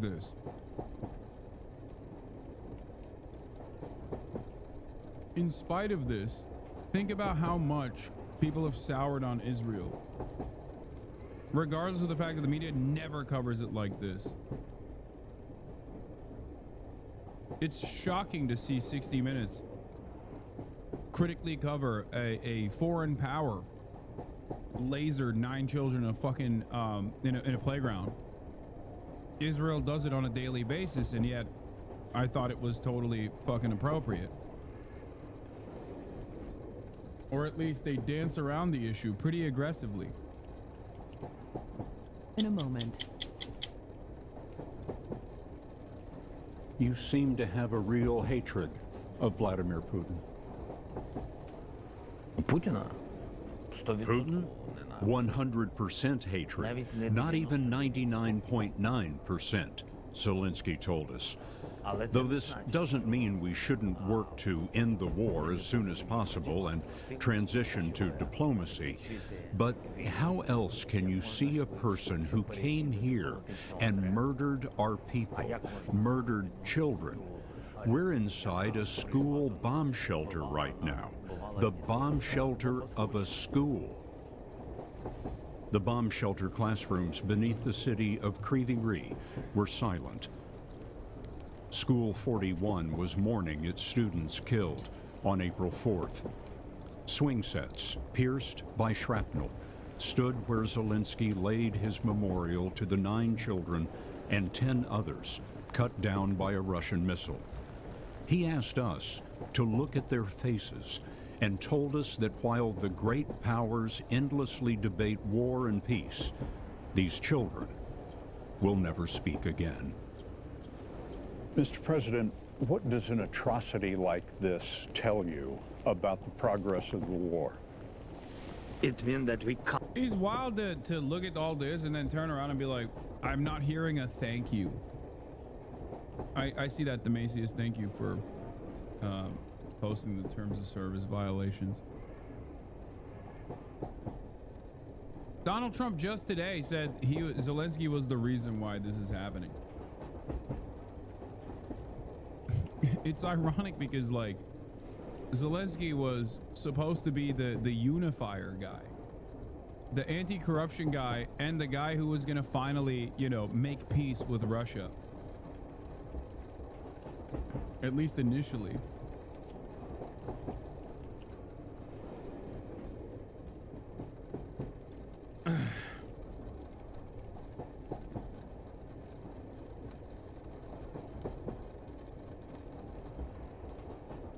Can't trust Russia.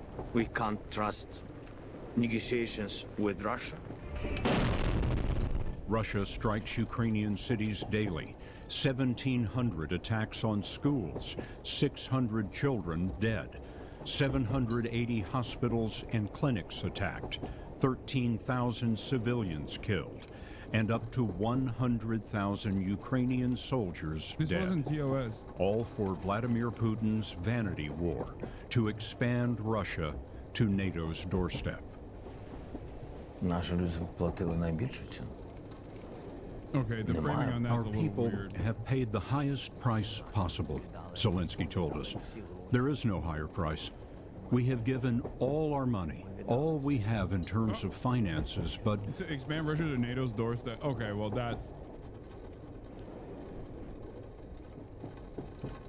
that's a weird way to frame that, but okay.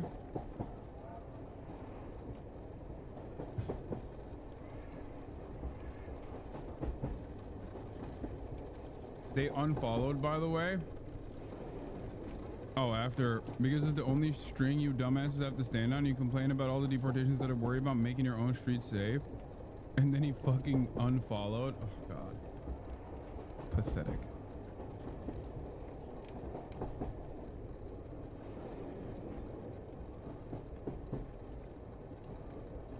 Really making America safe.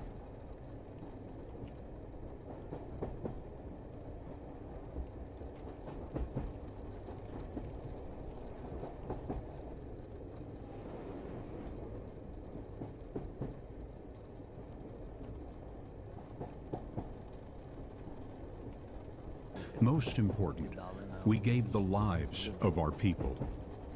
Those were the points Zelensky struggled to make in February as President Trump opened negotiations with Russia and initially excluded Ukraine. Then, Trump rewrote history, saying falsely that Ukraine had started the war and calling the democratically elected Zelensky a dictator without elections.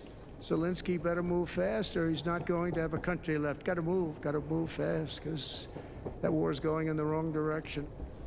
When President Trump called you a dictator and said that Ukraine started this war, what did you think? Я вважаю, що, на жаль, русські наративи I believe, sadly, Russian narratives are prevailing in the U.S. How is it possible to witness our losses and our suffering, to understand what the Russians are doing, and to still believe that they are not the aggressors, that they did not start this war? This speaks to the enormous influence of Russia's information policy on America, on U.S. politics, and U.S. politicians. You're not in a good position. You don't have the cards right now. And Zelensky told us he heard Russia's narrative from Trump officials in that disastrous Oval Office meeting in February. You're gambling with World War III. Zelensky grew tense as President Trump said both sides were suffering, Ukraine's people and the Russian invasion force. Зміна тональності, зміна реальності. It's a shift in tone, a shift in reality, really, yes, a shift in reality. And I don't want to engage in the altered reality that is being presented to me. First and foremost, we did not launch an attack to start the war. It seems to me that the vice president is somehow justifying Putin's actions. I tried to explain. You can't look for something in the middle. There is an aggressor and there is a victim. The Russians are the aggressor and we are the victim. Vice President Vance suggested that Putin could be trusted, and it was Zelensky who was creating a false narrative. Have you ever been? So many countries in the global south don't support Ukraine. Is that a sign we shouldn't support Ukraine either? Wait, what? What a terrible way to make an assertion over a totally separate country. First of all, Ukraine is, what's happening to Ukraine is unironically what has happened to other global south countries in general. Ukraine's economy was basically akin to a fucking global south developing nation economy even before the invasion.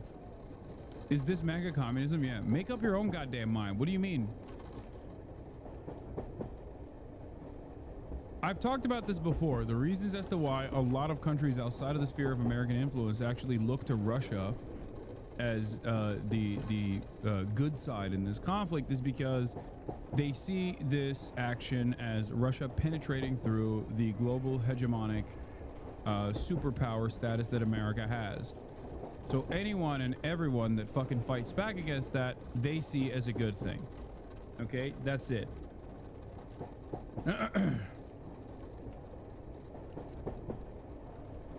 That's it. They understandably see America as the big bad, and they look to Russia as a country that is fighting against the big bad, and therefore is, at least for the time being, their ally. Okay? If you're confused by why there's so many countries that actually are pro-Russia in this process, that's where it comes from. That's it.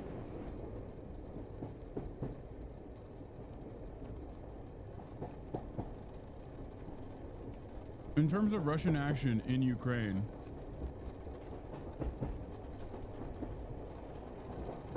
as a state, as the regional power, Russia has responsibilities. And my assessment is that they completely fucking cast aside their responsibilities by intervening and illegally invading and occupying Ukraine. They knew that Ukraine was not going to join NATO, and yet they still invaded Ukraine. It was a spectacular failure. That's it.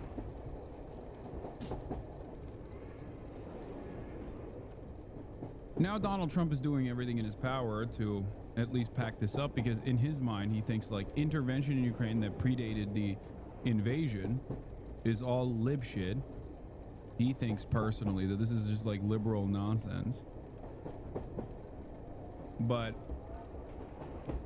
I don't know. I don't know how we would ever pack this up without looking outright servile to Russian interests in a way that is impossible to avoid, impossible to turn a blind eye to. Like, he is just, the only way to end this is if you just say, look, you've had too many casualties. You have to literally listen to any and all demands that Russia makes. We are not offering you any more support as the United States of America, and that's it. Yeah, Eastern Ukraine is now Russian territory. We recognize it, blah, blah, blah, blah, blah.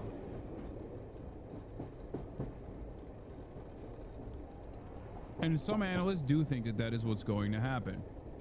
I am not in the prediction game when it comes to Ukraine, as you guys know. Been there, done that. Not the best idea. Okay. But having said that,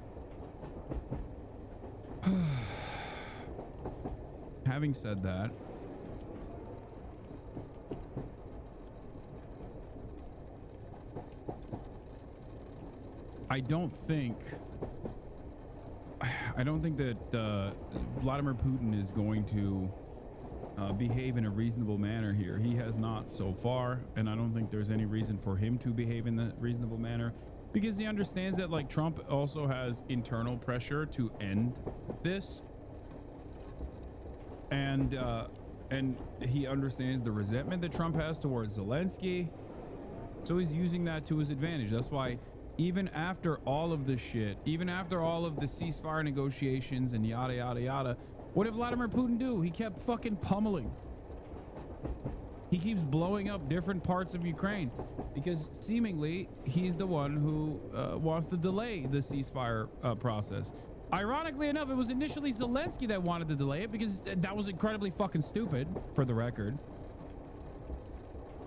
But it's clear that Vladimir Putin also is not exactly on board with a ceasefire negotiation either. Into Ukraine that you say what problems we have. I have been to. Come once. I've actually watched and seen the stories, and I know what happens is you bring people, you bring them on a propaganda tour, Mr. President. Would you invite President Trump to Ukraine? With pleasure. Please. This, Zelensky apparently wanted President Trump to hear in English. We want you to come, and I think to come and to see. You think you understand what's going on here? Okay, we respect your position. You understand. Ain't no fucking way he's going over there, big dog. Keep it $150. Ain't no way. I feel like he'd go to Moscow. Actually, I don't know. Maybe he'll go to Ukraine. Who knows? If he's feeling up to it. But please, before any kind of decisions, any kind of formats of negotiations, come to see people, civilians, warriors, hospitals, churches, children destroyed or dead. Come, look, and then let's move with a plan how to finish the war. You will understand with whom you have a deal. You will understand what Putin did, and we will not prepare anything. It will not be theater with preparing actors in the streets and etc. We don't do this. We don't need it. You can go exactly where you want in any city which been under attacks. What I said to them, just to come and to understand. With his invitation on its way, he switched to Ukrainian. Does the United States have your back?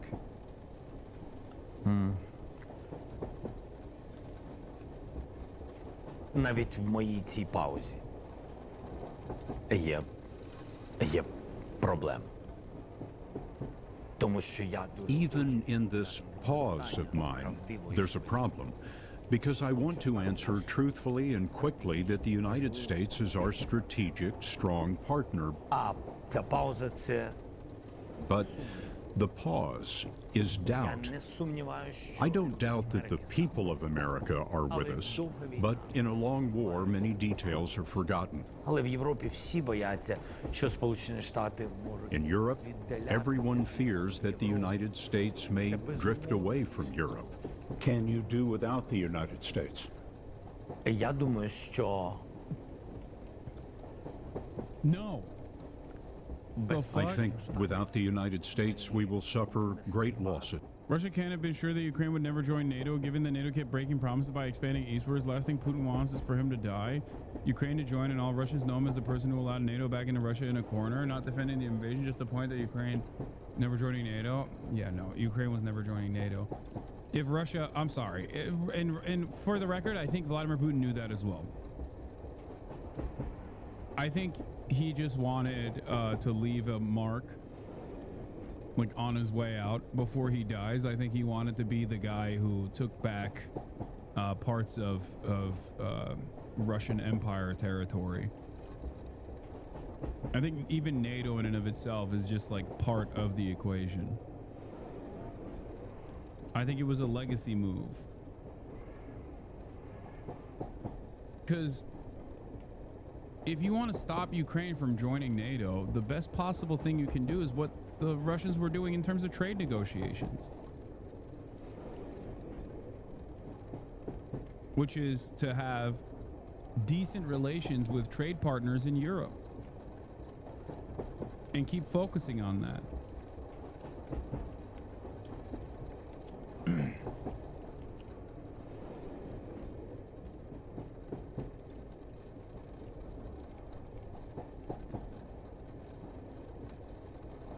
purpose, human and territorial.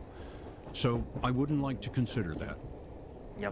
But this is our destiny. It's so funny because, like, with the exception of America and the American State Department, zero people thought that Russia would invade Ukraine. Like, it's really interesting to have this conversation in America with an audience that primarily consumes American news. Because if you were the only people on the planet that were like, oh, this is definitely happening. Ukrainians did not think it was happening. Russians did not think it was happening. Nobody thought it was happening. The only people that knew it was happening as a certainty was Western intelligence and Vladimir Putin.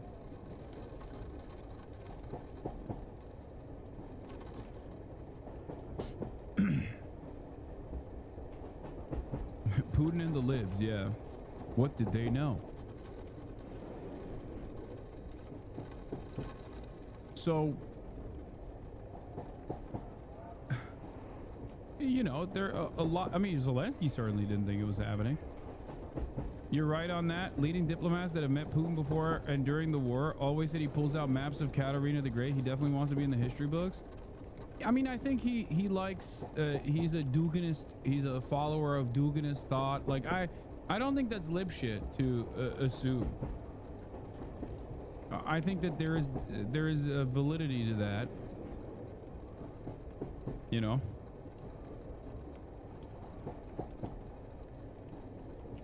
Only Tim Pool knew? Yeah.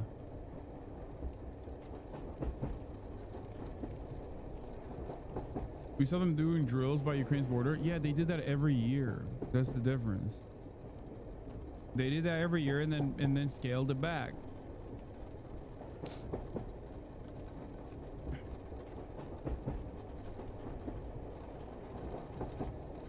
Yeah, so much so that Zelensky was telling Western leaders to chill out, chill the fuck out with this kind of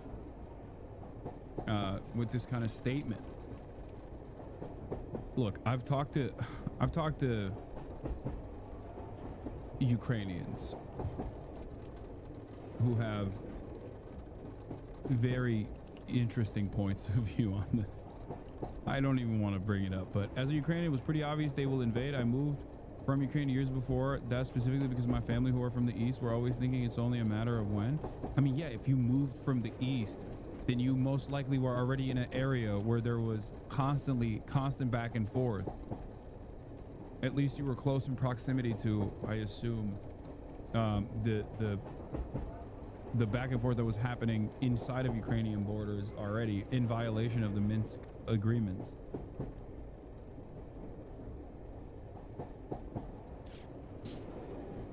Zelensky said, so to not stress Russia to prevent conflict. Yes, this is what I have also heard from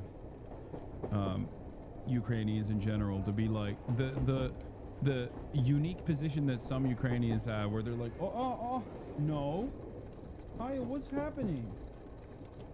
Oh, hello, what? Oh, that's crazy. Okay, this is... What are you... What the hell? What are you doing?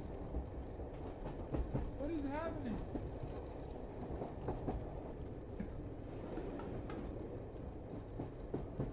That's crazy. Like, this is my stream now, please. Oh. Wow, that was wild. No, try a place. What the hell?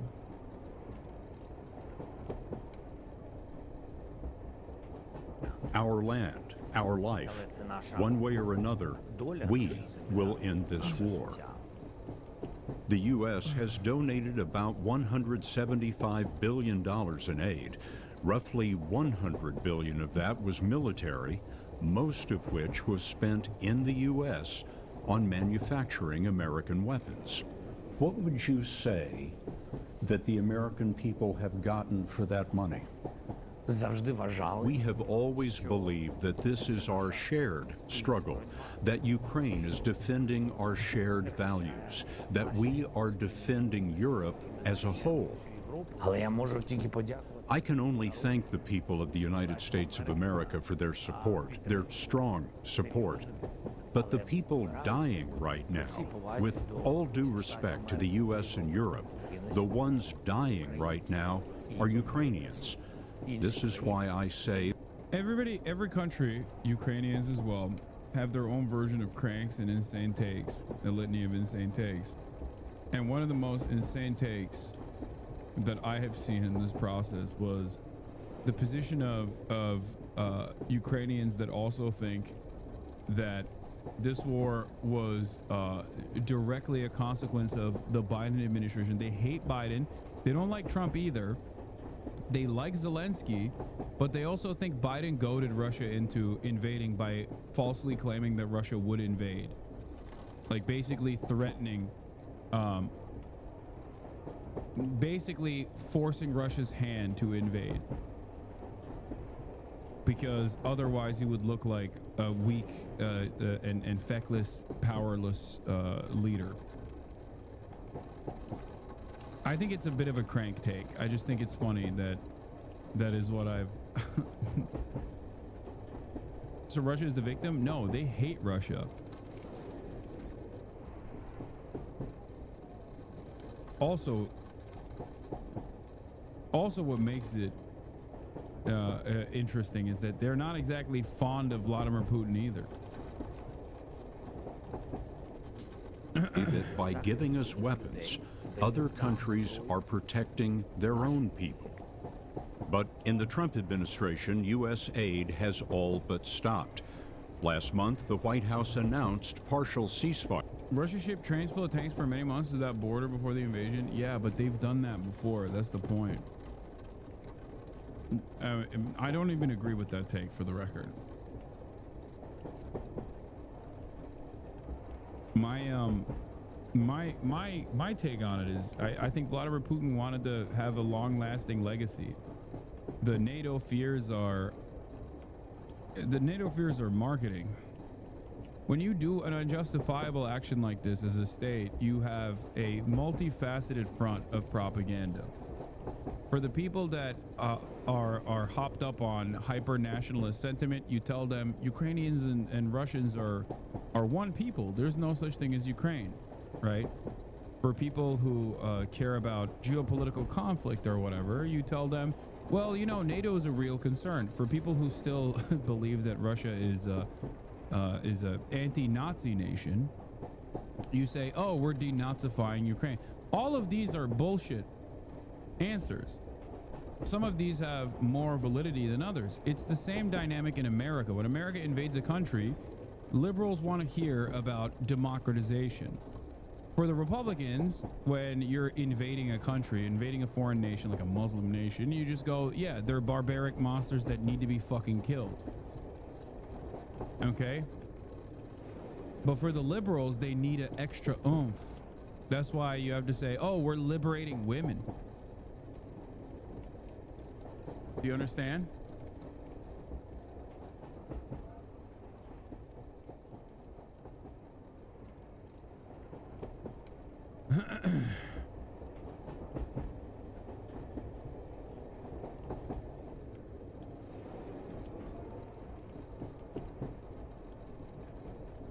That's what it is. Or gays. Like liberals hear about liberating the gays. Liberating them from their lives, of course, with American bombs. Security state weirdos are still touting Vietnam-era domino theory about how the fall of Ukraine will be the fall of Europe when Putin is having trouble just holding on to the eastern flank of Ukraine. All of this is marketing by the West. I agree. What is the anti-Nazi counterpoint? What do you mean? The Russian military has fucking Nazi divisions as well. So does the American military. The notion that like a country's line of defense features neo-Nazi elements within it is a reason to be an even bigger Nazi is psychotic. That's not how anything works. What do you mean? That's the same. It's funny because that's what Israel claimed as well. Like, that's the Israel statement. Israel was like, oh, Hamas are Nazis. They are terrorists. They are Nazi terror. They are doing Nazi terror. We have to kill them. Like, okay, I guess that's what Israel's doing too. They're denazifying. Like, they're not.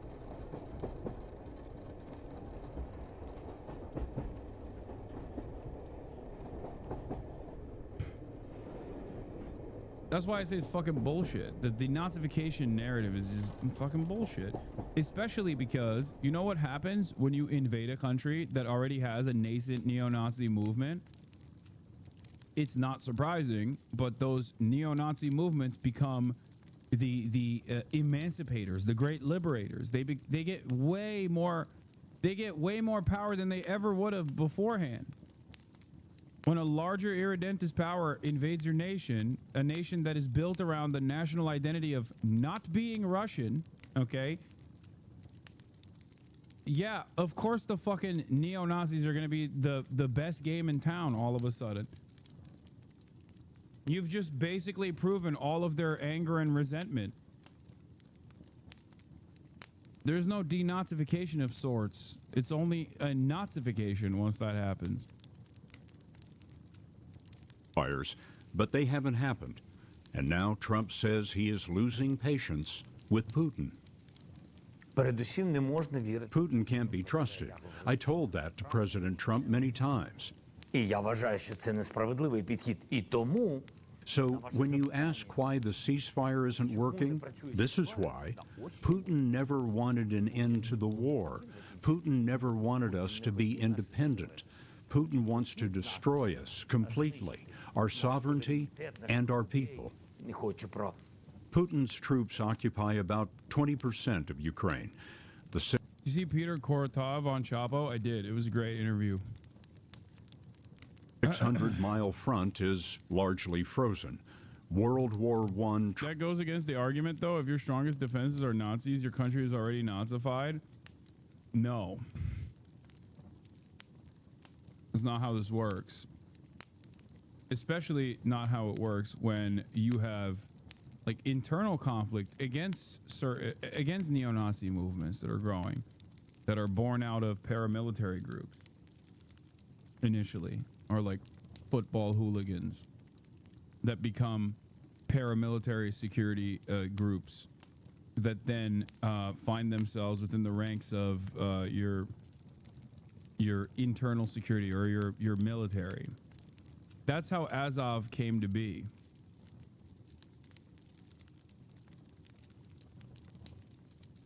Trump hated this interview. He wants 60 Minutes to lose their license over this. That's amazing.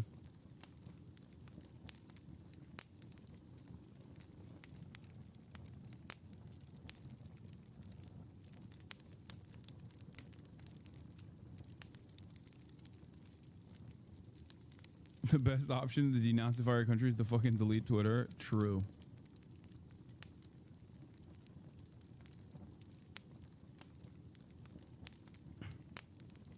Trench warfare plus drones.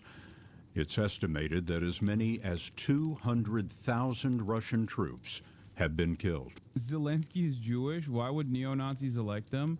Because not everyone is a fucking neo-Nazi, dude. What are you talking about? Is your argument that there are no Nazi battalions? Because if that's your argument, you're also wrong. Also, dude, don't even get me started on Azov Battalion, because a lot of people get mad at me. People get mad at me for this. Like, okay, first of all, America's a white supremacist nation. We elected Barack Obama twice, okay? Do you think America is not a white supremacist nation? You know, that doesn't mean anything.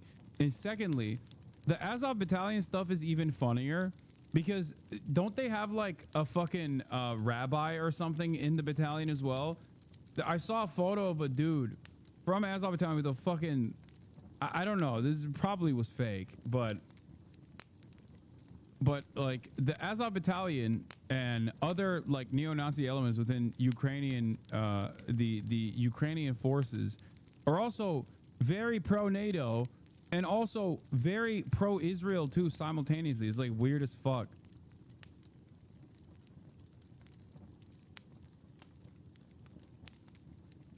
So it's impossible. It's impossible to fully comprehend what's going on there. No, that was a photo of Azov battalion fighter greeting Jewish rabbi in the city of Uman on Jewish holiday. No. The rabbi is real. I was thinking of a different photo that I think was probably fake. On the crying wall. No, the rabbi one is real. They call him the rabbi.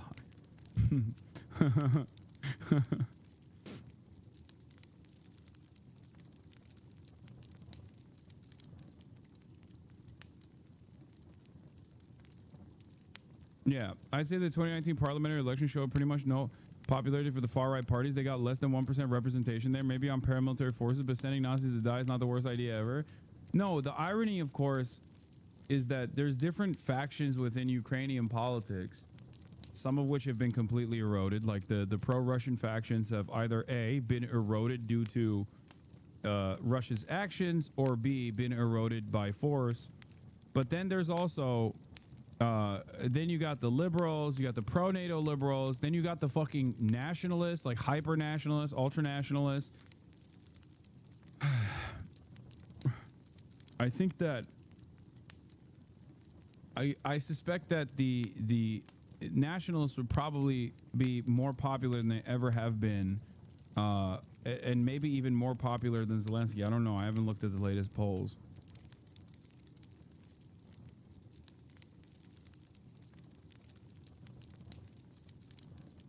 But that certainly wasn't the case before this invasion. What does a just peace look like to you? To not lose our sovereignty or our independence. We, no matter what, will take back what is ours, because we never lost it. The Russians took it from us, the temporarily occupied territories. We will not recognize as Russia those territories that the Russians temporarily occupy. We will bring them back. When or how, I cannot say. But what we can't bring back are the human lives. There's only one thing that can be done: justice. We cannot let go the issue of justice. Those who killed must pay for the murders. Zelensky told us any true ceasefire must include a guarantee of Ukrainian security. He imagines an international peacekeeping force and would like the U.S. to be part of it. This could mean a force protecting airspace and providing air defense, which may consist of airplanes rather than boots on the ground. I will end the war. Yeah. Yeah, if it's the U.S. Air Force providing air defense, then it's different than boots on the ground.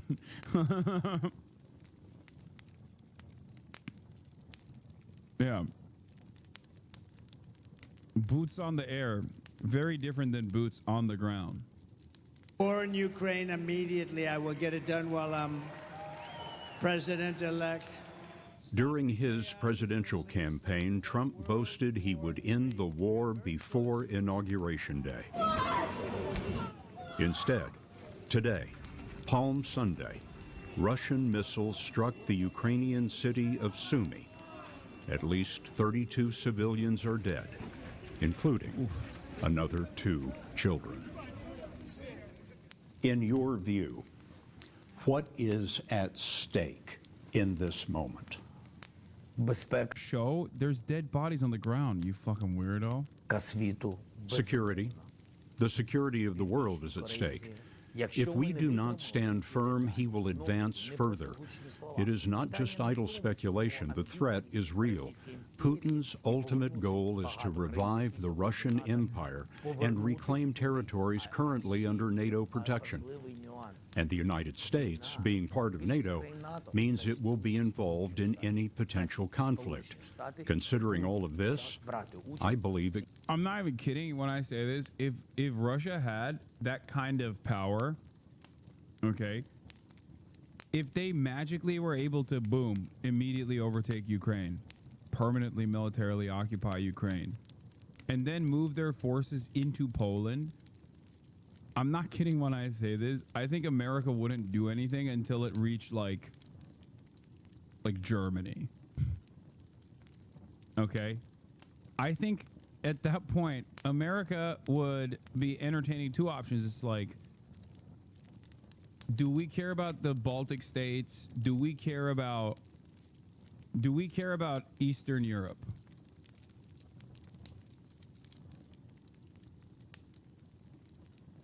Like, do we actually care about Eastern Europe? Do we want to defend our NATO countries? Or can we get away with undermining the entire basis for NATO's existence? I'm serious. I think they wouldn't do shit until it touched Western Europe. I legitimately think they would just be like, all right, sorry, big dog, you're on your own. We can't do a complete nuclear annihilation. Now, of course, that's not a instance to worry about, because Russia doesn't have that kind of fucking power.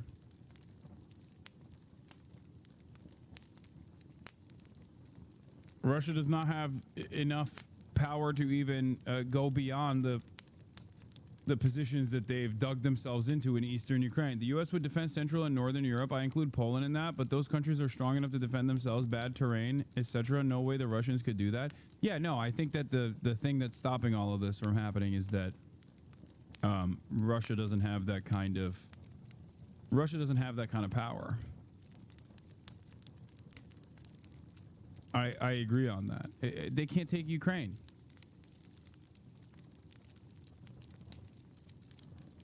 What is this? Poland is much stronger than before. East Germany is so fucking different than Western Germany, come to think about it.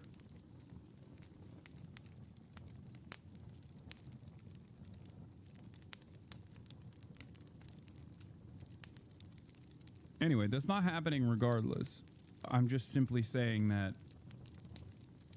I'm simply stating that, like, for America to actually treat Adolf Hitler like Adolf Hitler, they would have to do a lot more.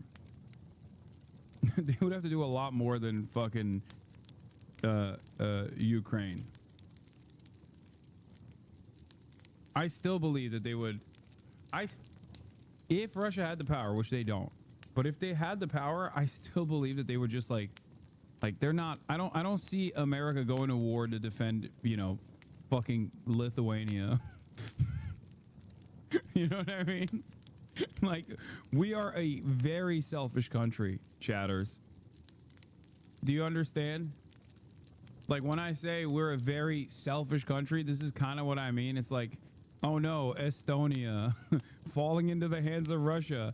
The only reason why they would ever fucking entertain that is because that would mean NATO is nothing. They would basically say, like, NATO, like, being able to invade a NATO nation and not triggering Article 5 would mean that, like, there's no real NATO security cooperation there beyond giving money or beyond these countries basically purchasing our weapons.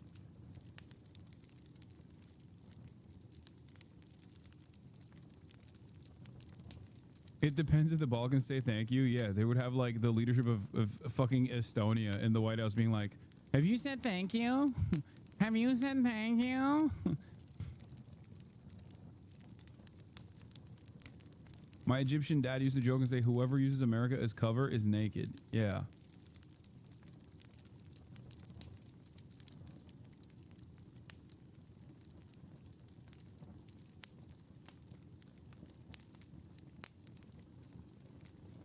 What is happening right now? No. Don't look at me like that. What? What? This is so crazy. What? You want to go outside? You want to go outside? I'm going to have to let her out. Everyone came to the aid of the U.S., who was the only country to invoke Article 5. So if the U.S. doesn't come to else's aid, it just proves how cooked the U.S. is. Wait, what? Yeah. What do you mean everyone came to the aid of the United States? It could escalate into a world war, a risk to the world. Yes, for the world. There won't be a safe place. The arrest over... Suspect arrested after alleged arson at Pennsylvania governor's house. This happened overnight.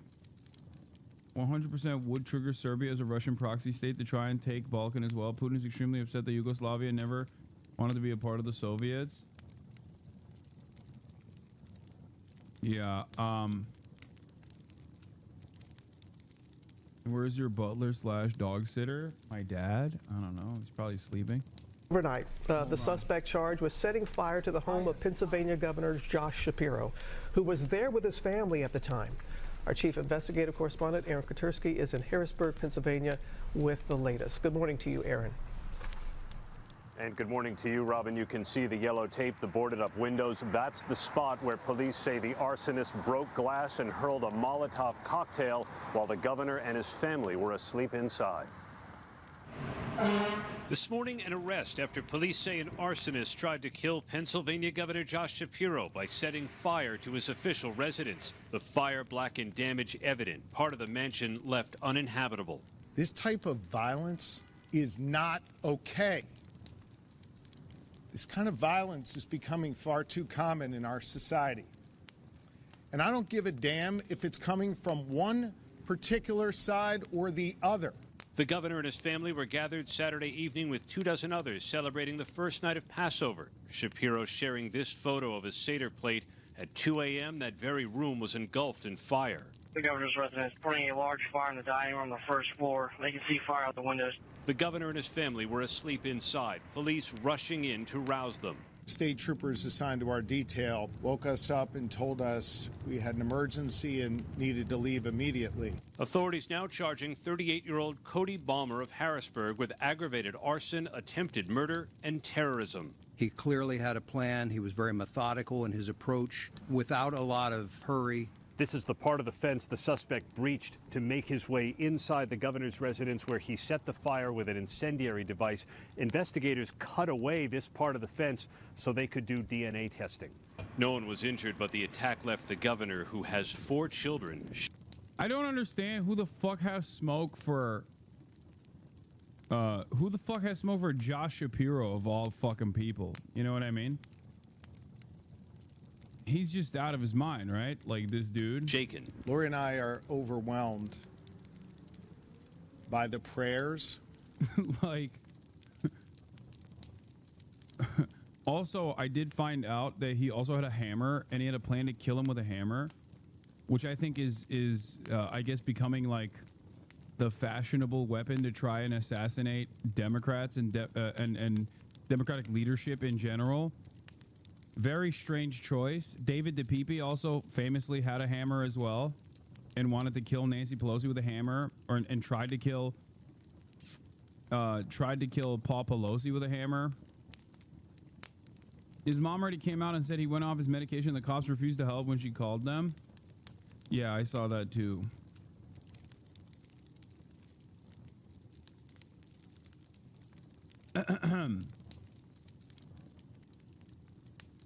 I just don't understand why you would have this much smoke unless you're just like a totally insane person.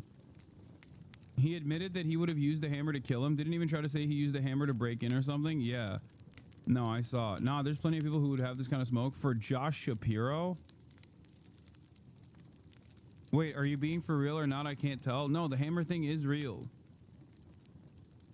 That is literally real. David DePipe also used a hammer against Paul Pelosi.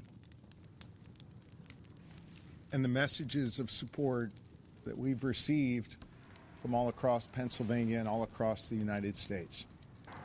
Police say this. And before people say, "Oh, is this related to the fucking person who Josh Shapiro refused to prosecute or whatever, that they ruled a suicide even though she was stabbed in the back of the head 20 times?" No, I don't think so. I don't think that there is any. I don't think that there's any like real logical through line here for anything. It just probably is a dude off his meds who who wanted to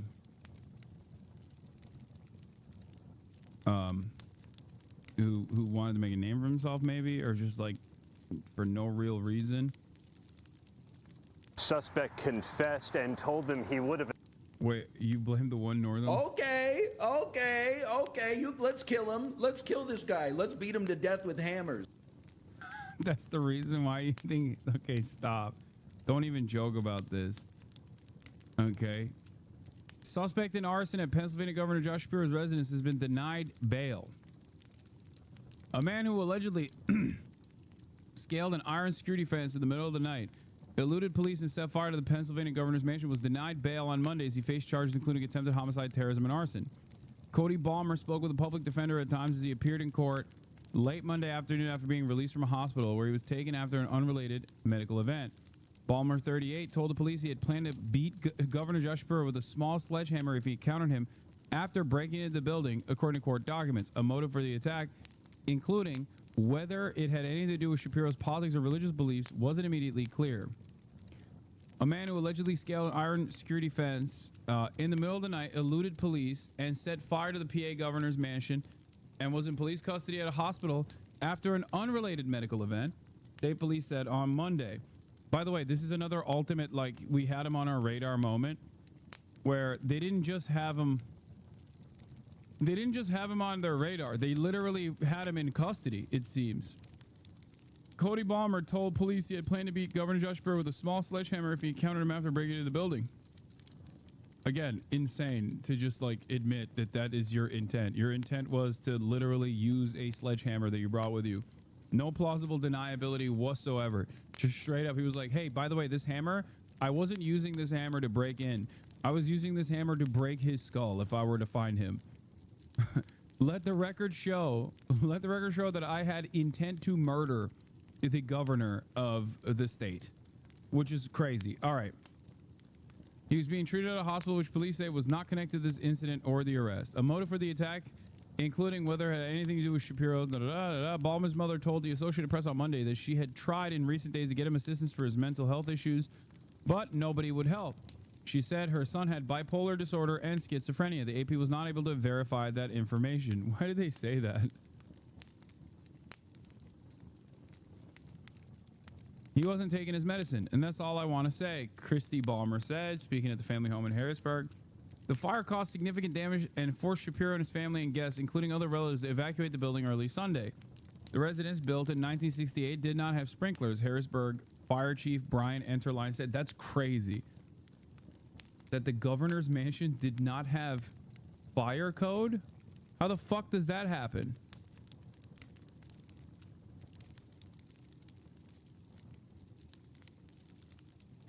Shapiro said he, his wife, and the 4 children, 2 dogs, and another family had celebrated Jewish holiday Passover in that very room Saturday night. It was built in the 1800s, dog. Yeah, but like, isn't there? Aren't you supposed to do that?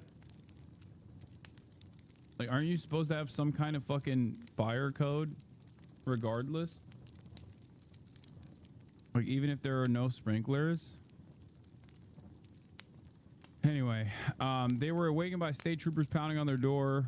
They fled and the firefighters extinguished the fire. Balmer had walked an hour from his home to the governor's residence. Damn, walkable cities? Yo, Pennsylvania's like that? Shit, man, I'm sorry. Pennsylvania, I take it back. That is a remarkably walkable infrastructure. The fact that someone could just walk from their house to the governor's residence like that? No, it's not.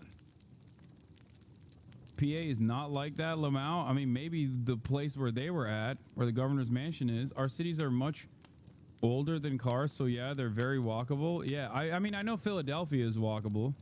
Very walkable.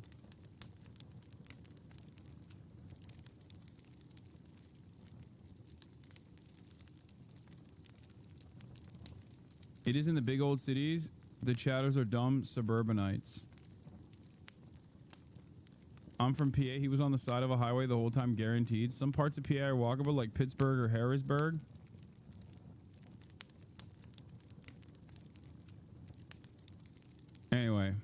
Let's continue.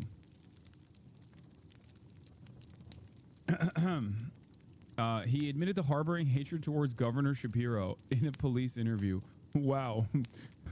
Shocking. According to a police affidavit that did not expand on that point. Afterwards, he returned home, where police said they later found clothing he wore at the time and a small sledgehammer.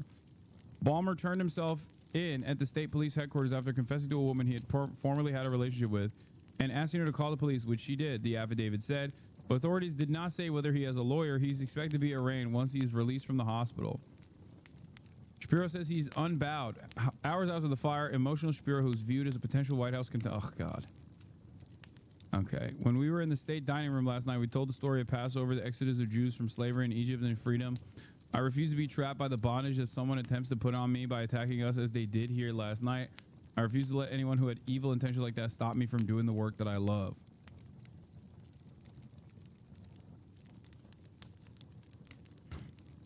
Police say suspect hopped security fence, forcibly entered the residence.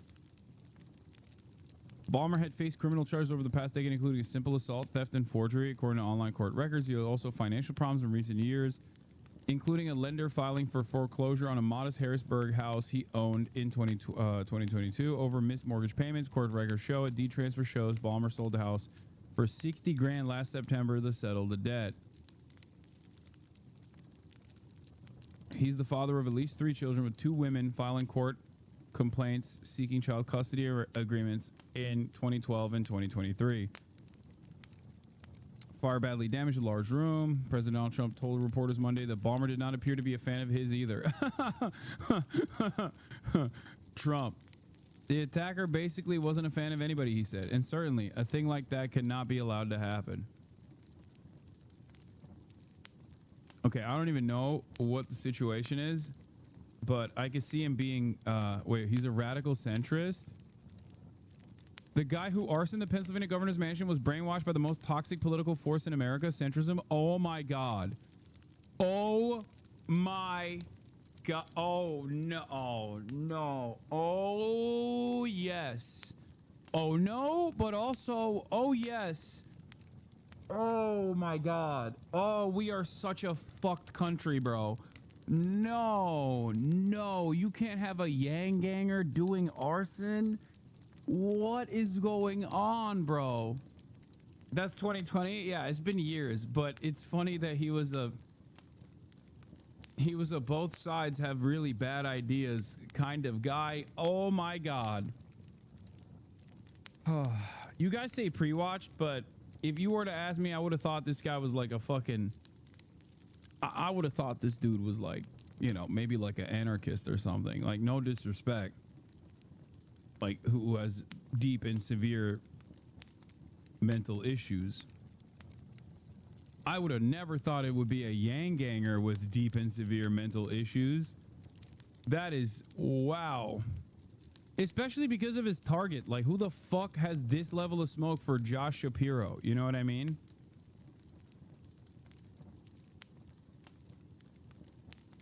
This is, dude, this is, I mean, Luigi also was a bit of a centrist himself. What the fuck? What is this? This you just now? Yeah, that got bro pussy wet.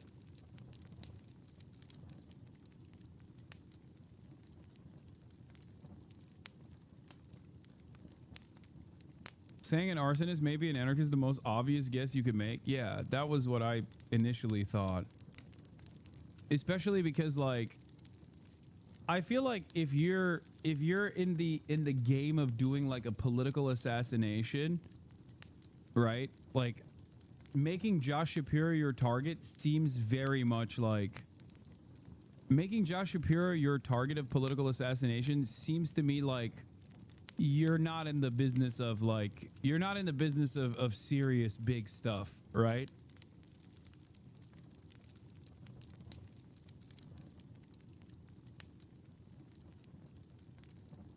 You're not like, even if it was someone like Fetterman, there's a clear-cut motive that I could ascribe to, you know?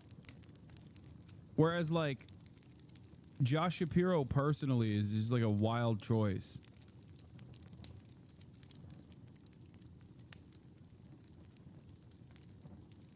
Do you understand what I mean by that? Because, like, he was briefly entertained as a VP candidate choice and was like, sure, pro-Israel, but fucking who wasn't? You know what I mean? He wasn't like people made hay over the the thing that he wrote when he was in high school. But I feel like the average Democrat has the exact same opinions about Gaza. So it's not like he had anything beyond the Isn't it his governor? Yeah, but governors are usually some of the more popular political figures in general. In spite of Josh Shapiro's popularity diminishing, I feel like governors themselves are not exactly in the crosshairs. Like, usually they are more popular and even go above partisan politics in general, which is why it makes sense that he would be a fucking it would be a centrist. I guess, yeah, it was probably a proximity play. Yeah.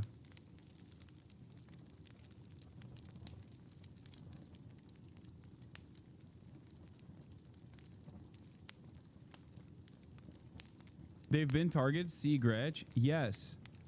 Gretchen Whitmer is a perfect example of like a governor that was gaining national prominence due to her actions during a time of unprecedented volatility during COVID. And even then, there was a lot of pushing in that direction from, let's just say, federal law enforcement agencies in terms of organizing and getting people together to take action, if you know what I mean. Yeah, speaking of Gretchen Whitmer, incredible. It's never been more over. She should have just taken a normal photo. This is literally dumber than that. Loki would be pertinent to reference anti-Semitism as a possible motive. No, I guess that, yeah, you're not wrong about that. That could be a reason.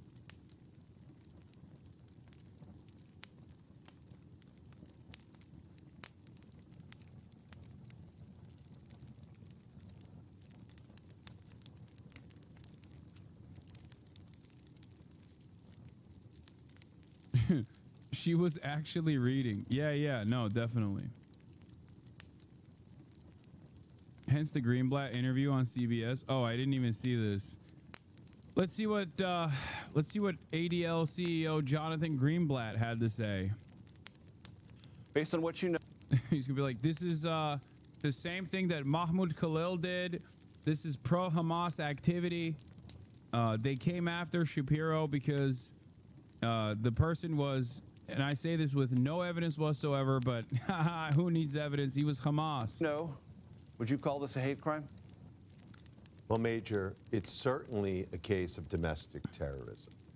I think it's very clear that this individual who targeted the governor and his family while they were sleeping in their home, the governor's residence, intended to inflict harm on this person. He said, as you mentioned at the top, that he harbored hatred. He wanted to find the governor and assault him with a hammer. This is certainly not normal. For it to be a hate crime, we would need to know that the intent was to target Governor Shapiro because he was Jewish or some other characteristic.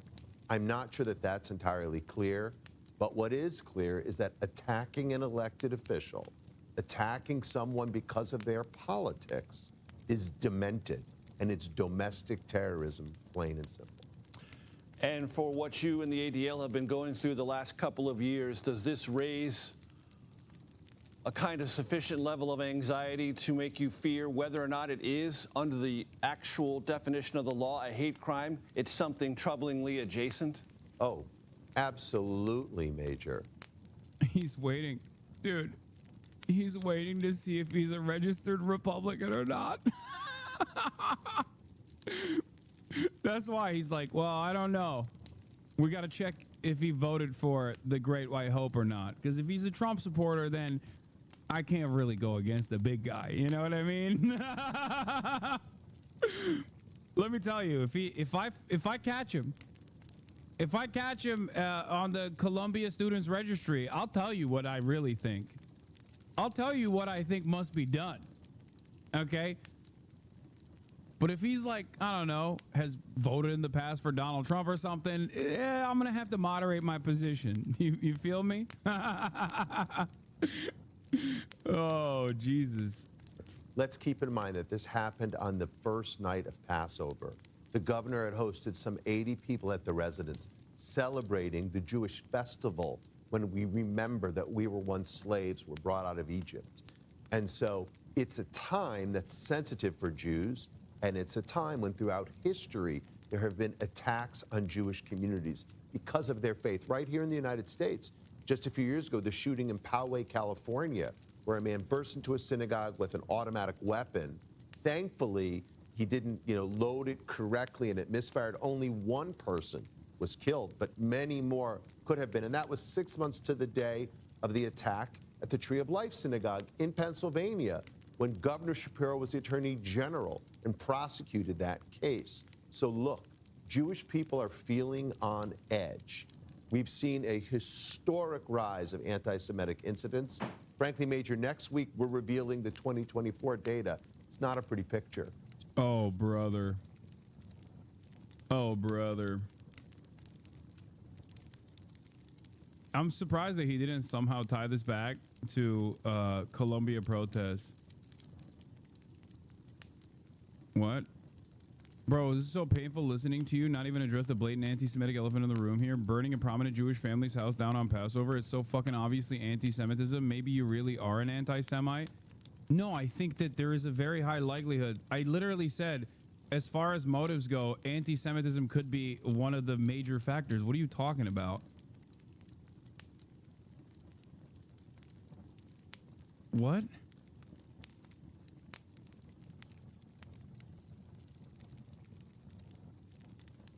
What are you, hello? Yeah, dude, I'm anti-Semitic. You caught me. You're right. Fucking 5-month subscriber. Does Brain Dead Chatter clearly didn't hear that this dude was diagnosed schizo off his meds? Yeah. I literally said, in terms of Josh Shapiro's even like support for Israel, he doesn't like go above and beyond in comparison to the average Democrat. Therefore, this probably isn't even like a person who is like, oh, I'm doing this as a pro-Palestinian act or some shit. You know what I mean? Did Greenblatt really radicalize this chatter against you? Yes, maybe. Or I think he just didn't understand what I was saying.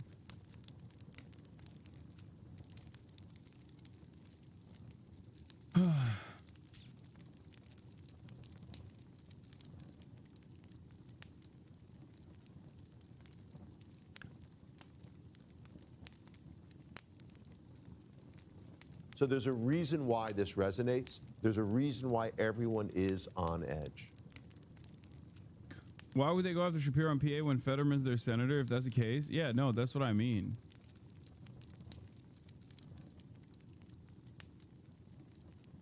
Misunderstanding and also more so ranting at the news guys. Okay, but that's an insane thing to fucking rant against. The fuck? Maybe you really are an anti-Semite is a crazy fucking assertion to make. Especially when like accusations such as that one don't just stop with an accusation like that. It you know, as I've been explaining every single day, it moves beyond that, especially under this administration, don't you think? Let's not just fucking let's not just throw shit like that around.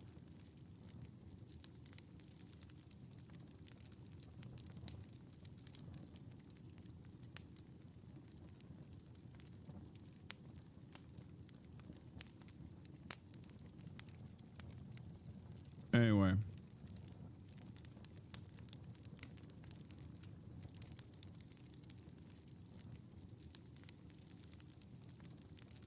From Cody's Facebook, perfect for today. Wait, what? Did you guys find his Facebook? Oh my God.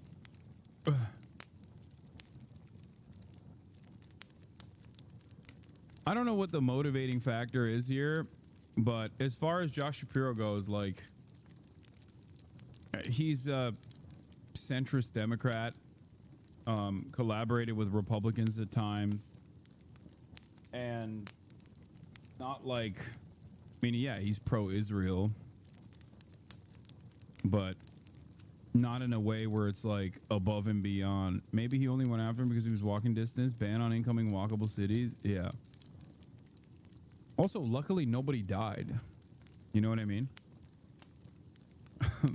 I like to think that it's the radical centrism. Centrists eating their own.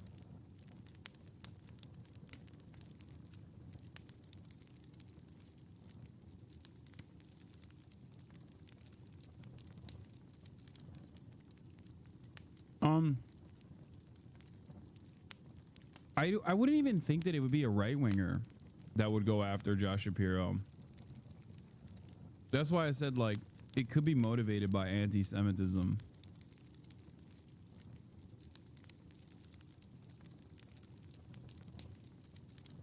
I guess right-wingers hate Josh Shapiro, do they? Yeah, he thought Josh Shapiro wasn't centrist enough.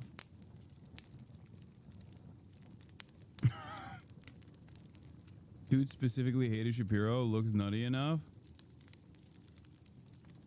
Yeah. He said true centrism hasn't been tried.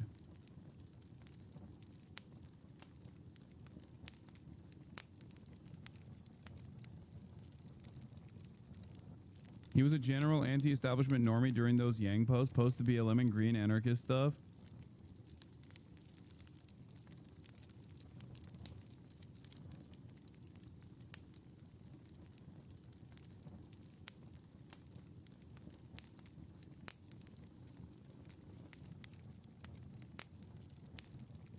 I can see that.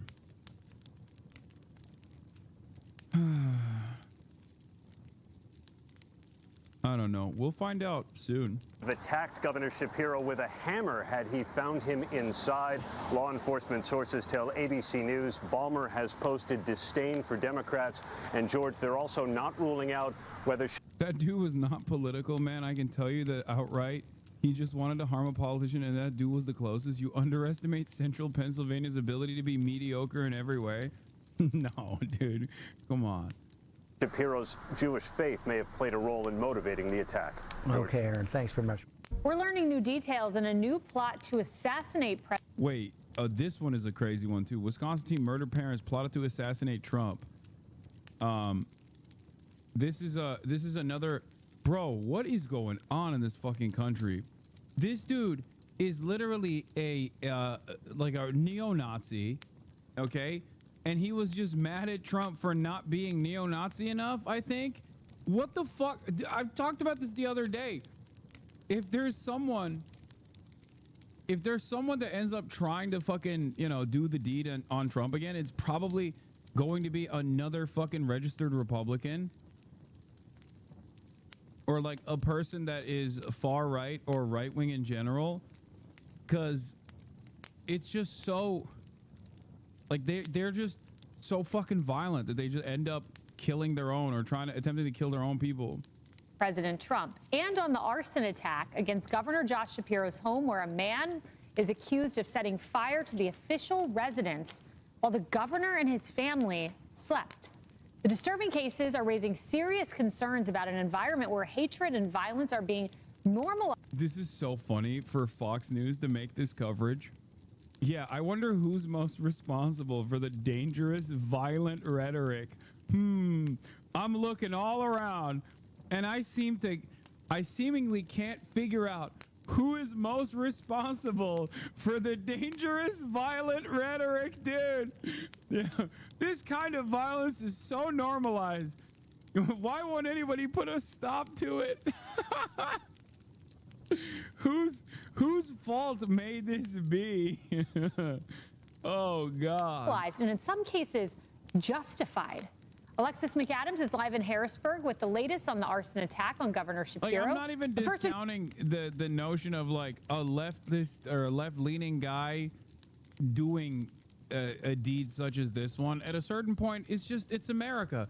Dude, It is the most American thing, okay? Doing political violence, specifically with guns, engaging in a mass shooting or something like that, is the most American thing. I'll tell you, I'll take it one step further. It is so American that even a trans person has done it. It is so American that even like a 75-year-old Asian dude has done it. It's so American that women have done it, okay? That's how American it is, that like virtually every subcategory, every class, every type of person in America has at some point done a fucking mass shooting or an instance of political violence. That's how fucking normalized this is. The overwhelming majority of said incidents, of course, come from the far right. You know, like almost all of them are far right dipshits. And it's such a far right dipshit thing to do that there are black dudes who are also neo-Nazis, like openly neo-Nazis that engage in school shootings and are like, oh, I want to do a race war on behalf of the white race. As a black person, that is how fucking far right this shit is. Okay? That happened not that long ago, chat. I'm not even making this shit up. That's literally a thing that happened.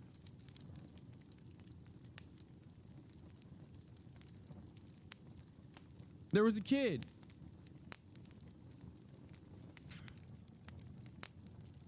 It's just a part of assimilating to America. Anyway, so it's just funny to have Fox News be like, who's responsible for this? We go to Garrett Tenney for more on the plot to assassinate President Trump. Garrett. Yeah, Kaylee, this story is wild. Prosecutors say 17-year-old Nikita Kasip killed his mom and stepdad back in February so that he could steal from them the money he needed to try to assassinate President Donald Trump. When police arrested the teen, he had $14,000 in cash, jewelry, pictures on his phone of his stepdad's debit and credit cards, along with his stepdad's bank account information. The plan, according to the FBI, was to use a drone with explosives to kill the president and spark a political revolution in the U.S. Court documents state Kasip appears to have written a manifesto calling for the assassination of the President of the United States. He was in touch with other parties about his plan to kill the president and overthrow the government of the United States. Investigators say the teen identified himself as a follower of a neo-Nazi cult that advocates Seems to me like that's a registered Democrat right there. Definitely. Who's responsible for this kind of violent rhetoric, guys? I can't fucking figure it out. I can't seem to figure it out. Dude,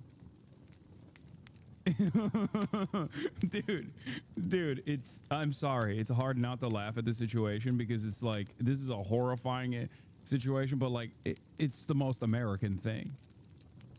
It's the most American fucking thing. Oh my God. Using violence and terrorism to overthrow governments, and he had already paid in part for a drone and It's also so fucking stupid. Like, why is it that all these fucking dumbass neo-Nazi white supremacist shooters, they think like if they successfully pull off an assassination, all of a sudden race war? Like, how does that? Like, even during the order time, okay, even back then they had like a more coherent, well flushed out plan, you know, institute a bunch of bank robberies and fucking arm an entire militia movement. Like, these guys are just simply, they're just like, yeah, I'll just kill a bunch of people and then race war. How do you think that's why do you think that's gonna happen?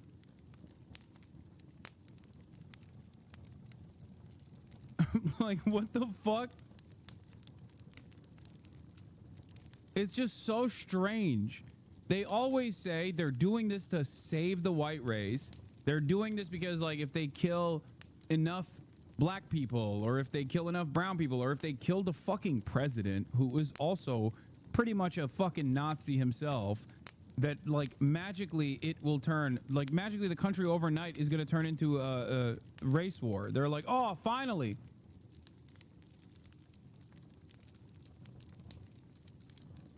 Finally, race war time. I was waiting for this moment.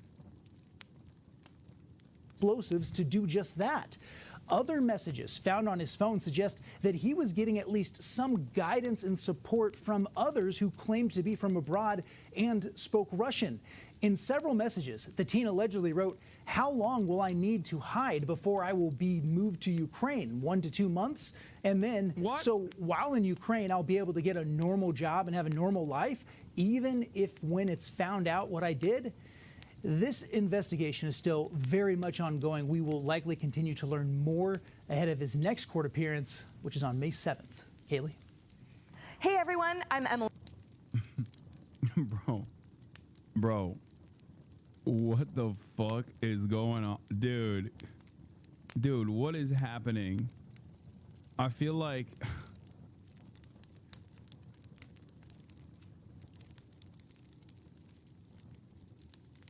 Ryan Ruth 2.0? No, I don't.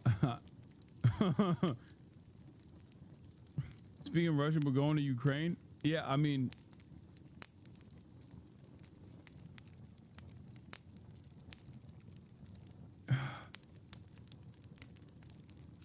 Zelensky involvement confirmed. U.S. going to invade Ukraine? Yeah, okay. The kid had order of 9-angle stuff on his phone. This network is fucking insane and has inspired other shooters. Satanic left-hand path and terrorist network that originated in the UK but has since branched out in other parts of the world. Claiming to have been established in the 1960s, it rose to public recognition in the early 80s, attracting attention for his neo-Nazi ideology and activism. Describing his approach as traditional Satanism, it also exhibits hermetic and modern pagan elements in his beliefs. Why are there so many fucking esoteric Nazi movements, man?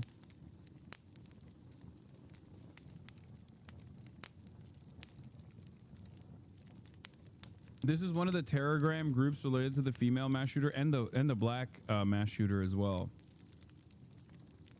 It is wild that there's just so many of these like 4chan adjacent fucking Telegram channels where they straight up are doing what previously was done by our intelligence communities to do, you know, false flag attacks that only to thwart those attacks before they actually came to fruition. And then, you know, go, hey, we did it. We stopped it. This is a real problem and we're stopping it. Now I feel like there are so many fucking insane people primed and ready to go that I guess people from other countries are able to do this.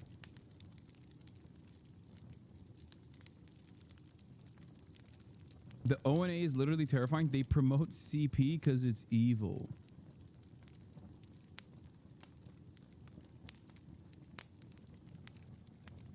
Jesus Christ.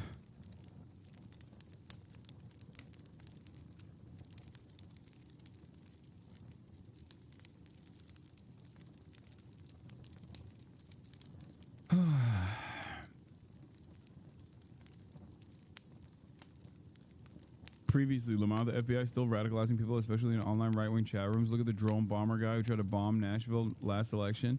Yeah, there's definitely they still do that for sure.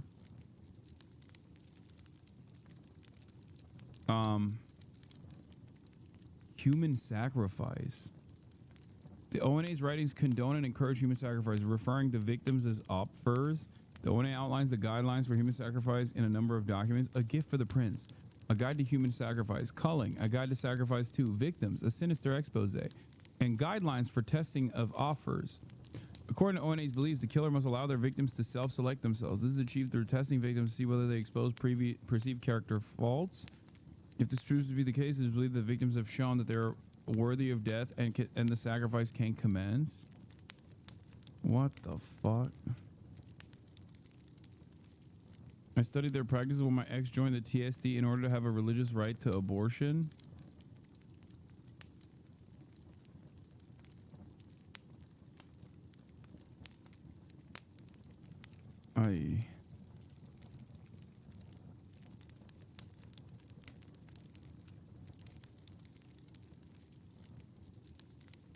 It's just edgy teenager shit. Yeah, except edgy teenager shit can be dramatically scaled back by, you know, reasonable gun control and access to medical care, like psychiatric treatment and shit like that. when you don't have that, you have basically nascent lone wolf terrorists just waiting to be primed with oftentimes a readily available arsenal that they can use.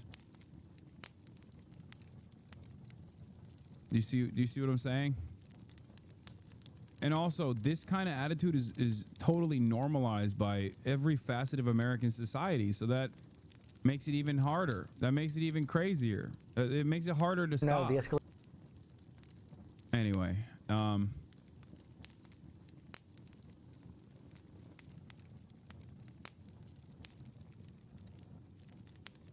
when a gun is more financially accessible than life, it breeds shooters. Yeah.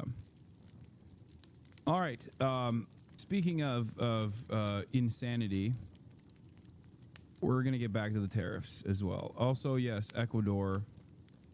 I'll talk about that briefly as well. I told you to watch this space with Ecuador, and some seemingly very interesting election results have come out from Ecuador.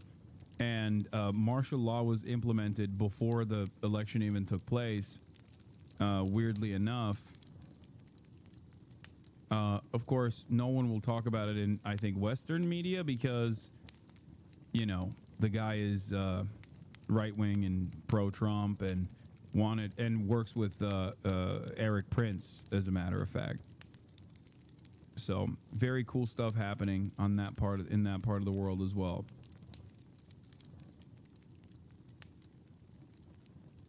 But let's talk about the tariffs. Escalating trade war with China and those mixed messages from the White House. President Trump is now signaling new tariffs on electronics after carving out exceptions last week. Senior political correspondent Rachel Scott is at the White House. Good morning, Rachel.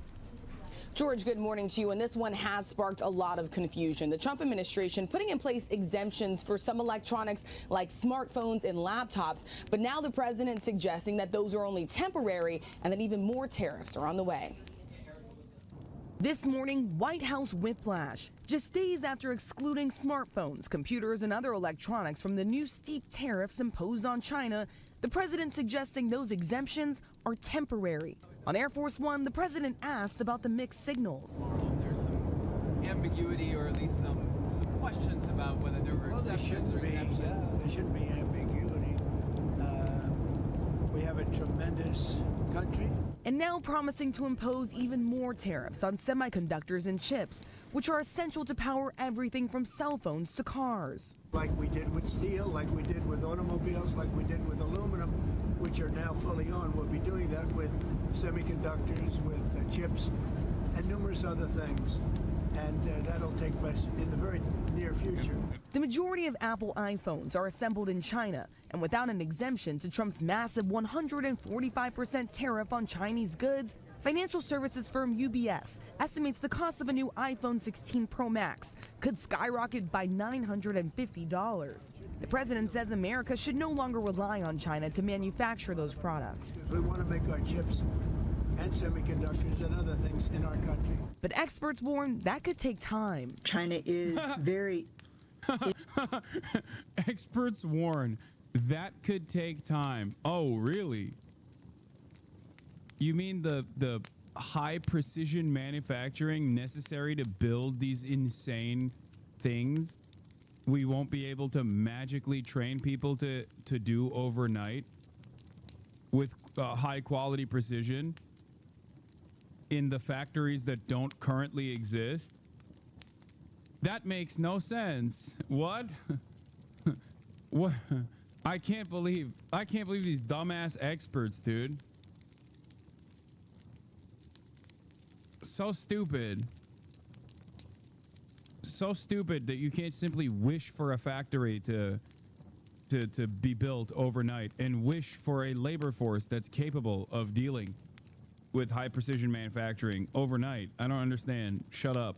You're woke and gay, experts. Intertwined with our economy, and it's very hard to find easy substitutes to many of these imports. And this morning, China is retaliating, halting exports of magnets critical to the assembly of American cars and other electronics, from drones to robots. As the president reveals another target in his ongoing trade war, prescription drugs made outside the United States. We want to make our drugs in this country. And by placing a tariff on the companies that are not in this country. They're going to move into our country. The raw ingredients of almost all medications are made overseas. Experts say the move could drive up prices for over-the-counter drugs like ibuprofen and even lead to shortages. Democrats warning of the impact, saying the president's on and off again tariff strategy is only sparking confusion. Look, I don't get it. I'm a person with $2 billion in my bank account due to all of the subscriptions that you guys have given me. Okay? I have $2 billion in my bank account, and I'm really excited to move my manufacturing from China and Vietnam directly to the United States of America. Okay? And I was going to do it this past week, but then Trump went back on the tariffs, and now I'm like, okay, I might as well keep my factories in Vietnam and China.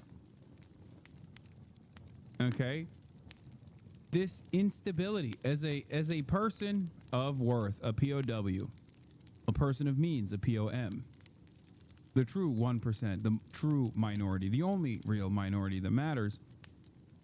I want to build American. I want to build factory in America, but it's just all this flip-flopping has caused a lot of worry for me as a POC, a person of capital. I wanna build a factory, but it's just I simply can't get myself to build a factory in the United States of America and hire the labor force necessary and train them because the president keeps fucking going back and forth on his tariffs. there is no tariff policy. It's just all chaos and corruption. That's all we have going on. So over the weekend, the president said he would be releasing more details, more specifics about those new tariffs sometime today. And in just a few hours, the president will also be meeting with the president of El Salvador, who is here in Washington. He has become critical to this administration's mass deportation plan. Michael. BIPOC, business inclined person of capital. I love that.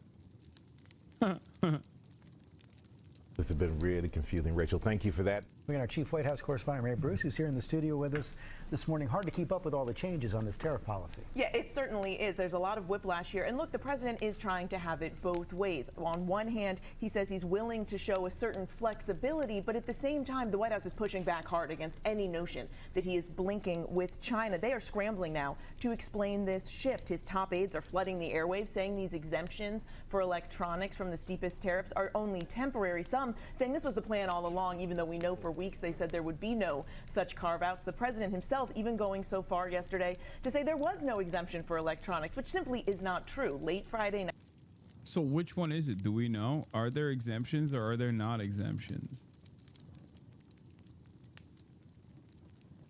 Because I don't think there's a single person that you can trust with these statements.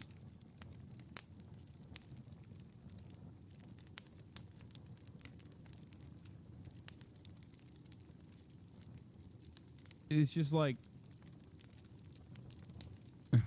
Trump one day says exemptions are gonna happen, and then in the next we'll be like, just kidding, that was a joke. It's a secret. I can't tell you. All I know is that this is yet another 5D chess move.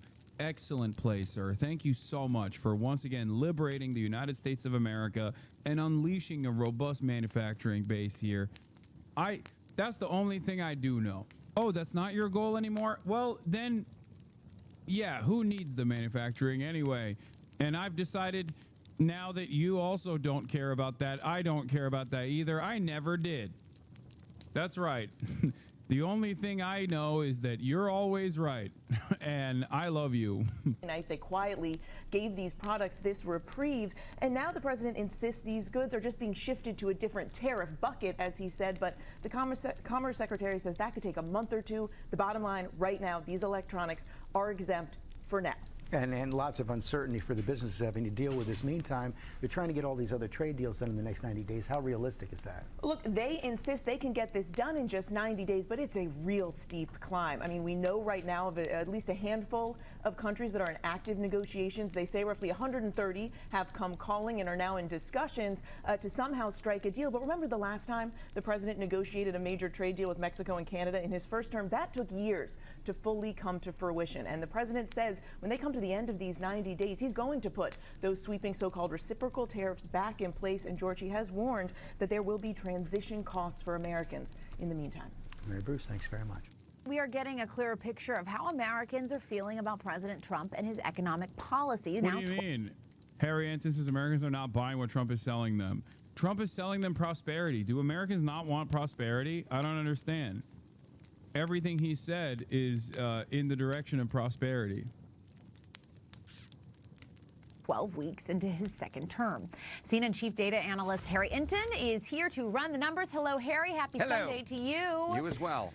Okay, so where are we with Americans and how they're viewing the economy? Yeah, so CBS News YouGov poll came out earlier today, and I will just say, I'll put it in stark terms, I believe this is the worst poll that Donald Trump has received in his second term, and we can go through it, Jessica. Let's talk about the economy, right? Think the economy is getting worse. Back in November, it was 42% of Americans.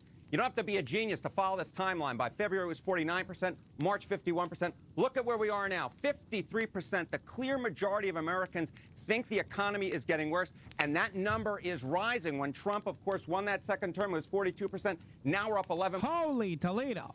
points. The clear majority, 53%. This poll and this number in particular is no bueno. Bro, they're losing their business and still crying and blaming everybody else. I love this for you. I love this. Nice. I love this for you. I love to see you fail. I love to see your family be affected and hurt because you voted for Trump. Yeah, I voted for Trump. Absolutely. Did I know he was going to increase the tariffs? Yes, I did. However, I thought that the infrastructure would be set up prior. How, dude? How? How did you think that? Why did you think that? He said tariffs are the greatest word in the English language. He never said building a robust manufacturing base is the greatest word in the English language. It'd be multiple words anyway. It would be multiple words. He never uses multiple words. He just used the one word. Why did you think that that was within his capabilities? I don't understand it. He said he's going to do mass deportations and tariffs. That's what you voted for. Why the fuck? Why did you think that there was going to magically be factories everywhere? Like where? Where would the fucking factories come from?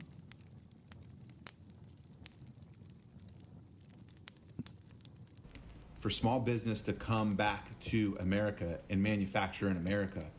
So to wish ill on someone and to love the fact that they're suffering, to love the fact that their family is being negatively affected because I didn't vote the same way that you did is fucked up.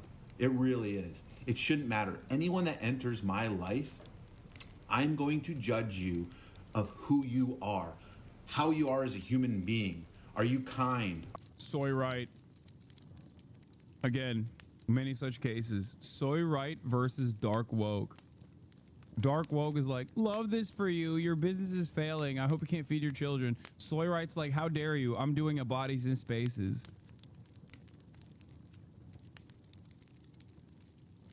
You don't understand. When I voted for the guy who said he's going to deport everyone that hurts my feelings to El Salvador, I was doing that in a woke way. I was doing that because I thought it would be good for America. Okay, how dare you? How dare you say that I voted for a fucking fascist piece of shit? It's really messed up, dude. Are you polite? Are you sincere? That's how. Yeah, okay, dude. You didn't vote for a polite or a sincere guy. You know, what do you mean? I judge you, not who you voted for. I've got far left-leaning friends. I got far right-leaning friends. It doesn't matter to me. I like you based on who you are. But to see someone hurt and their business fail and their family be affected because they didn't vote the way. I mean, dog, you literally voted for this. That's why they're laughing. Like, you voted for this. You know what I mean? Like, it's not It's not even a thing that he kept a secret. You even admit that he was going to do the tariffs, and that's what you voted for. Like, what can we do? Not laugh at this? This is the funniest. This is the only person to laugh at. You know? You did? I don't get it. It's fucked up. I'm sorry, a lot of you are fucked up. I'm sorry. We should all care about each other regardless of who we voted for. I'm sorry. Yeah, okay, dude. Paul. Trump's tariffs are knocking out a major leg of the podcaster economy by taking out e-commerce. I know. Silver lining, baby. Even though I agree with them on principle, are overlooking the impact, especially on smaller companies, due to just-in-time inventory policies. I'll give you a quick lecture on what it's like managing logistics. All right, I run a protein bar company, founded it with another guy, Marco Lobliner, a bodybuilder, and a friend of his. Okay. We order inventory, we ran out of inventory. People go, how do you run out of inventory? What a screw up? And the answer is we don't really know. You have to test the market. You order inventory, cash flow comes in, you order more inventory, you hope you order the right amount. If you order too much, then where are you going to warehouse it? So you order everything just in time. Now these bars, by the way, are not subject to the tariff, so this is not self-interested. I'm using that only to illustrate a point. Okay, so what happens if you run a company like Bill Ackman flagged this, where he's investing in a company that's a cold brew company that's in Whole Foods, but your glass bottles come from China, your lids come from China. You have to order everything just right, because if you order too much, where are you going to keep the glass? If you don't order enough, then you're out of stock, then you don't have cash flow. So that on the individual level, everybody has to run their company this way. Everybody does. It's easy to say these people are whining, but no, you have to run your company this way, because otherwise you have too much cash flow tied up in the inventory, then you can't market, then you can't make payroll, then you can't make key hires. How do you hire a CFO if your money's all tied up in inventory? You have 1,000 different things you have to worry about with the company, and this point of view is not being looked at with the Trump administration. So for example, Apple is going to get exempted from the tariffs. These big companies are fine. NVIDIA, they're going to get exempted. But what about the cold brew company, right?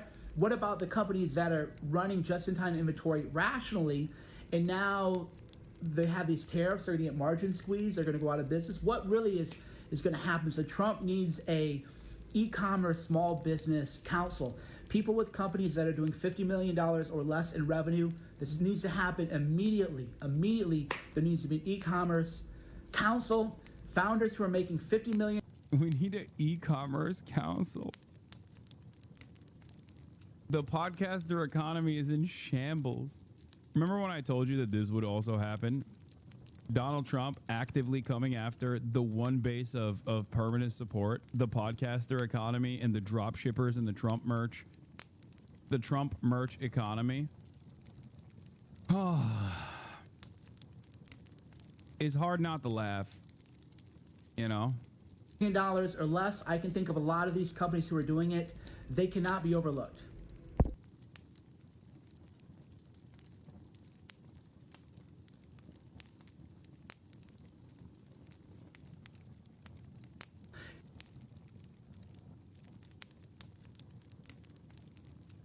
Breaking news, the Trump administration took steps towards imposing new tariffs on semiconductors and pharmaceutical products using a national security rule.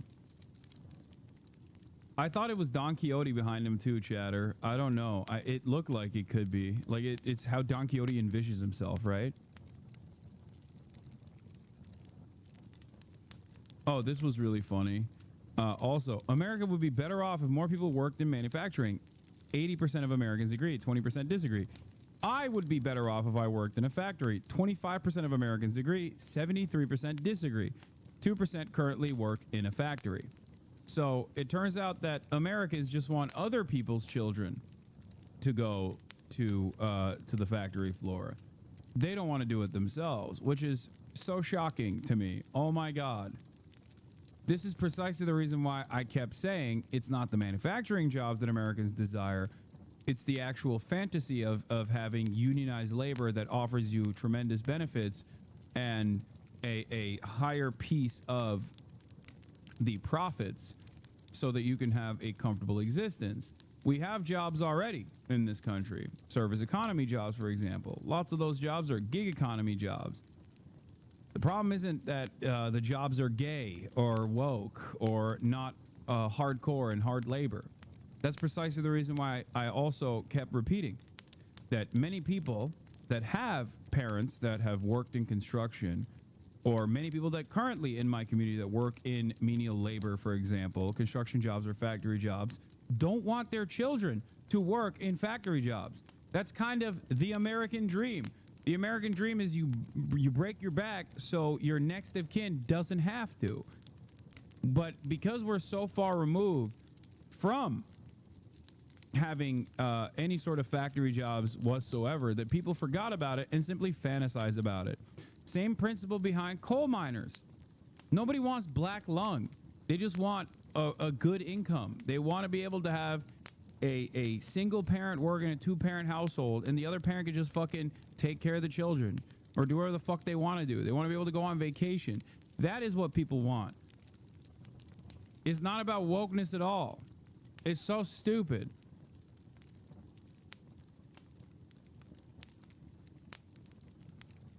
That's it. But you're not getting that. No one is getting that. What we're getting instead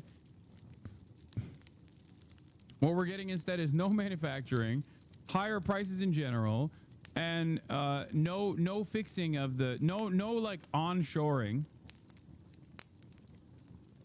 And even if there was any sort of marginal onshoring, it wouldn't mean good jobs to begin with. For the President of the United States, Jessica.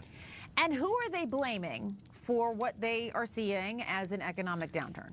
Yeah, okay. So, obviously, you had Joe Biden before you had Donald Trump. And, of course, Donald Trump would say, you know, Joe Biden left us in a horrible state, and I have to help dig us out of it. All right, so let's take a look here. More responsible for the state of the economy, or the economic state. In March, CBS News asked about inflation, and 38% said it was Joe Biden who was more responsible, compared to 34% who said Donald Trump. Let's jump forward to now, in the month of April. Look at this number, 54%.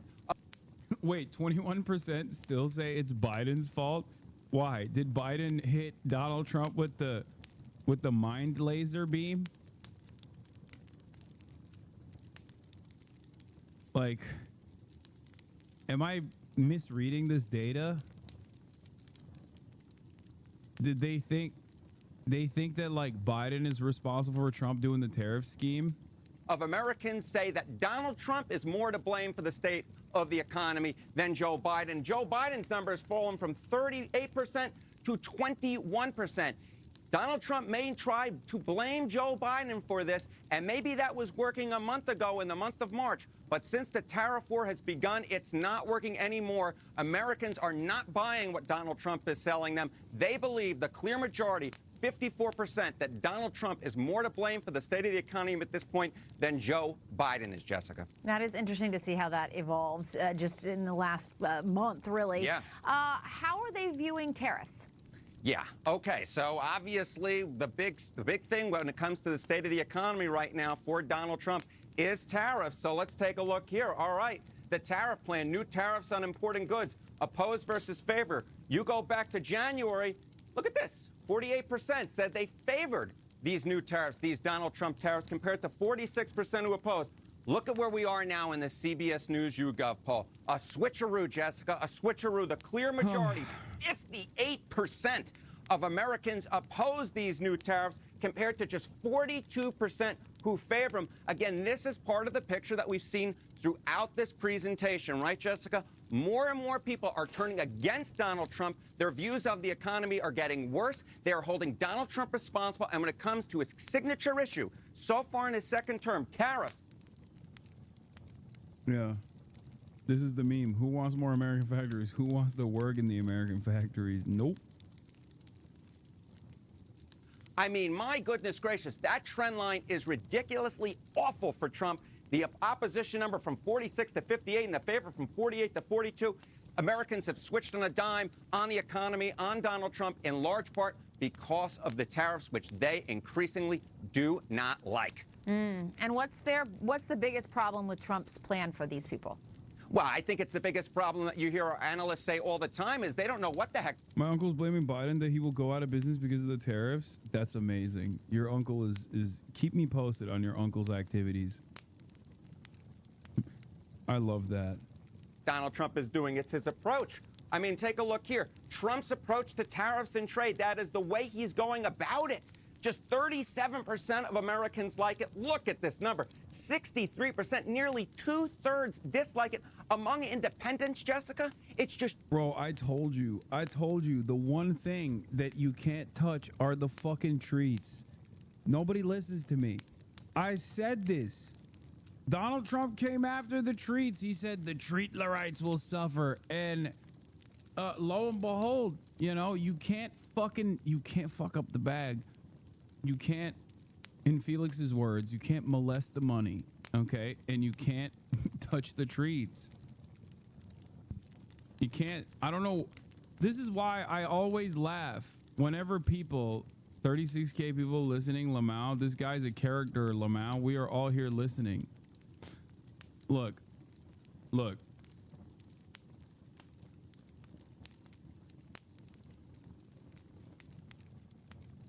I've been saying this was going to happen for fucking months since he started unveiling the tariff agenda. This is why I always laugh whenever someone tells me approval ratings of a particular issue, an issue that hasn't been solved yet, an issue that Americans haven't seen with their own two eyes, like an issue that Americans haven't experienced yet, or even feel like is real. When it's pure fantasy, when it's just a policy that a popular figure like Donald Trump is pushing for, then people can find themselves on board with it. But once it becomes a reality, everybody goes, whoa, whoa, whoa, whoa, we don't want that. We don't want that at all. What do you mean? What the fuck? Why would you? I don't want to pay $3,000 for a Switch 2. What the fuck is this? This is why I always say, get the fuck out of here. Oh, this is a 2080 issue. It's like, yeah, no, it's not. Okay? It's not. It's a major problem with the Democrats that they don't actually actively present a counter narrative against these sorts of things to build up enough resentment so it doesn't even happen ahead of time. They did this with Medicare, or not Medicare for all. Sorry, some chatter was saying Medicare for all. Did this with immigration. Would this happen with Medicare for all as well? Certainly. The immediate period of instability that happens when Medicare for all is implemented would cause a lot of people to say, oh, I don't want this. But once the dust is settled, you would never be able to take that away. Okay? It would take decades and decades of austerity until people were open to privatization. And the greatest example I can give you is Social Security or congestion pricing in New York City. Thank you. Exactly. People fought hard against congestion pricing. People fought long and hard against congestion pricing. Then what did they do? Once it was implemented, people were like, never mind. This was actually awesome. This was a good thing. Okay? Same with Social Security. Social Security is very hard to take away. Very politically unpopular to take away. The problem is the elites know this. That's why they fight long and hard to ensure that there's never any sort of socialization when it comes to medicine. That's it. Republican policies in general, right-wing policies in general, revolve around breaking pre-existing systems or deregulation and destruction, which people think they like before it happens. When it does happen, they go, oh, fuck, I didn't like that. Left-wing policies, though, on the other hand, people might be resistant against, especially because there's a steady flow of propaganda showing you, telling you, lying to you that it's a bad thing if implemented. And there will be a little bit of instability in the interim once implemented. But in the long term, people like their social conditions, their material conditions improving, and will not allow you to take away the things that the government gives them.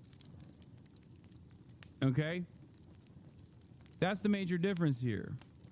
28% of independents who like the way that Donald Trump is approaching tariffs and trade. And that's not much of a surprise because one day Donald Trump is saying one thing, the next day he's saying another. One day someone from his administration saying one thing, the next day that same exact person saying another. The message, simply put, is unclear. And it's the approach more than anything else, Jessica Dean, that the folks in the American public dislike about Donald Trump and his way that he's going about the tariffs and trade policy of the second Trump administration. Even the Affordable Care Act, exactly. Good luck trying to take away the two anti-capitalist provisions baked into Obamacare, the Affordable Care Act. Okay, pre-existing conditions and forcing insurers to provide family care until the age of 26. Those are the two anti-capitalist provisions inside of Obamacare, Affordable Care Act, which was ultimately a right-wing market-based solution and a hurdle against socialized medicine overall. You won't be able to take those away easily. I mean, Americans are very stupid, so maybe you can convince them. Probably not, though. Seemingly, it's been hard to tackle. Donald Trump tried to tackle it last time around, was not able to do so, and backed away from it ultimately. So, very interesting. And then overall, how does this affect his approval rating? Yeah, okay, so we talk about the economy, right? But does the economy, the way people feel about the economy, equal the way they feel about Donald Trump overall? Because if it doesn't, if these two paths don't cross, then these numbers don't mean anything. Right. But let's take a look right here. Donald Trump's net approval rating. In early February, according to CBS News, look at that, it was +6. Late February, +2. March, 0, even approval, disapproval. Look at where we are now, -6 points. He's underwater for the first time in the CBS News YouGov poll, at least in his second term. Again, it's the trend line that's so important here, and the trend line and the American people are turning against Donald Trump. And that's why I said at the beginning, Jessica, that this, in my mind, is the worst poll that Trump has received in his second term so far. All right, Harry Enton, as always, with the numbers there. Thank you so much. the fact that it's only -6 is also another indication of Trump's overall popularity, the cult-like fervor surrounding his person, and how stupid Americans have become. Because I don't think that Biden would be able to. I don't think Biden would be able to retain only 6%, or not 6%, sorry, -6% net approval if he were to implement actions such as this one. I feel like they'd assassinate him. You know, I mean, first time he's like, "Oh, I'm gonna do tariffs, Jack." He'd be packed up. They would shove him into a locker and replace him with a body double. Pronto. So much. So this week begins with the country and the global economy caught in the grip of uncertainty. If that sounds familiar, it is, since that. He's actually still winning on the trans athlete narrative. A lot of leftists feel right wing by siding with him. Yeah, I think people are very stupid. If you spend any time saying, yeah, we got to eliminate transgender athletes from competitive sports, you are the dumbest person on the planet. Like, how do you not understand that these two things go hand in hand? Okay? It's this stuff that's impactful. The trade war, the unnecessary trade war that Trump implemented, that is ruining your future, or not tackling the cost of living crisis that he ran on and successfully won on. Anyone that fucking thinks that the real issue in America is like the 3 transgender athletes or whatever is the biggest dumbass of all time. I'm sorry, I can't have a serious conversation with a person like that. Like, you're so stupid. That has clearly become the status quo over the past weeks. Head-spinning uncertainty stemming from President Trump's rollout of his tariff plan. U.S. stock futures, they are on the rise this morning. Now, after the Trump administration carved out exemptions from the president's reciprocal tariffs. For a closer look at China when it comes to tariffs, let's get to Eunice Yoon in Beijing. A lot going on, Eunice, regarding rare earths, visit to Vietnam, and more. Good morning.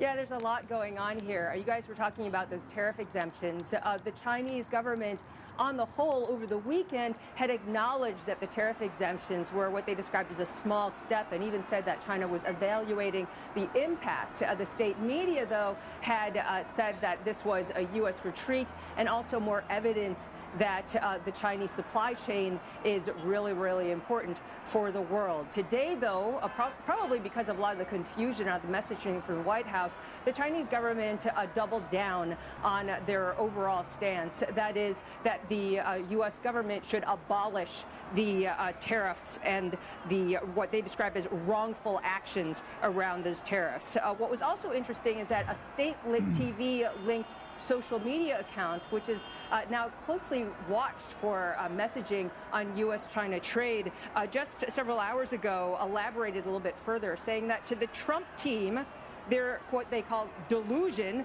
is China will compromise under high tariffs. The account goes on saying if the U.S. really wants to talk, China needs to see real action.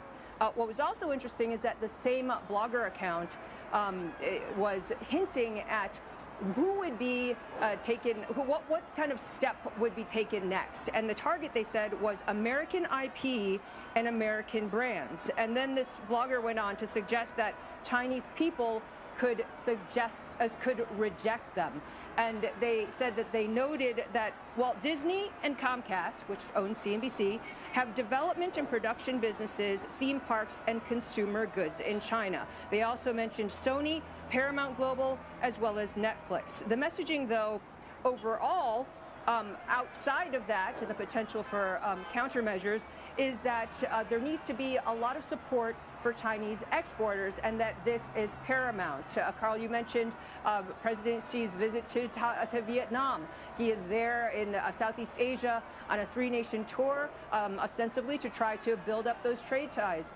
Today he announced, or China and Vietnam announced that they had signed several trade negotiation deals. And then, of course, there is the private sector that is also getting involved to try to help redirect some of the goods that the exporters used to sell, and I guess still do sell to the United States as well as elsewhere, but also to sell them here in China.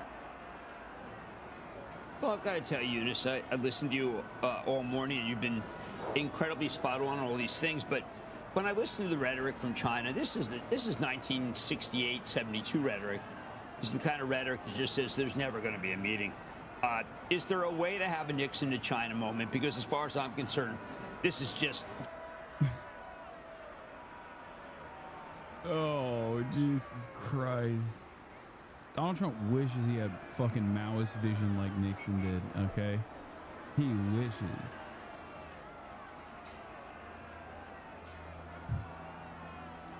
China threatened us with this move in 2019. The DOD has been musing on doing something about it since 2010, but hasn't. Great job not preparing for anything.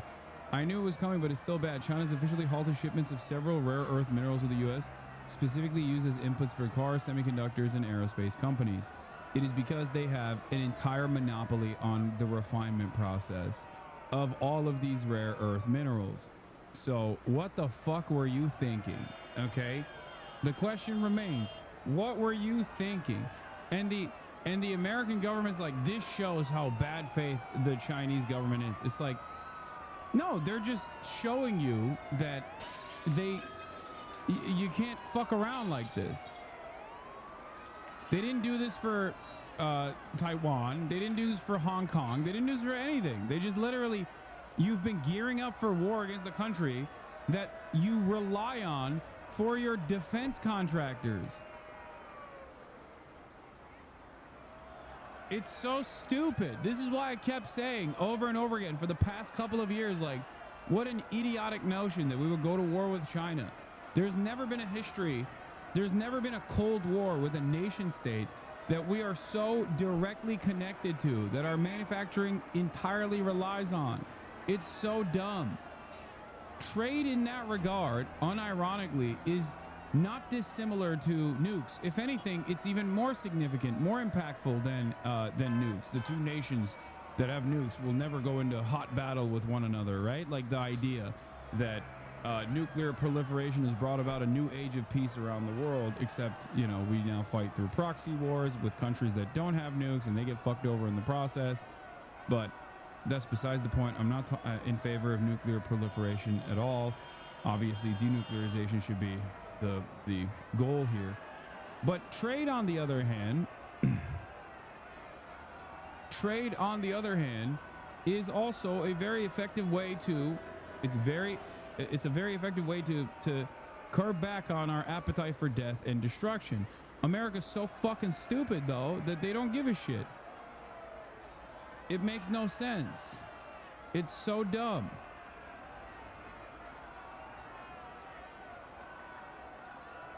It's so fucking dumb.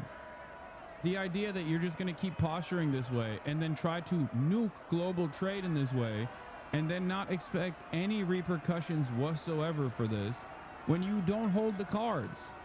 Okay? Ironically enough, Xi Jinping should call up Donald Trump and be like, you don't hold the cards, Donald. You don't hold any of the cards, Donald.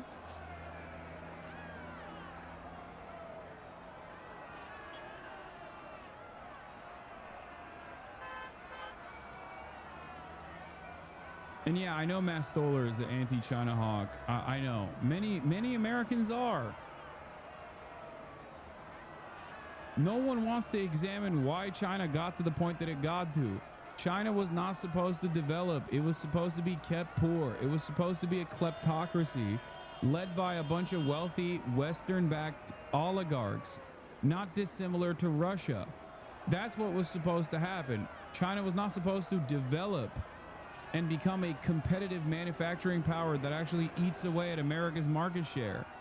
Okay? That's the problem.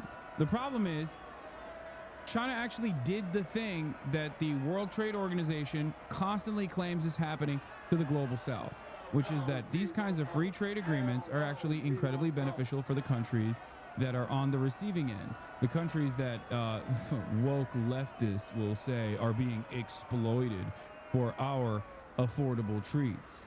Okay?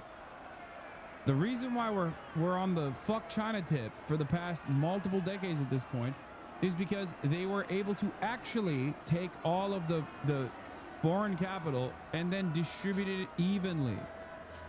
Okay? And before people say, Hasan, China has billionaires. I know, dude. I know they do. And you know what happens to those billionaires? Sometimes when the Chinese government doesn't like what they have to say about banking regulation, for example, Jack Ma happens. Okay? They come out, they deliver a speech, they talk about banking regulations being outdated in China, and then they disappear. They disappear. They're gone for a little bit. They go to the rural countryside for a little bit, only to return and be like, Mr. Philanthropy.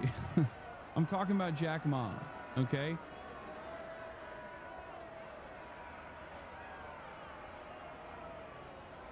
So it's not like it's not a country that runs in the same ways that the United States of America and Western countries run. What is this? CIA confirms that when it scanned Director Ratcliffe's phone for signal gate messages, they were gone. Nice.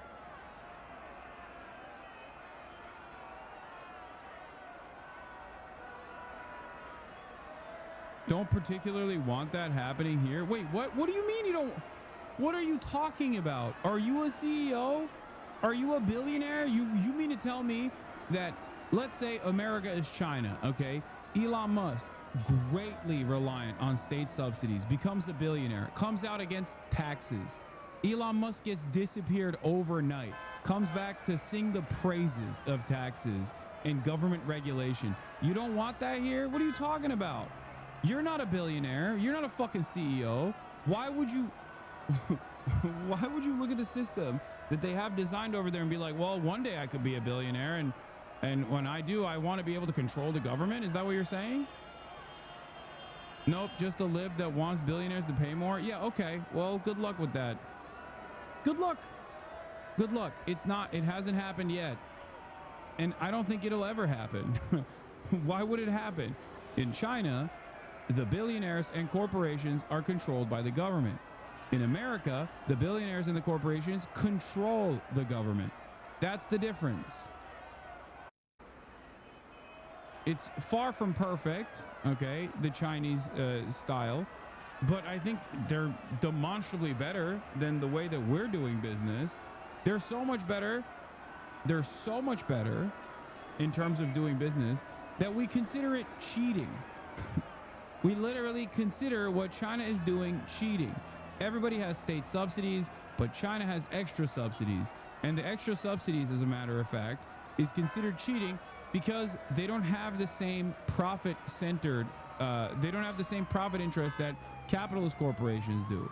We give subsidies to our corporations. They somehow turn back into, they somehow generate all that wealth and then turn it back into stock buybacks. They don't do that. If you were to do that, you'd go to fucking prison.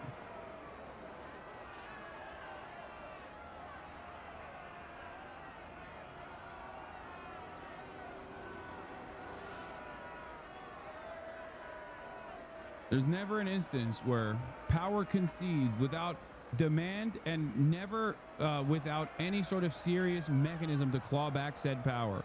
It's just not going to happen.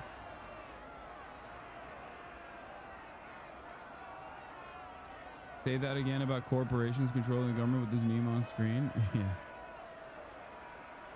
What is this good TikTok video on it? They rob you blind and you thank them for it. That's a tragedy. That's a scam. That's why I'm saying this right now.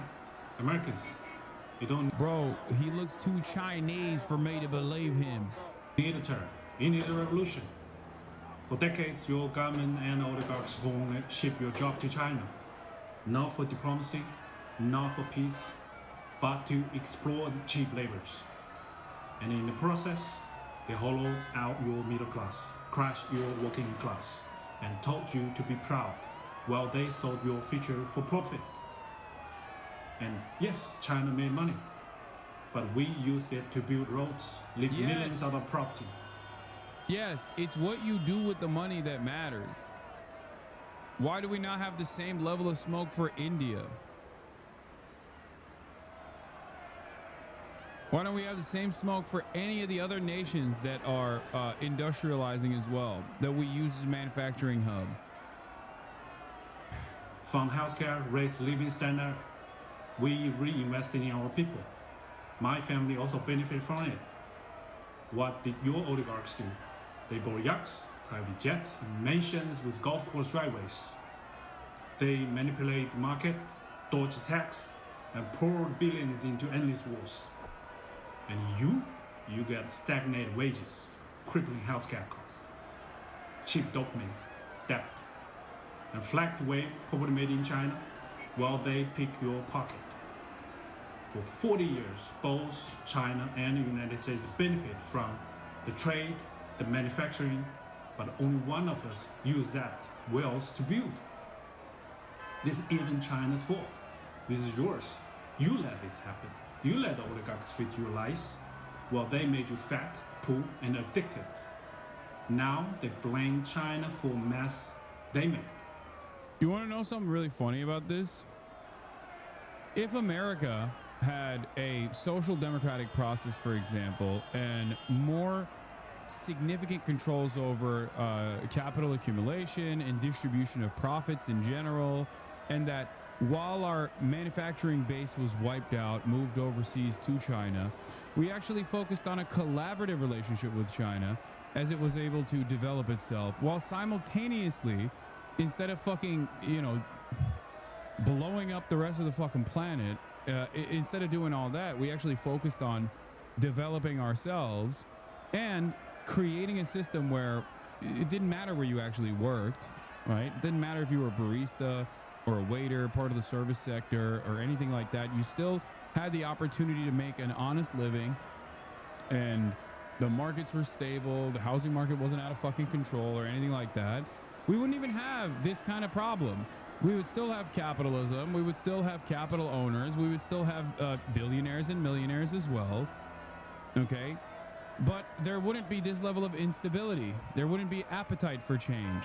You would not have had a Donald Trump style figure win. The irony is that the endless greed is a suicidal ambition. The endless greed in this regard is the reason why we're in the position that we're in. It's also impossible to maintain social democracy of that sort. Obviously, look to Europe. No matter what, when there's this level of wealth and income inequality and people that stand to gain more, they will always try to create new profit sectors. The radicalization of normies from contact with regular Chinese people is accelerating. China's soft power is growing. Oh, for sure. In the Chinese internet. Oh, this is I mean, this is a fucking old video. I really like it though. I don't think so. I don't think you need another tariff. You need to wake up. That's ahistorical though. Capitalism never develops like that. If China maintains capitalism for long enough, it too will eventually be consumed by capital. Yes. I know. I know that. The only difference in this regard is that there's still a lot of power and a lot of control in the hands of the party that still abides by the wishes of the public and works to move in the direction of uplifting the public. And it becomes hard at times, and yet they still try to fix these issues. We don't have that interest at all. We do not. Capitalism has never, ever in a million years, ever put the interest of the people.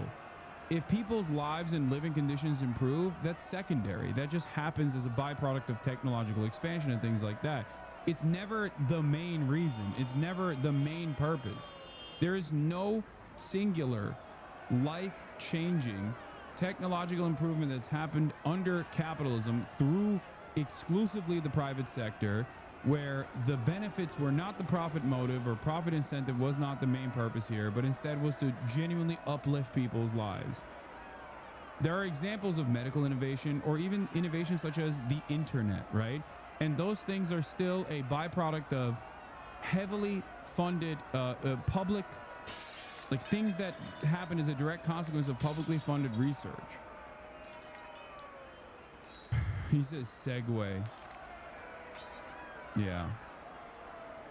You need to take your country back. I think you need a revolution. They rob you blind. This is why I fucking say your enemy is not China, it's global capital.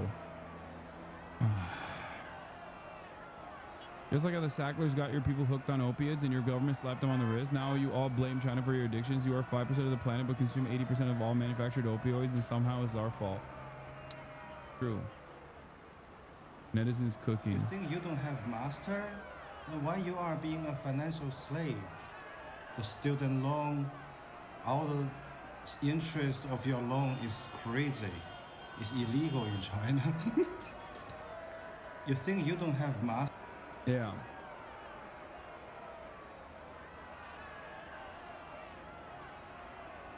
I was thinking about the Sackler thing as well. Like Trump keeps talking about fentanyl and how it's like the Chinese that brought about fentanyl. And it's like, I didn't know the Sacklers were fucking Chinese, dog. I had no idea. I did not realize that the Sackler family was fucking Chinese, dude. Extraordinary boom was the very opposite. The US-China trade war makes much more sense and is so much funnier if you've seen this Adam Curtis banger. For the extraordinary boom was the very opposite. It happened because of a giant exercise of political power by an elite thousands of miles away on the other side of the world.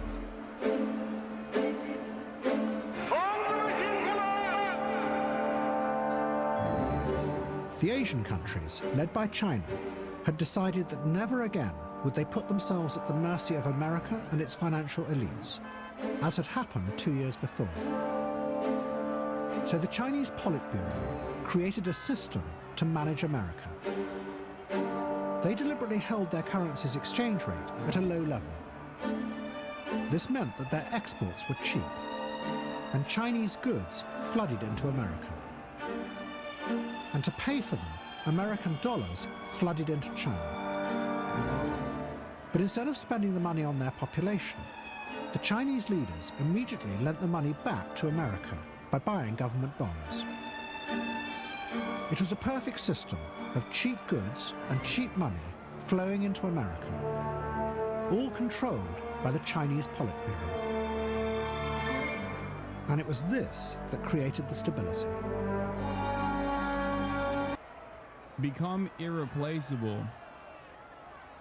This, I think, is one of the biggest differences between, if Israel looked to apartheid South Africa and learned the lessons of what not to do and become an impossible to shake force in American politics at the domestic level, so that your allegiance with the global hegemonic superpower never goes away, and you can continue doing death and destruction, genocide, apartheid, all that good stuff.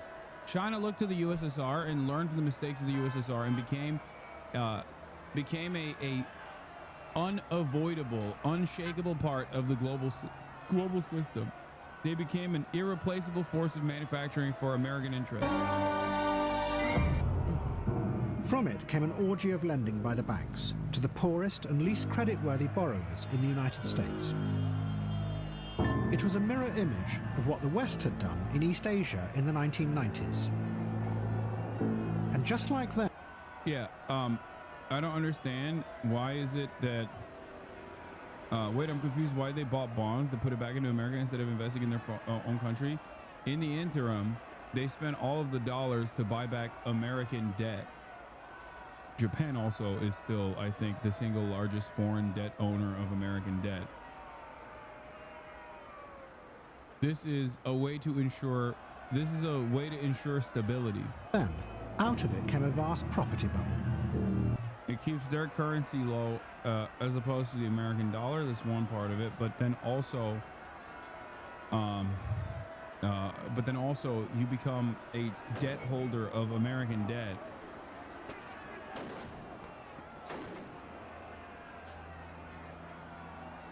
And makes it harder for America to undermine your position. It is as if over $1 trillion has been recycled, wrote one economist, to a third world developing economy that exists within America's own borders.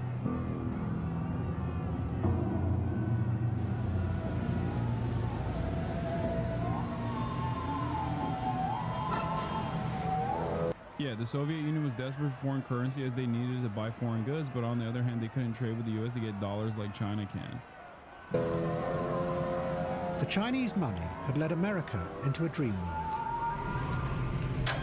But the reason that so few bankers and politicians questioned it was because of their faith in computers. They were convinced that it was the computer for the... I don't think this is the whole... Another very relevant banger for All Washed Over by Machines of Loving Grace. There was something wrong. And in 1996, Greenspan made a speech that warned that the market might be overvalued, that a dangerous speculative bubble was being created. Early December of 1996, Alan Greenspan warned that the U.S. stock market may be in a period of irrational exuberance, and you would have thought the world would come to an end. The politicians attacked him from the left, from the right. Main Street was upset with him, Wall Street was upset with him, and at that point there was a very unfortunate turn of events because he knuckled under to political pressure. He changed his mind.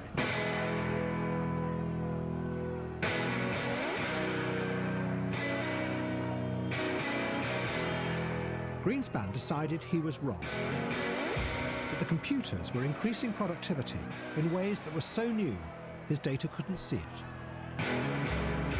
And he went to see President Clinton to tell him the good news. It really was a new economy. Greenspan described it to Clinton as like discovering a new planet.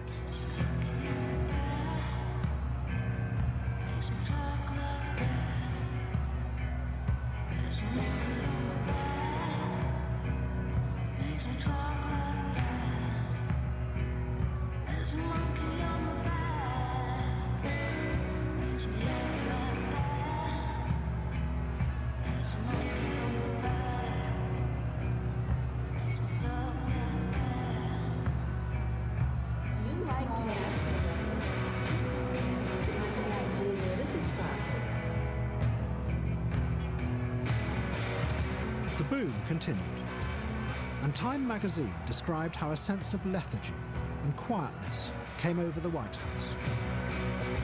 It was as if the president didn't have anything to do.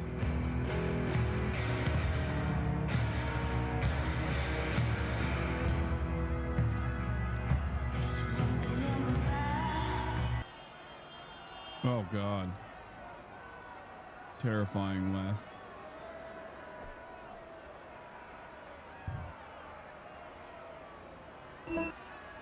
Gross.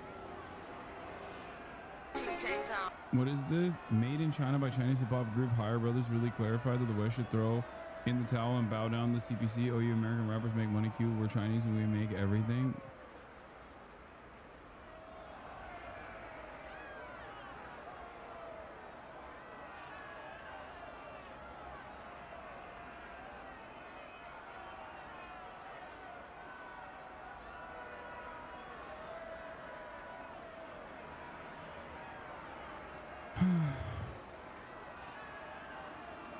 There's a bunch of other funny TikToks that pertain to China that I want to get to after we're done with the American financial news sector trying to make sense of the senseless. Right now, you're on the verge of when I was a little boy. We kept thinking, when are they going to bomb us? I mean, that was the same rhetoric. Well, when are they going to launch their nuclear weapons? I mean, that's why we used to live in fear. That's why we had cubby holes. That's why we used to put our heads in a cubby hole, because the This guy's a trot, by the way. Chinese were going to bomb us if the Russians didn't bomb us. This is the same sound. Well, I mean, I think that the Chinese have shown that they are willing to negotiate, that they do eventually want to have some sort of meeting. But it's just that the rhetoric, I mean, you mentioned rhetoric coming out of China. The rhetoric from the Chinese perspective of the White House is not actually that helpful, because the way things are being set up is that President Trump is the kingmaker and that all these countries around the world are going over there and groveling and asking for deals. From the Chinese perspective, this cannot happen because for President Xi Jinping, it is so politically dangerous for him to be seen as crawling. Jim Cramer, Trotsky believed that the workers should own the means of production. Not a bad idea. Hashtag Leon Trotsky. Hashtag you called it.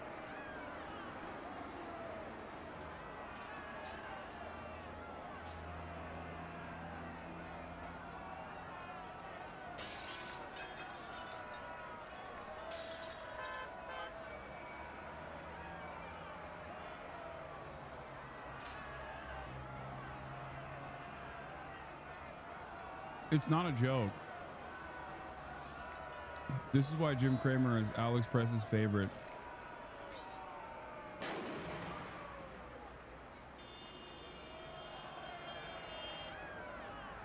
Yeah.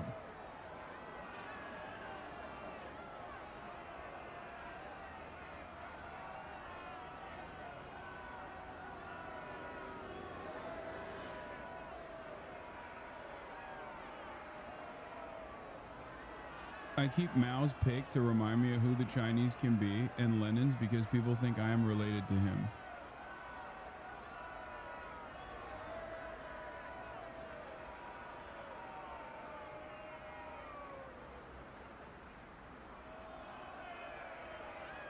Yeah.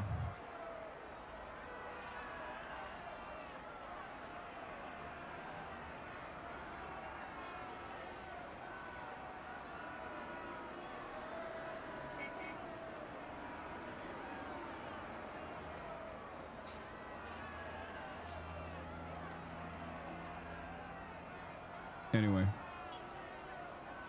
Over to the United States asking for a deal. Eunice, thank you. Eunice Yoon, we'll talk again shortly, I'm quite sure. Wishing a good morning to Vietnam.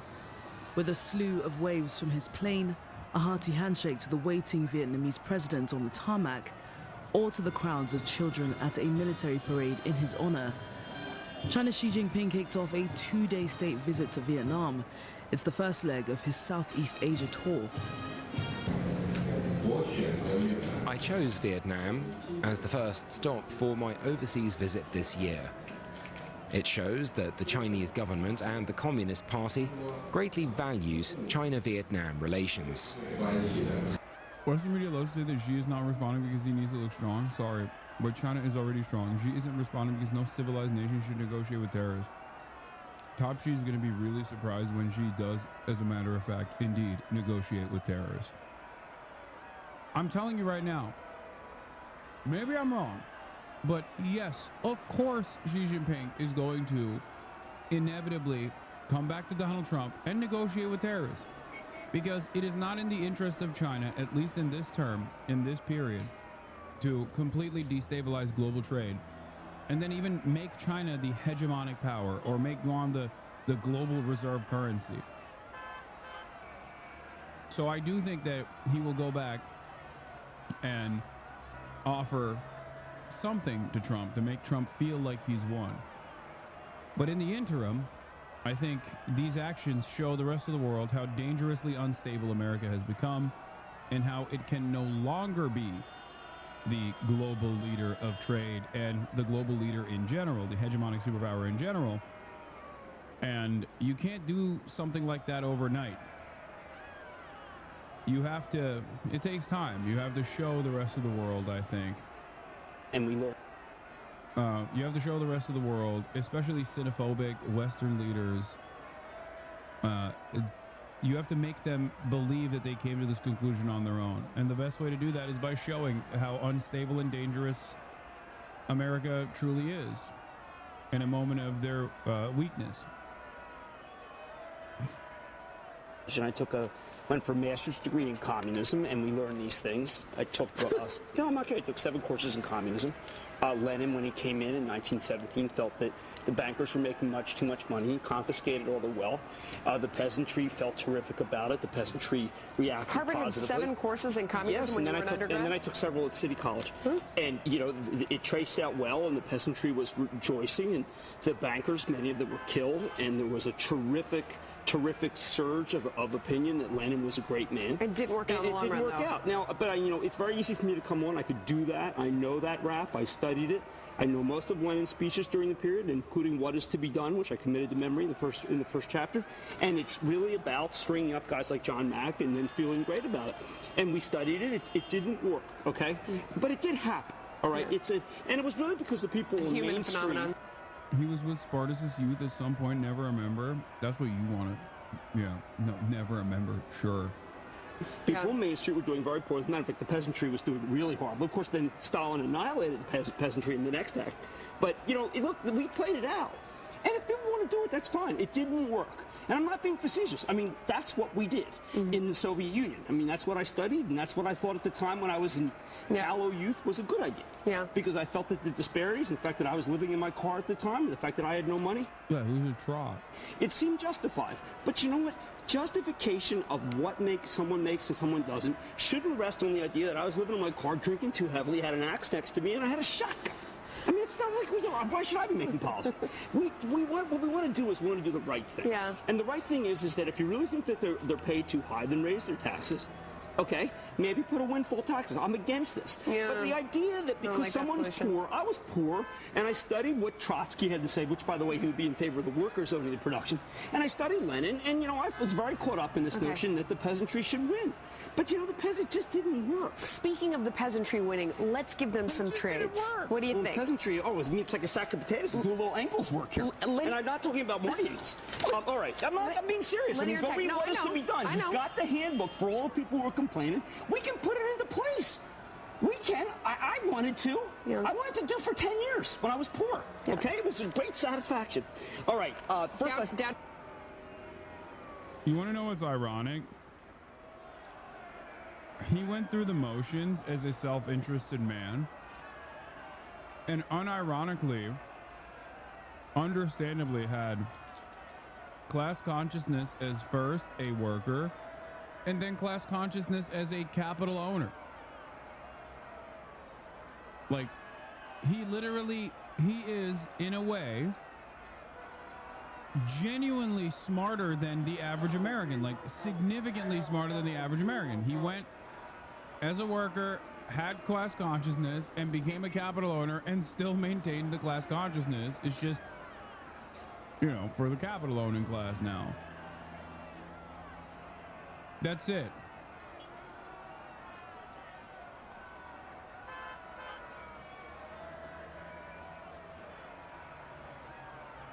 No, he was never a Maoist like Van Jones. Van Jones is something different. Van Jones actually participated in radical action. Van Jones was straightforwardly a Maoist. That is very different than being a trot because you took courses in college and you thought, you know, permanent international revolution is going to happen or whatever. Yeah, Van Jones was a Vanguard Jones.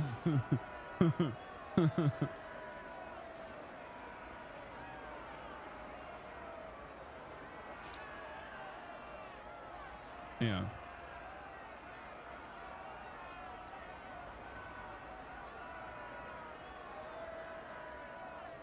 What is this? This is my favorite clip of someone studying Mao. Oh, gay Marxist Millie.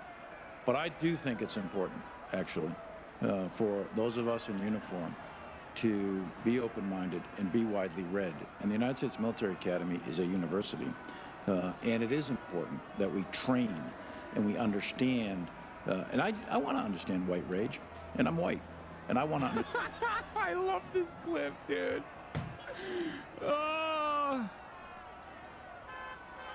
Oh my God. It was so good. It's so fucking good. I want to understand white rage, and I'm white. Understand white rage, and I'm white. And I want to understand it. So what is it that caused thousands of people to assault this building and try to overturn the Constitution of the United States of America? What caused that? Yeah. I want to find that out. Yeah. Have you guys thought about a revolutionary thinker? His name is Jay Sakai. I want to understand. I want to understand what leads the white proletariat to engage in acts of white rage. How did this happen? I want to study it, examine it. I want to maintain an open mind here, and I do want to analyze it. It's important that we understand that. Is he the liberal Hitler Brace is talking about? Yeah, exactly. Because our soldiers, sailors, airmen, Marines, and Guardians, they come from the American people. So it is important that the leaders, now and in the future, do understand it. I've read Mao Zedong. I've read Karl Marx. I've read Lenin. That doesn't make me a communist. So what is wrong with understanding, having some situational understanding about the country for which we are here to defend? You think Millie knows about settlers? 100%, yes. He's not a fucking brute, dude. Yes.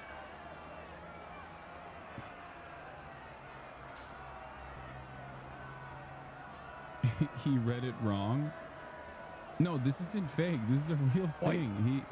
Yes, this is real. It happened. He said it. Chairman of the Joint Chief of Staffs on critical race theory. I've read Karl Marx. I've read Lenin. That doesn't make me a communist. So what is wrong with understanding the country which we are here to defend?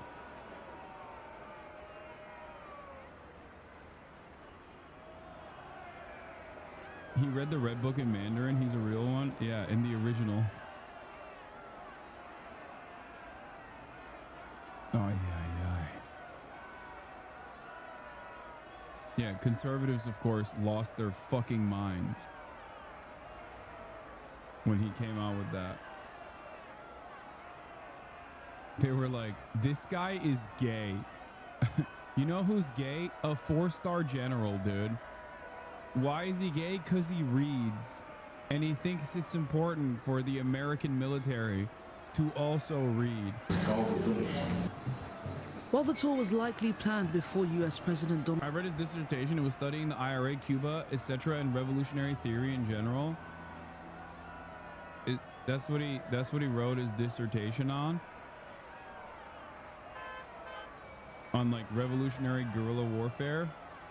His thesis was titled, A Critical Analysis of Revolutionary Guerrilla Organization in Theory and Practice. To destroy people's liberation movements, not to help revolution. Yeah.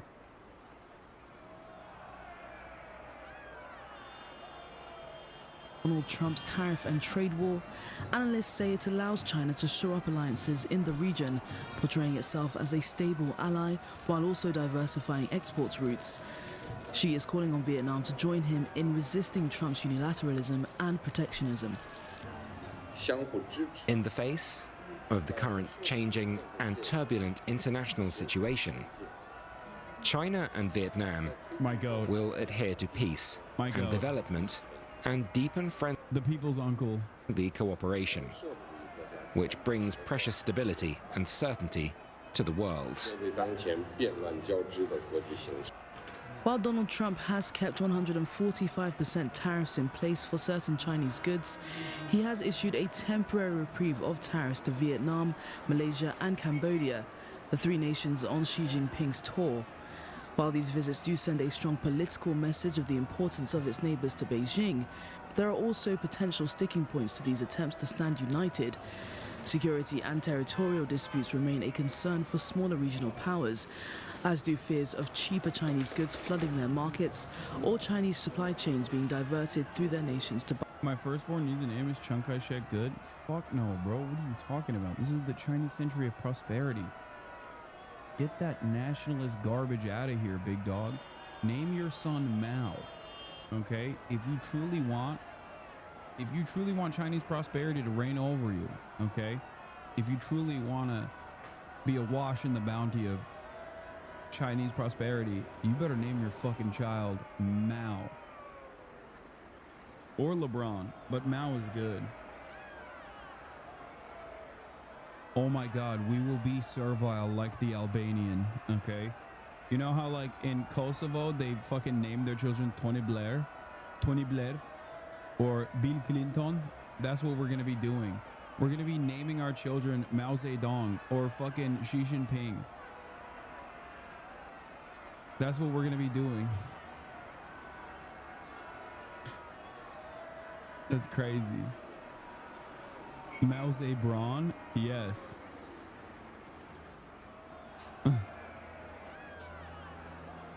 Thank you, CCP. You are my best friend. You are the peacekeeper. You are the legend. Thank you, CCP. Workers' genocide. You are the peacekeeper. You are who we abide.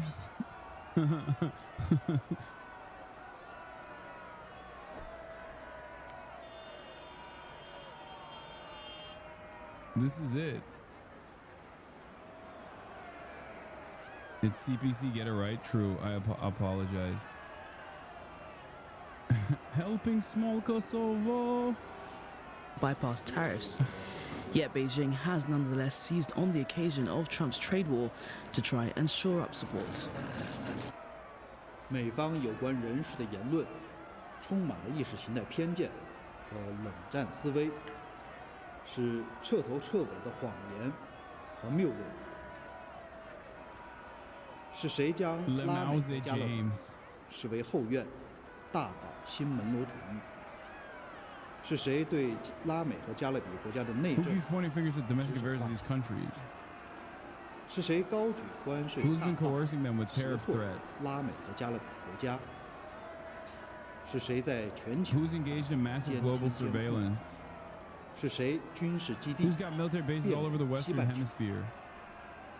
是谁放任轻小武器 Who's letting small arms and light weapons and ammunition flow into Latin America and the Caribbean as a zone of peace? 世人看得很清楚。 The world knows full well the answers to these questions. 中拉合作是南南合作。 China's cooperation with Latin America. Wait. Oops, sorry. 没有地缘算计。合作 China's cooperation with Latin American and Caribbean countries is South-South cooperation. 只有相互支持。 It is always aimed at giving each other support and never driven by geopolitical calculations. 中方从拉美和加勒比国家 China is committed to equality and mutual benefit in engaging in these countries and never seeks sphere of influence or targets any third party. 也不针对任何第三方。美方反复 The U.S. keeps vilifying China and peddling the so-called China threat in order to cook up 中国威胁论，不过是想以之为借口 pretext to justify their action to control countries in this region, yet they will never succeed. 不会得逞。 Welcome back, and joining me now is Ray Dalio, the founder of the world's largest hedge fund, Bridgewater Associates. He is also the author of the new book, How Countries Go Broke. It's out in June. Mr. Dalio, welcome to Meet the Press. Thank you. Good to be here. Just call me Ray. Okay, well, Ray, I'll take you up on that. Thank you so much for being here. We really appreciate your perspective. As I just said, you did found the world's largest. This has 2 million views in one day. You know what's really funny? No, you're saying shilling this trash. I don't even know what he's gonna say. but half the time these neoliberal demons have more coherent analysis about how China is dominating us, partially because they played a formative role in designing the global trade structure that allowed China to become a manufacturing hub for the world. So it's weird. We're still listening to billionaires. No, listen to me. Listen to what I have to say.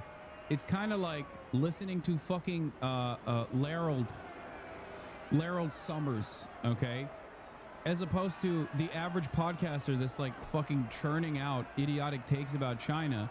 These guys sometimes are literally correct, even if it's like a Benny Morris phenomenon, where it's like they're correct on the basics, they're correct on the fundamentals, they're just incorrect on the direction that we should be heading towards, because they obviously want to maintain American hegemony. It's like when Michael Bloomberg came out and was like, China is great. You guys not remember that? When Michael Bloomberg was running for president in the fucking Democratic primaries, and straight up, like, he was just like, China's awesome. You guys are fucking stupid. China is great. It's next up. And everyone was like, what? What are you saying? You're running for president. You can't say those things. And he was like, I don't give a shit. I'm a fucking billionaire. Hedge fund. You have been in this field for more than 50 years. It's worth pointing out to our viewers. I think it's important to note you can... Your moot is shitting on the goat? What is he saying? J.D. Vance called universities the enemy. Sound familiar? Mao Zedong said the same before purging scholars and attacking universities in the 60s. The result? China stagnated for a decade. Bro. I think... You know what the irony is? We're doing the reverse, where it's like a cultural revolution, but instead of stamping out reactionary forces, it quite literally, and by the way, there's much criticism to be had towards that sort of thing anyway, but it quite literally is stamping out revolutionary forces so that the only attitude that remains is reactionary. It's quite literally at the behest of counter-revolutionary thought. It's like making dudes, it's like locking up dudes into a room and being like, you need to write 1,000 words every day about why you hate woke. You need to, did you, Dear Chairman, I found myself thinking that trans people were human today. I apologize for this. I apologize for this action. I have engaged in, once again, woke revolutionary thought. I know that the war I wage is within myself and with the revolutionary forces all around us. Yeah, the great trip backwards. They're doing anti-woke struggle sessions, dude.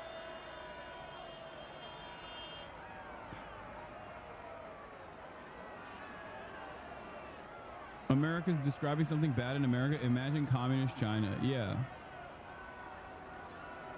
We're doing struggle sessions and writing self-crit, but the self-crit is about having woke opinions. Deng's first proclamation was to denounce the Cultural Revolution. It was a tragic event from the top down. American hatred for education seems to be from the bottom up. A lot of angry white men who couldn't cut it want to burn it down. Listen, I'm not going to say nothing, okay? Sometimes you got to stamp out reactionary forces, all right? That's all I'm saying. And maybe doing it in a decentralized structure is seemingly one method. Consider yourself to be apolitical, and you say that the tariff problem is a symptom of a much greater problem. What do you mean by that? There's a financial problem. There's an imbalance problem. There are basically 5 big forces through history that drive everything. First, there's the money, credit, debt, economic cycle, in which there's a building up of debt in a cyclical way that becomes too large, and we're going to have problems. We're going to have a government debt problem. Maybe we can get into this. The second big force through time is the internal conflict force. The left and the right, differences in wealth and values causing a conflict that we're seeing it changing our political order. So the first is changing our monetary order. The second is changing our political order internally. And then the third is the great world order. How countries... Liberals will do anything but examine history and contemporary society through a materialist lens, through the lens of dialectical materialism. They will tell you the most insane stories, okay? They'll be like, oh, class, working class versus capital owning class. How about middle class? How about generational socio-political differences? Let's talk about generations, boomers, millennials, zoomers, that sort of thing. Like, it's fine, man. You can, just like a dietitian can base their diet off of calories in, calories out, you can have a whole bunch of different, the entire field of sociology is filled to the brim with adding stuff on top of what I'm referencing, as long as the fundamentals are still there. But these guys know it has to be spiritual. It has to be totally different, idealistic, spiritual. This is the things that drive history forward is debt ownership. Deal with each other when there's a rising power challenging the existing power. And now we are going from multilateralism, which is largely an American world order type of thing, to a unilateral world order in which there's great conflict. And the other two factors all through history have been acts of nature, droughts, floods, and... Multilateralism, but America controlling it, versus unilateralism, which is not America controlling it. Pandemics. And number four is technology changing. And how they are coming together are the main forces behind this. For example, there can't be imbalances anymore in that environment. Do you think that President Trump's tariffs are exacerbating what you are describing, this complicated mix of challenges that the world is facing? I think it's just a function of how well they're handled. You know, it's a reality that it's a desire to bring in tax revenue from that. It's a reality that we would like to build manufacturing and jobs here. This is a reality. That's how that's done, whether that's done in a practical way, whether that's done in a stable way, whether that's done with quality negotiations. I mean, a guy like Ray Dalio also should believe that Donald Trump is in the right here,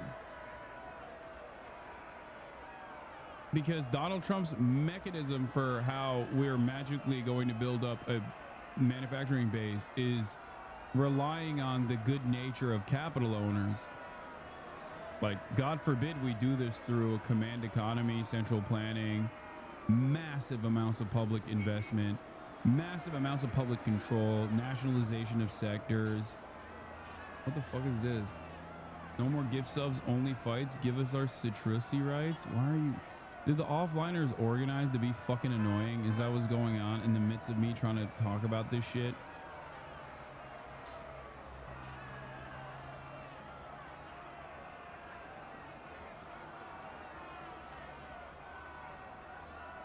Go back to your fucking Discord, offliners. In which that's a mutual problem, or whether that's done in a chaotic and disruptive way that produces great conflict, makes all the difference in the world. Based on what you're seeing right now, do you think that these tariffs are being carried out in a practical way or a chaotic way?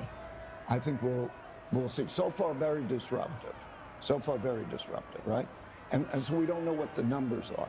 But that could be part of a process, right? It depends where we are at the end of the 90 days. Because what was put there is like throwing rocks into the production system. And those impacts would be enormous in terms of the efficiency of the whole world. Great cost. I want to ask you about... Wow. Yeah, 90 days is all it'll take to build factories, I think. Yeah. Something that's on a lot of people's minds, your predictions for the future. And I want to start with the R word. I know you think this is just a piece of it. Of course, I'm talking about a recession. Do you think it is likely that the United States will dip into a recession because of President Trump's tariffs? I think that right now we are at a decision-making point and very close to a recession.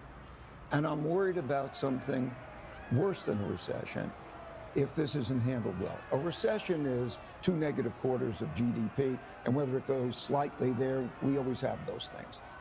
We have something that's much more profound.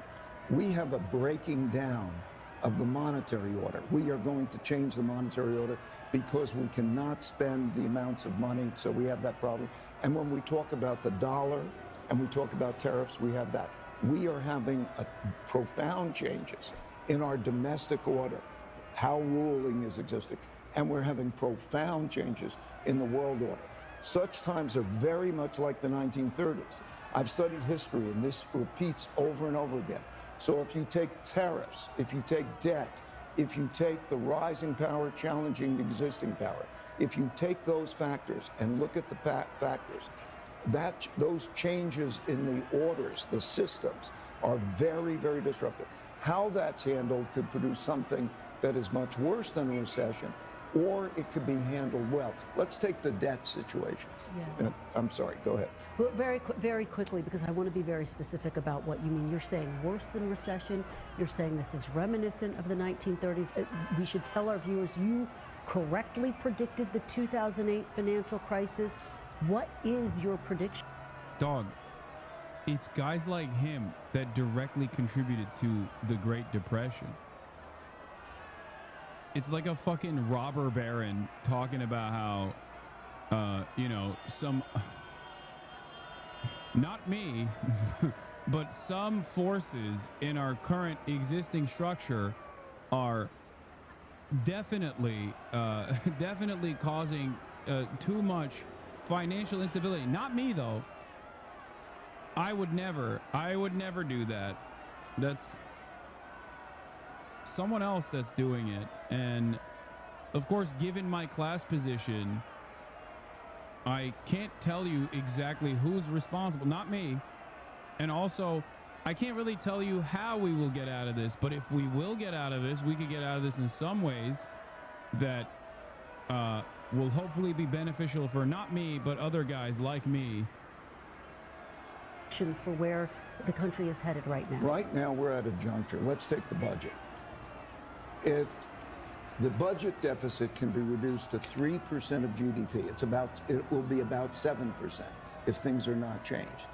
If it could be reduced to about 3% of GDP, and these trade deficits and so on are managed in the right way, this could all be managed very well. I believe that members of Congress... How? What do you mean by managing trade deficits? Like, what's the goal? Let's say we already have pre-existing, we have things that we manufacture, we have things that we produce, okay? Beyond fintech and other services that we provide to the rest of the globe, we do have certain things that we can sell to every country, right? Poultry, meat, things of that nature. Is that how we do it? Is that what we're gonna do?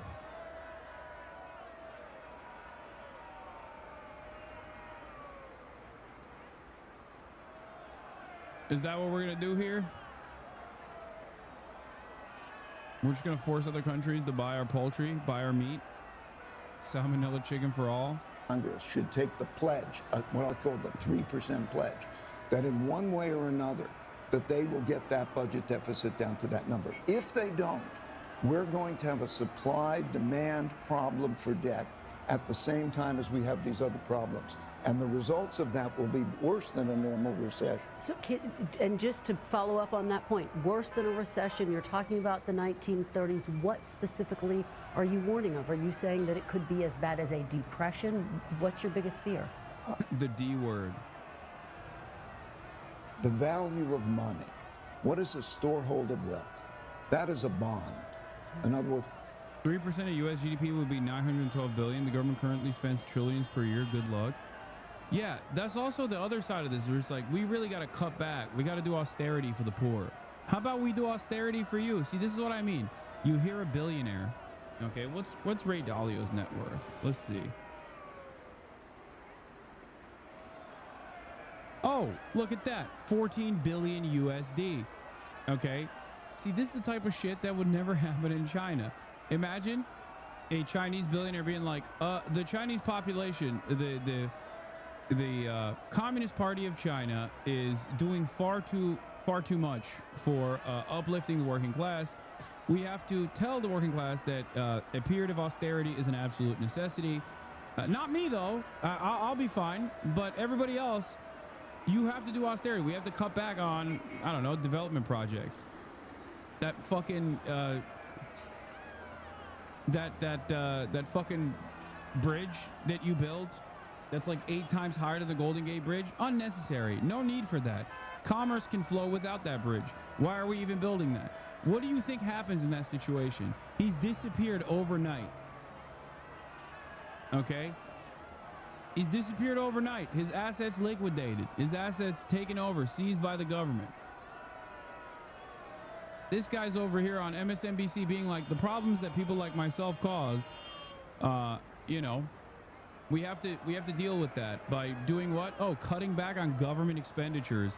Where can we cut? Not on the military budget, of course. We would never be able to do that. That's crazy. That's what allows us to be the dominant global superpower. Where should we cut the budgets on? Social Security and Medicare.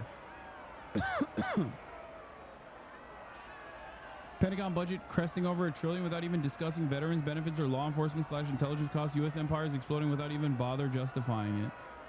Without ever bother. One man's debt is another man's assets, bondholders.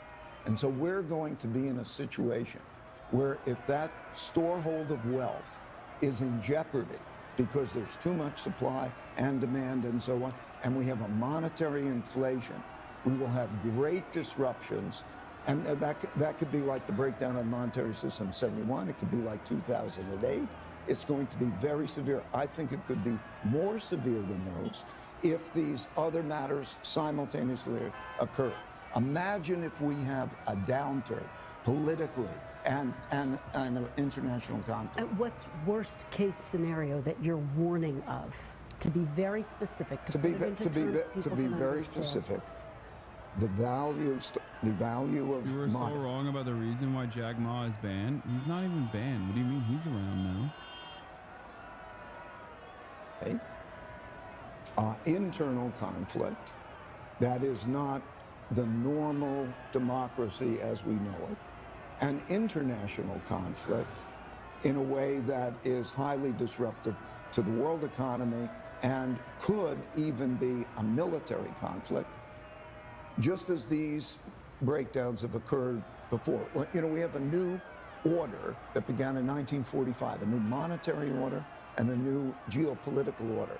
And these go in cycles that can be measured.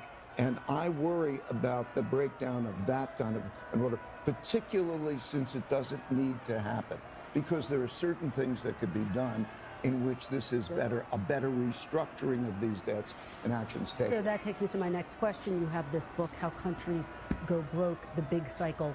What is the solution here? Well, there are a series of solutions, but let's take the most important. And we have 1 minute. 1 minute. Okay. 3% of GDP, bring that deficit down. It can be done in a bipartisan way, the way it was done between 1991 and 98. I explained how that could be done, doing things together for the greater good. And dude, welfare reform, dude, austerity. That's how we do it. Yeah, obviously, fuck the working poor.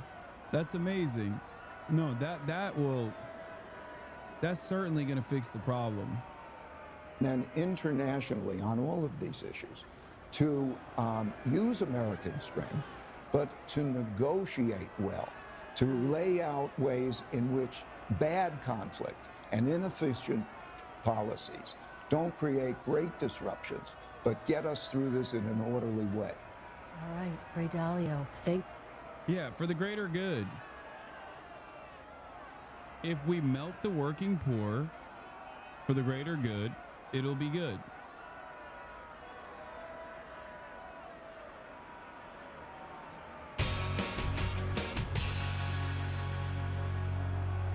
going to dive straight in with our main story this week, which concerns the ongoing chaos of Trump's tariffs. It's been an emotional roller coaster since Trump rolled them out last week with the help of the single dumbest chart in human history. That prompted the Dow to drop by nearly 4,000 points in 2 days. So by Monday, everyone was understandably freaking out, only for Trump to dismiss anyone concerned as panicans, which he said was a, quote, new party based on weak and stupid people. Though I'd argue the weak and stupid demo is, if anything, way overrepresented in government right now. Then on Tuesday, Trump gave a speech to Republican donors where he floated major new tariffs on pharmaceuticals, told the audience, I know what the hell I'm doing, and claimed this. I'm telling you, these countries are calling us up, kissing my ass. They are dying to make it here. Please, please, sir, make it here. I'll do anything. Yeah, I'm sure some have been pretty nice to him, the same way that you try to be nice if you suddenly found yourself in the same room as a monkey with a gun. Hi, monkey. Good monkey, strong monkey. Please, I'll do anything. By Wednesday morning, though, Trump's reassurances were getting more desperate as he at one point posted, be cool, everything is going to work out well. A sentence that's never been true in human history. That is the phrase you hear before someone skateboards off a roof, shows you their homemade water slide, or asks you to hold the camera while they climb into the alligator exhibit to do something hilarious. Just a few hours later, Trump announced a 90-day pause on most of his biggest tariffs, and he did it so abruptly, it caught some key members of his own administration by surprise. A sudden change in policy came as Democrats grilled his top trade representative on Capitol Hill. It looks like your boss just pulled the rug out from under you and paused the tariffs, the taxes on the American people. There's no strategy. You just found out 3 seconds ago, sitting here, we saw you. That's true. That's true. That congressman later tweeted out this photo showing what it looked like to watch that guy get the news. And how do you think he found out? A push notification? A work email? Or 32 concurrent messages on the office group text where one guy goes, what the fuck, what the fuck, what the fuck? And another goes, holy shit. And others like, lol, J fucking K, I guess. And the guy who's always asks dumb questions is like, wait, what's happening? And then the first guy sends the link to the Times article, and then the dumb one's like, oh my God, what the hell, did this just happen? And then everyone at the same time texts, yes, Cody. This week was total chaos. At one point, the daily trading range of the S&P 500 was more than 5% for 6 straight days. The previous times that happened were in March 2020, during COVID, late 2008, during the housing crisis, and October 1987, which, if you are too young to remember, was a stock market crash so massive, Nightline felt like it needed to do this to explain it to people. Here once again to help us, my good friend Kermit. Thank you, Ted. Can you tell us what is a bear market? Yes, Ted, well, thank you. Being a bear myself, that is one of the first things we bears are taught in the caves. If I recall, a bear market is where prices are going down for a long period of time. So one would wish, I suppose, for a bull market to drive the bears out. No, no, we don't want that. We never want that. Yeah, they explained a complicated financial crash with Muppets. A sentence so this show coded, I'm genuinely surprised that we didn't think of it. Honestly, if Ted Koppel had a British accent, glasses, way less gravitas, and occasionally referred to Kermit as a bona fide swamp snack, I couldn't tell the difference there. And the thing is, the turmoil isn't over, because what Trump's left in place, including a baseline 10% tariff on all imports and a 145% tariff on China, is still a monumental shift in US trade policy. And despite what some in the White House claim that the 90-day pause was part... I need the Rizzler to explain to me what's going on like this. Yeah. Too bad. We don't even do that anymore. All along. We used to be a country. Himself seemed to admit that he did it in reaction to the markets panicking. I thought that people were jumping a little bit out of line. They were getting yippy, you know? They were getting a little bit yippy, a little bit afraid. Hold on. A little bit afraid is a massive understatement. People were freaking out about their 401ks. There were grandmas looking at their retirement plan and getting ready to open an OnlyFans to get through the next 5 years. And it wasn't just ordinary investors. One financial analyst wrote after talking to fund managers, a few have quietly wondered if the president might be insane. Which is fair. Everyone knows the right time to ask if someone might be insane is 5 months after you elect them president. Look, This week was incredibly stupid, but it's important to understand exactly how stupid it was because we're not out of the woods yet. And the damage the president's already done to confidence in our economic system could have lasting repercussions. So tonight, let's talk about Trump and his tariffs. Let's start with the fact that none of this should have been a surprise.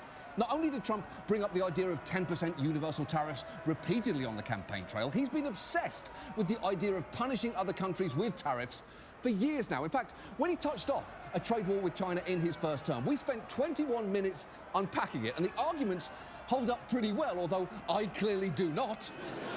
As evidenced by a YouTube comment from this week, which said, "I thought this was a new episode until I noticed John's hair was darker and face looked younger," which is both hurtful and fair. But that piece featured this clip of Trump back in 2011, laying out his whole fantasy of how tariffs could work. Somebody said, well, what would you do? What can you do? So easy. I drop a 25% tax on China. And you know, I said to somebody that it's really the messenger. The messenger is important. I could have one man say, we're going to tax you 25%. And I could say another, listen, you motherfuckers, we're going to tax you 25%.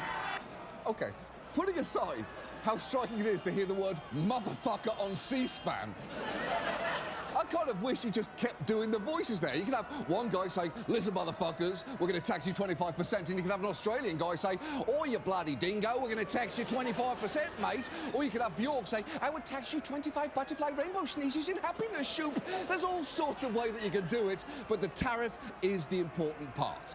The point is, Trump has long believed that tariffs can fix our trade problems, and that's coupled with his insistence that trade is zero-sum, that if we buy more from another country than we are selling to them, we're somehow getting ripped off. But that is just not how it works, because we are getting things in return. As one Nobel-winning economist jokingly said, I run a chronic trade deficit with my barber, he never buys a damn thing from me, which is just a classic economist's zinger. Nevertheless, Trump applied both those beliefs to his initial tariff plan, imposing massive penalties on countries indexed to the size of our trade imbalance, which led to some of the incredibly stupid calculations on Trump's chart, perhaps the dumbest of which was actually explained pretty well by Jim Cramer. Let's go to the southern African nation of Lesotho, which my trot had the misfortune of being one of the two most highly tariffed nations on Trump's list. They're being hit with a 50% duty on their exports to America. That happened because Lesotho only imported $2.8 million worth of U.S. goods last year, whereas we imported roughly $240 million worth of stuff from them. Now, the thing is, Lesotho's a really tiny country. Virtually everything we buy from them is either apparel or diamonds. But because it's a very poor country, they can't afford to buy much from us. So what happens now? To start, we're going to have to pay a lot more for any apparel or diamonds from Lesotho. Maybe we can replace the apparel with diamonds? I mean, that's a lot harder. And the only way for Lesotho to get out of this jam is by importing more stuff from America, which it can't do because it doesn't have any money. So the president has likely just made things more expensive for Americans and not really changed the behavior of our trading partners. He's right. Shit. Jim Cramer was right. I think I'm going insane. And quick side note there, if you're thinking, hold on, did he say Lesotho's sitting on top of a low... You think that's a good analogy for these tariffs? It's like demanding your barber buy something from you since you spend money on their services? That's pretty funny. Except in this circumstance, the only thing you're selling is like the same product that your barber could get at a much more reasonable price, or, you know, or just something he literally cannot do anything with.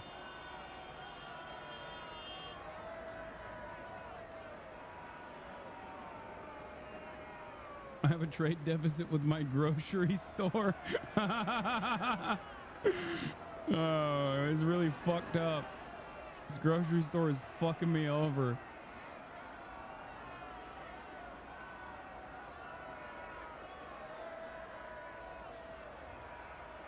Of diamonds, but they still don't have any money. I know, but we don't have time. That's a different story that I'm sure we'll do one day. I'll put a post-it note on my computer and everything. And while Trump's temporarily paused those huge tariffs on Lesotho and others, it is worth asking, what exactly is his endgame here?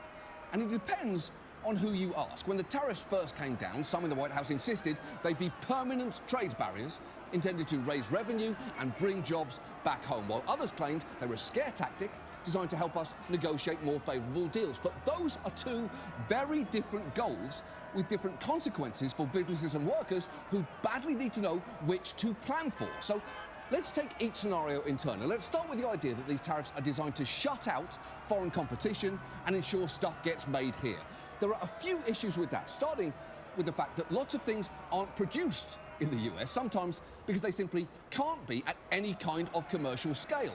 Even Trump's Secretary of Commerce, Howard Lutnick, pictured here rocking a cunty little bob, seemed to understand that last month when he said this.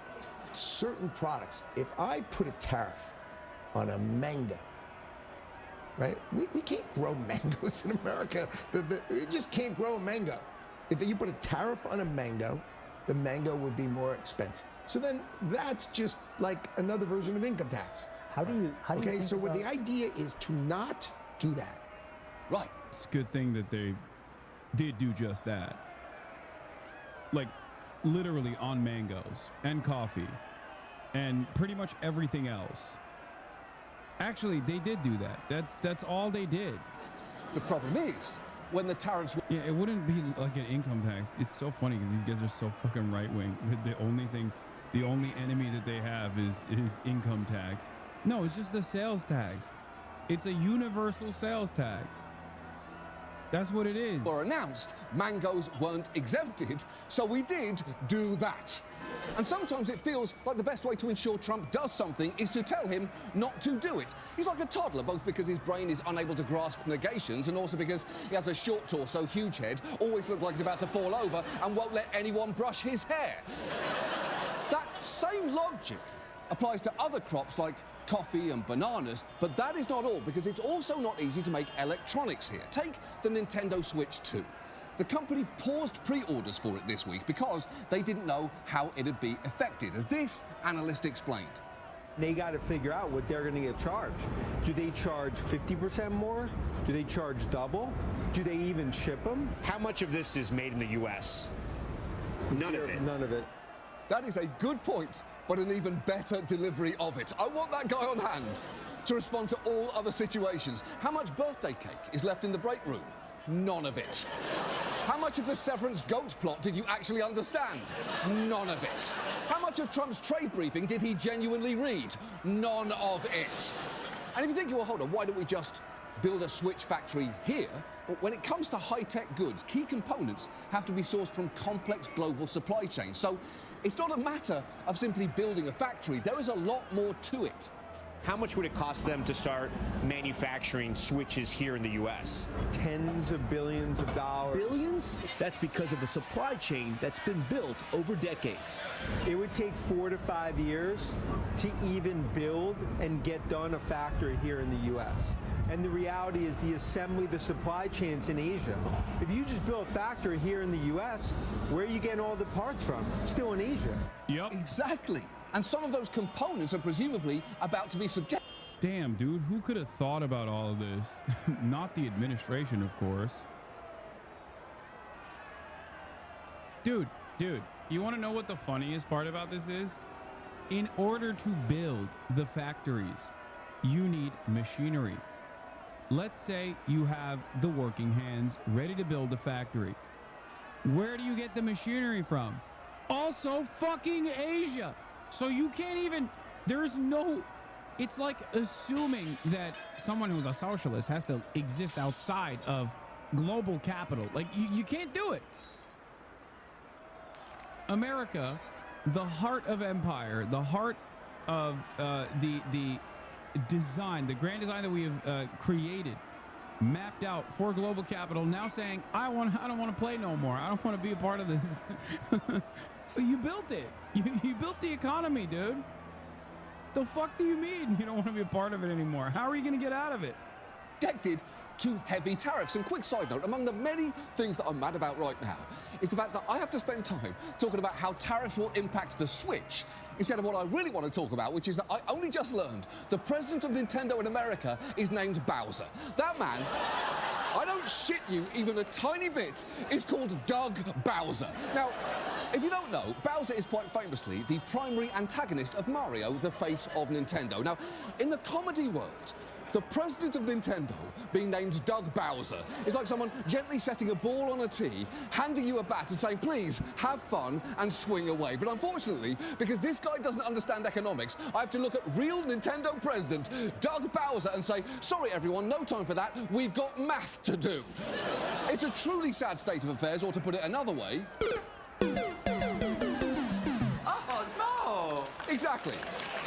The point is, if these tariffs stand, they can have the opposite of the intended purpose, as some business owners might realise it's now cheaper to have a factory outside the US and not have to deal with tariffs. But let's say that despite all of that, we still want all those manufacturing jobs that we lost to come back home. First, as we've discussed before, a lot of them simply don't exist anymore because they've been automated. And second, even if we wanted to build brand new factories, it's worth knowing these new tariffs mean higher material and equipment costs for manufacturers wanting to do that. And in fact, tariff-swollen building costs have already helped to kill a $300 million plastics recycling plant in Erie, Pennsylvania, which is a real shame for multiple reasons, including that it would have helped make Erie, Pennsylvania, known for something other than the town that boiled a Revolutionary War general's corpse in order to separate his flesh from his bones so they could ship him back to his hometown. The idea there being, they reassemble the skeleton once he was in his final gravesite, but you guessed it, some bones wound up falling out of the wagon on the trek, as bones are wont to do. It's an incredible story, and thanks to the full recycling plant, remains the only thing I will ever know about Erie, Pennsylvania. And even if we do end up bringing some manufacturing jobs home, you also have to factor in that other countries will put tariffs on our goods in return, which will hurt other industries. The current massive tariffs on China are incredibly worrisome for people like this soybean farmer in Tennessee. That trade relationship with China was built over decades and decades. Will Hutchinson, a fourth-generation Tennessee farmer, says he is very concerned. This is going to have an immediate and drastic impact to our ability to compete on the global marketplace for our goods that we produce here in this country. Yeah, that literal soy boy is right. This is pointless. If I wanted to watch long-standing relationships destroyed in an instant, I'd just go to a basketball game to see which couples act weird when they end up on the Jumbotron. You can enjoy relationships falling apart without jeopardizing the global economy. And at this point, I'm sure some Trump supporters are saying, well, these were never intended to be permanent. It's that second possibility that you mentioned earlier, that the tariffs were always just a way to give Trump leverage to renegotiate bad trade deals. And after he announced that 90-day pause, that was definitely the message getting sold. This is the art of the deal. This shows how strong our president is. A huge win for the president, a huge win for the country, his biggest accomplishment. I like that he's doing this on the economy because it's like undeniable. It's just something that virtually all of the delusional fucking losers that under other circumstances could just like shelter you from the public, like shelter the public opinion from the truth on. This is the one area where you can't really do that because it's just numbers and it hits your wallet. No, they're denying it, but it's not, people are not believing it. That's my point. And they will believe it even less when they actually start feeling the impact of it. Do you understand? There is virtually nothing you can do. You can't manufacture cassette into being like, no, it's actually awesome that the thing that you bought for $5 is $10 now. Like, there's no amount of talking. There's no vibe sessioning your way out of this. Brandon couldn't do it either, okay? Think about it. The only reason why they seemingly can get away with it for the time being is because the stock market always wants desperately to constantly overperform. So people are just people are holding on to any whisper. People are holding on to any dream that it's like things are going to be good. And even then, Donald Trump seemingly fucks that up every day too. accomplishment of the second term. Trump won. He's doing exactly what he said he would do. He's a genius in negotiating. He is very calculating in how he negotiates. He understands the art of the deal better than anyone, and he's gotten results in a very short period of time. I don't know what's more desperate there, the shameless sucking up or the needs to put the words, "we told you not to freak," at the bottom of the screen, which is funny coming from Fox News of all places, considering most of their broadcast feature messages like, "why you should absolutely freak about the green M&M." But let's at least consider the possibility this was all about gaining leverage for negotiating new deals. That was definitely the White House's spin after the pause was announced, with Trump's Treasury Secretary claiming it had happened because the tariffs brought more than 75 countries forward to negotiate. But a couple of things about that. First, the White House said it will not be releasing a list of the countries that had allegedly done that, so, you know. And remember, Trump's openly admitted the key reason for his climb down was people got the yippies. And remember, even with the pause, we still have 10% tariffs on nearly every country in the world, which is still massively disruptive, both to them and to us. And that includes countries like Singapore, where we're going to struggle to get a much better deal, given that we face no tariffs there and actually have a trade surplus. And I'm not saying there aren't countries where we have legitimate trade disputes, because there are, most notably China, where there are major issues, from their heavy subsidies for homegrown industries to their theft of US companies' intellectual property. Resolving those issues is difficult. It requires diplomacy and a coordinated strategy with our allies. But instead, we've alienated...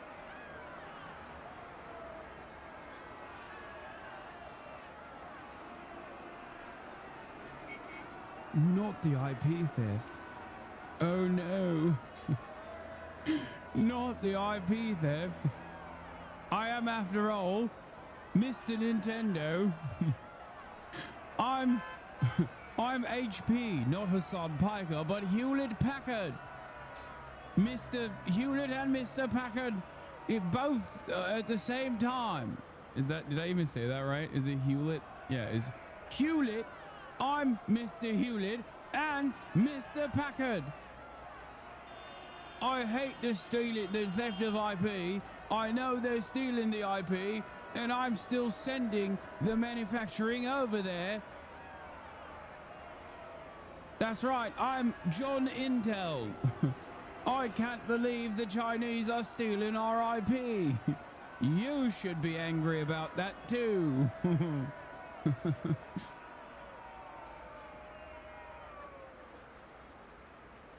to those allies and are going into any future negotiation having provoked China into putting massive tariffs on our goods too. But don't worry, because Trump's charismatic Treasury Secretary doesn't seem to think they're going to be able to hurt us at all.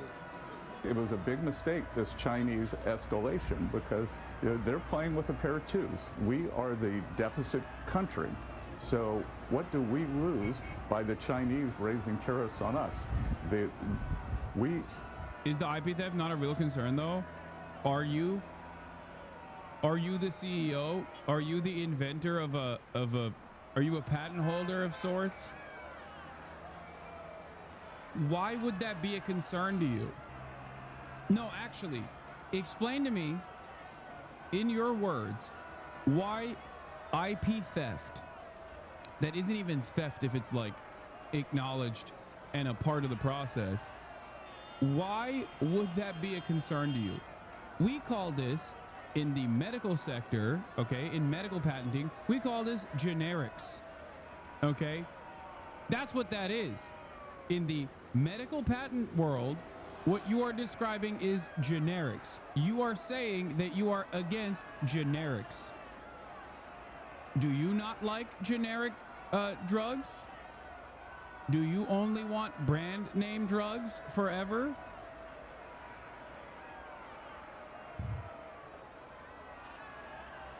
What kind of impact would Chinese IP theft have on you? What kind of impact would Chinese IP theft, if this was real to begin with, if this was a real issue to begin with, like that our companies were just led by some of the dumbest people on the planet, that I guess not me personally, but yeah, I see your point. Yeah, it's a way to just say something and hope that no working class individual ever thinks about it beyond the point that they're making, where they're like, "Oh, okay, how does this impact me in a negative way?"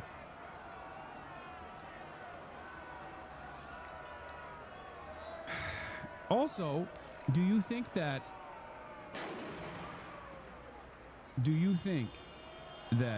the American capital owners, like the American billionaire class and the millionaire class that ship manufacturing overseas, were just like blindsided by this? Do you think that after fucking 40 years of manufacturing, where they're still manufacturing in China and still complaining about IP theft on the other side, do you feel like at a certain point, maybe you're fighting a battle that they're not fighting? Or are they just the dumbest people on the planet, where they're like, "Oh, well, I don't get it. They're doing IP theft." Okay. Brother, you're there. You're building it there. Do you see what I'm saying? Do you think the sneaky, shy comrades were able to be like, "No, we won't steal your IP, of course," and then they kept doing it? And then everybody was like, "Oh no, oh, they're stealing it, but also maybe they won't steal it next time." Like, is that what you think was going on? And that's why they continued manufacturing in China? They cry about IP theft because "why don't you care about my profits" doesn't have the same ring to it. Exactly.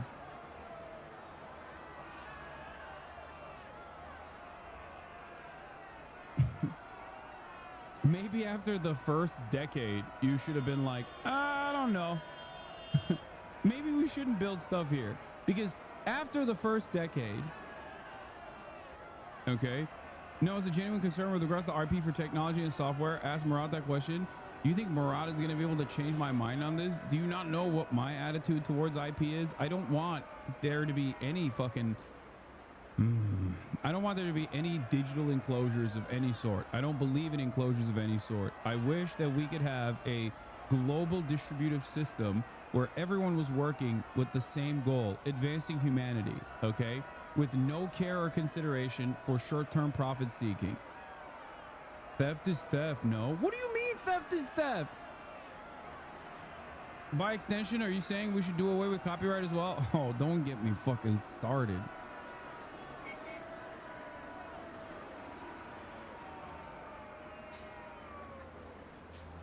Yes, China taking the IP was always part of the exchange. You are naive if you don't realize that. I'm a firm and committed supporter of open source everything. Okay, that's what I believe. There would never be need for patents at all if there was no profit incentive in mind. Like, that's it.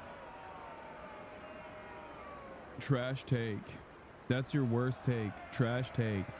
I know. Here come the tiny artists who think that like copyright or IP theft actually protects them against big corporations, and it's not just a way for big corporations to keep churning out profits. I know. They're coming after your furry drawings. Thank God for IP protections. I know. It's happening. Oh.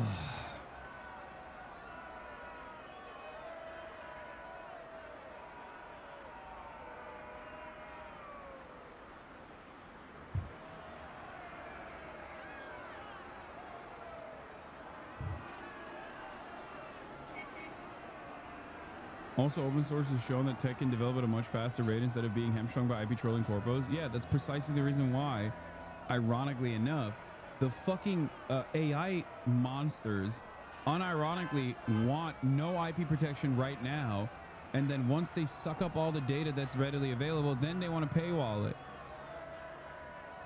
How the fuck do you think open source AI, how do you think AI works?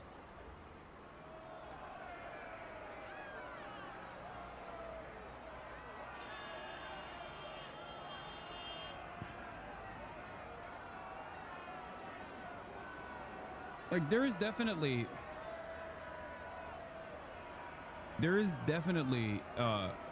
an argument that I will entertain as far as protecting your labor, okay,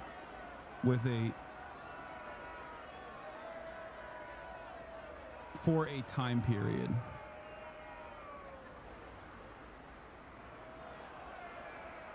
COVID vaccine is a prime example of IP getting in the way of medically advancing the drug across nations to end the pandemic. Yeah, it's another example.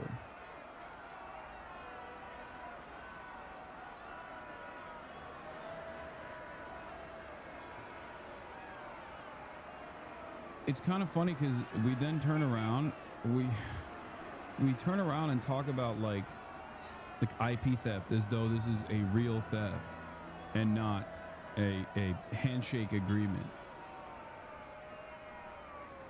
where both parties consented to exactly what's happening, but then Americans will just like yell about it over and over again without ever really thinking about it.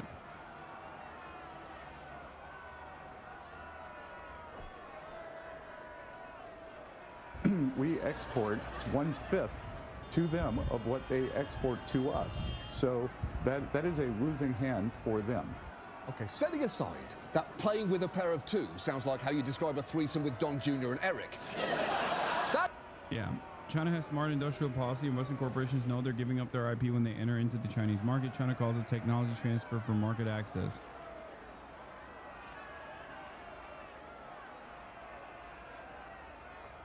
That is incredibly simplistic because it ignores that China's leverage in a negotiation isn't confined to just tariffs. It can hurt us in other ways too, including by cutting off access to rare earth elements we may badly need. And before you think rare earth elements are just some fancy powder Gwyneth Paltrow adds to a morning smoothie to enhance vaginal wellness, you should know they're actually essential for everything from wind turbines to computer chips to F-35 stealth fighter jets. And incredibly, that Whoville tax accountant wasn't even the most reckless player in the Trump administration's messaging to China this week, because J.D. Vance, true to form, was even more of a dick. Hey, I sell jewelry at Meganesi, and Chinese IP theft is a real problem for people doing the same, specifically from Chinese companies. Please address the argument you were waiting to entertain. It's really rich when you consider the jobs where you do nothing and have free time, where you sign works for hire contracts. What?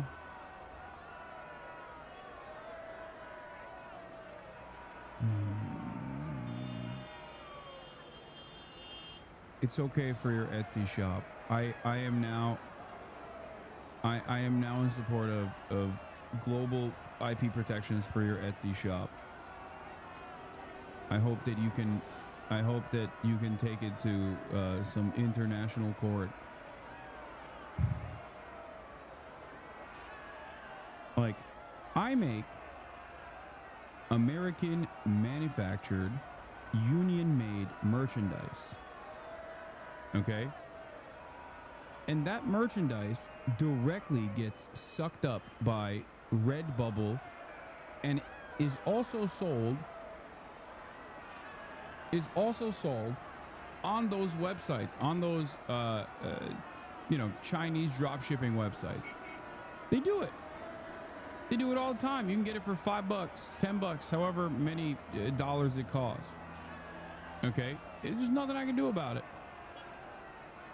At the end of the day, it is what it is.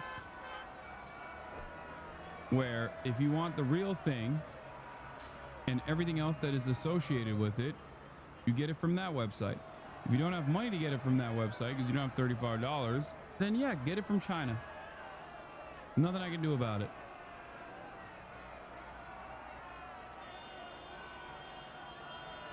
You are a millionaire. Of course, IP theft doesn't affect your well-being.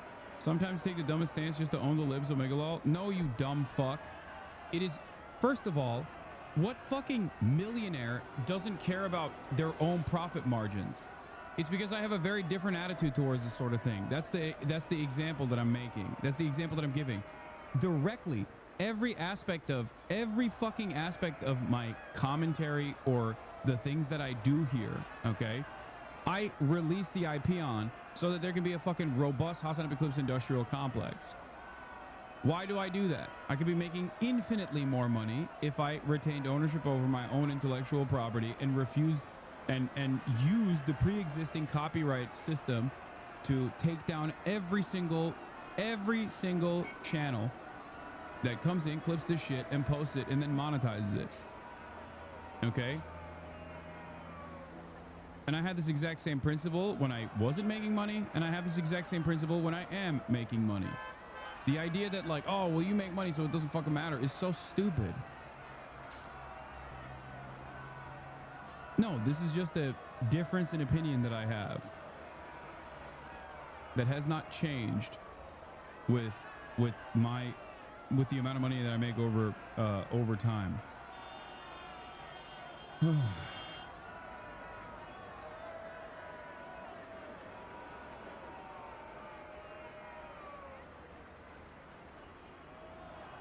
Yeah, millionaires don't care so much about IP protection that Disney doesn't even seem to have lobbied to ever update intellectual property laws. Yeah, famously, rich people don't care about IP. That's why they always volunteer it. The entire point is that the fucking IP defense actually doesn't help you as much as you think it does. It is designed in a way to create enclosures around any sort of idea so that someone much more powerful and much wealthier than you can make money. What has the globalist economy gotten the United States of America? And the answer is fundamentally it's based on two principles: incurring a huge amount of debt to buy things that other countries make for us. And to make it a little bit more crystal clear, we borrow. Only someone with the username Choosing Freedom could be dumb enough to think that anyone other than millionaires cares about IP theft. If he thinks it's a working class issue, his brain is too smooth to produce any actual thoughts. Like,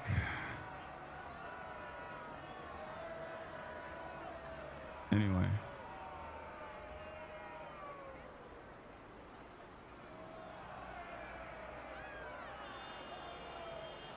I hope to live in a world where IP is not even a consideration. You understand? Where that's not even a problem. That's what my advocacy is. Because if you were making art for the sake of art, which obviously no one is at this point, like where all of your material needs are met, then this is not an issue for you at all. Obviously, we don't live in that reality, so I'm understanding of some of the safeguards that are in place. But make no mistake, that's the fucking goal.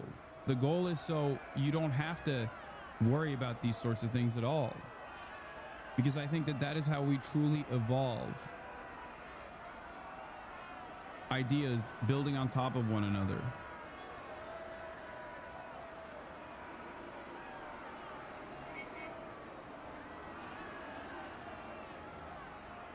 Money from Chinese peasants to buy the things those Chinese peasants manufacture. Wow. I know it is hard to take from someone with this accent, but you are really not supposed to use the word peasants anymore. That is incredibly insulting, especially coming from the man who, remember, is next in line to run the country if anything were to happen to Elon Musk. So it is no wonder those comments went down pretty badly in China. The government's response? Swift and scathing.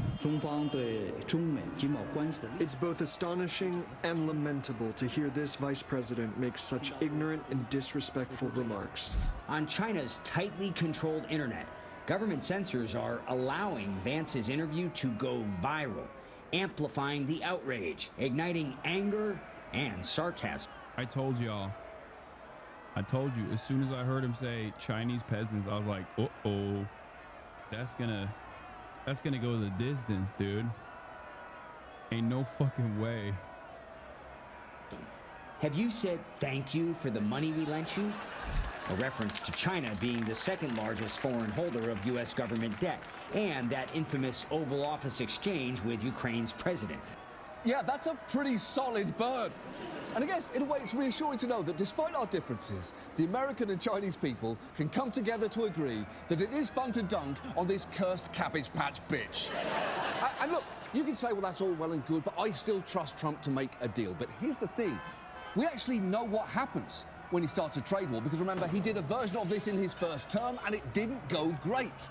If you look back at his tariffs back then, protecting specific products and industries like washing machines and steel, they might have worked in a narrow sense by creating modest job gains. They're credited with creating or saving several thousand jobs in the steel industry and creating around 1,800 jobs manufacturing washing machines. But in the broader sense, those jobs cost us a lot.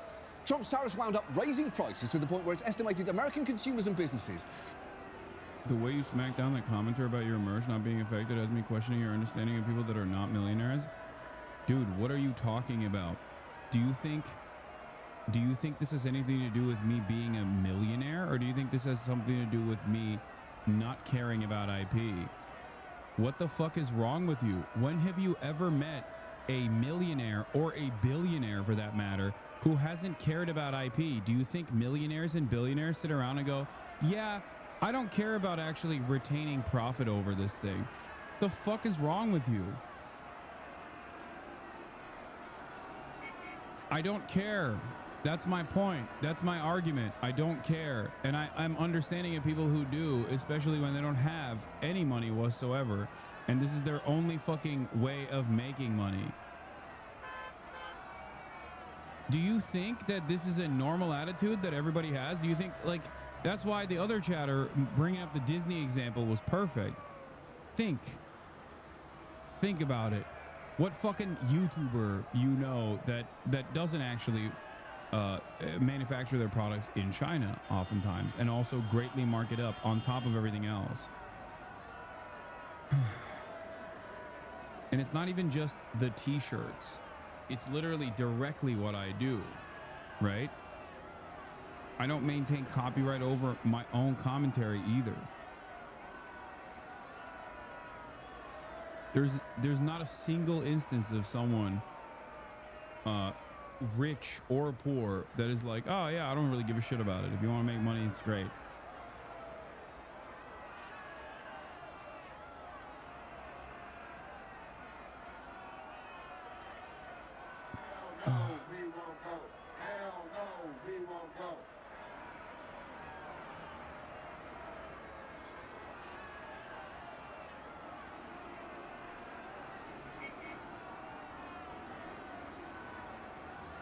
Oh, this is the dumbest version of this argument, for the record, was when someone said, oh, you don't care about higher taxes because you're rich.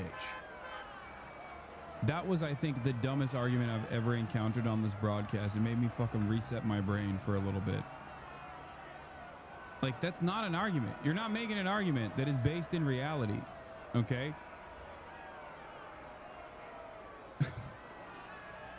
What rich person do you know that advocates for these sorts of things?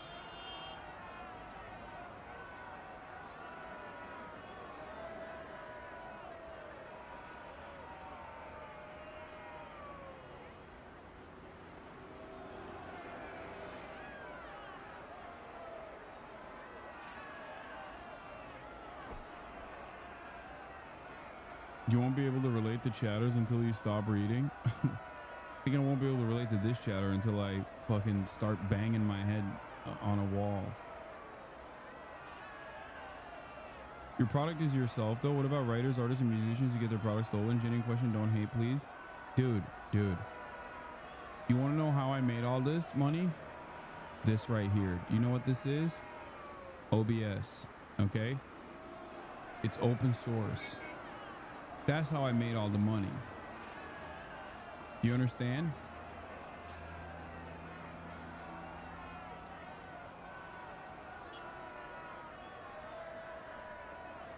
Yeah, open source made me.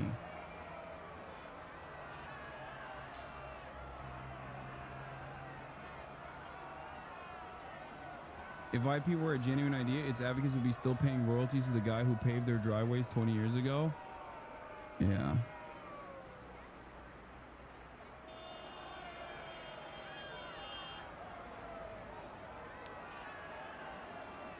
And also, like I said, I don't even retain copyright over this. This right here, what you're watching currently, this right here, you can just fucking rip and post on a YouTube channel, as many do, and monetize. And I literally do turn around and advocate for your continued monetization whenever YouTube comes after you unjustifiably and tries to take you down. So what the fuck are you talking about? So yeah, this is how I make the money, right?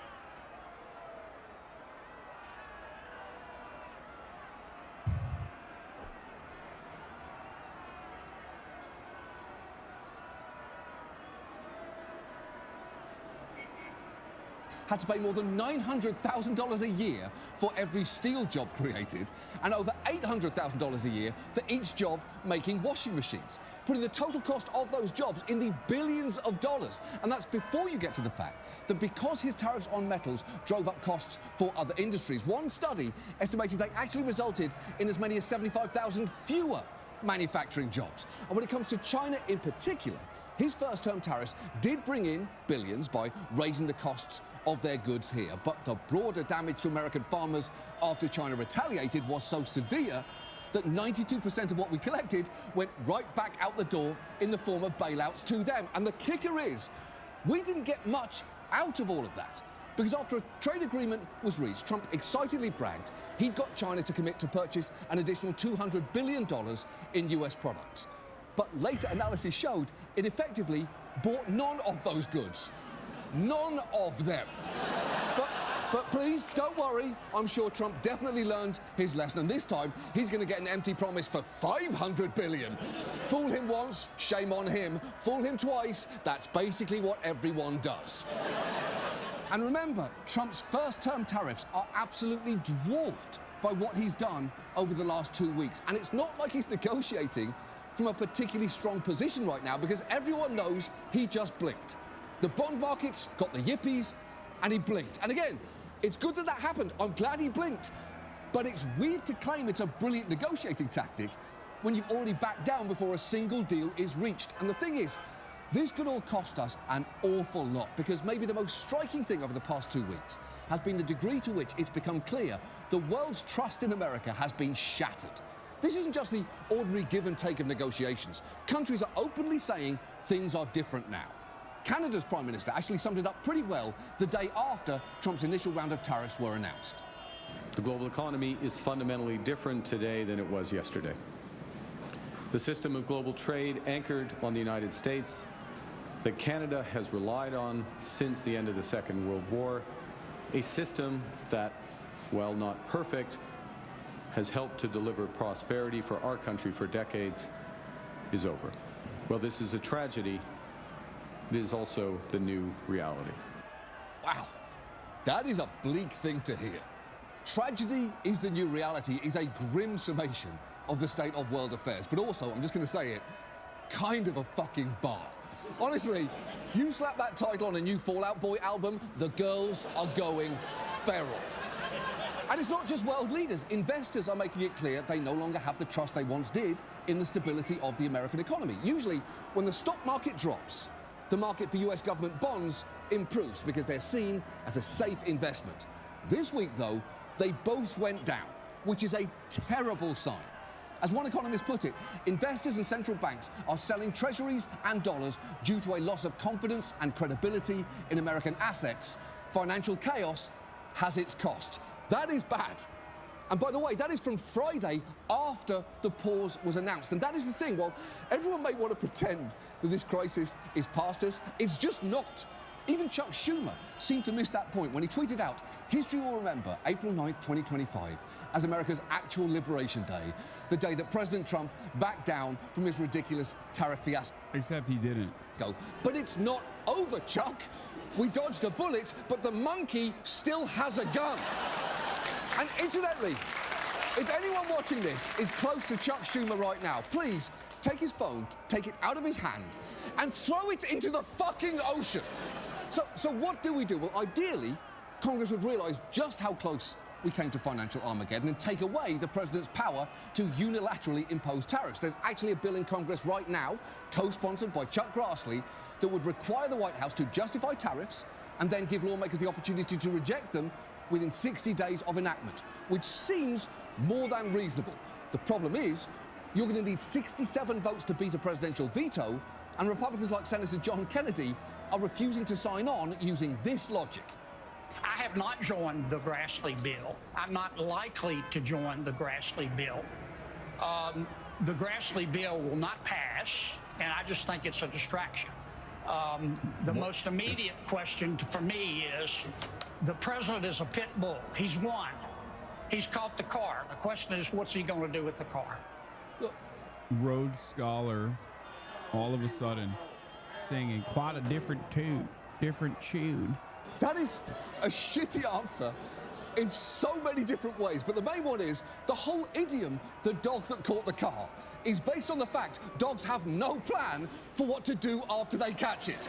That is damning enough alone. No one says he's like the dog that caught the car as phase one of the dog's long-term strategy to reshore manufacturing. Also, you're a co-equal branch of government. It is your job to stop that dog, not stand back and say, I don't know, guys, let him cook.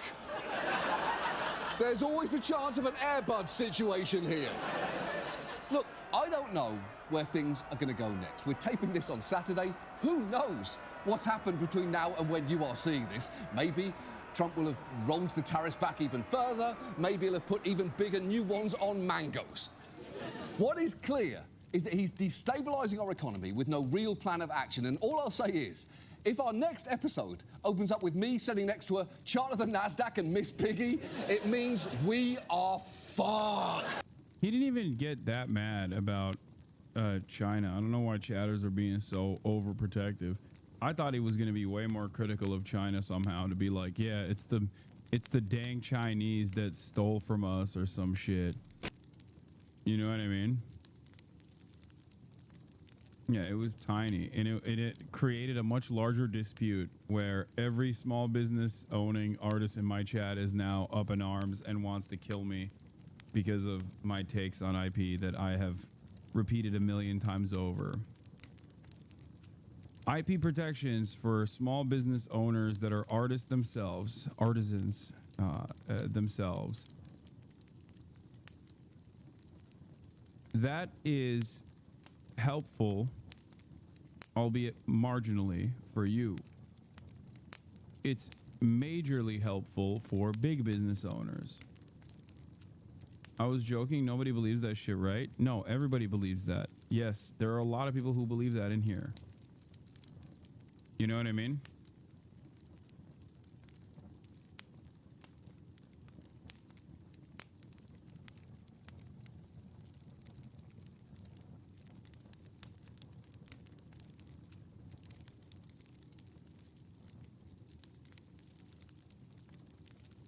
Anyway.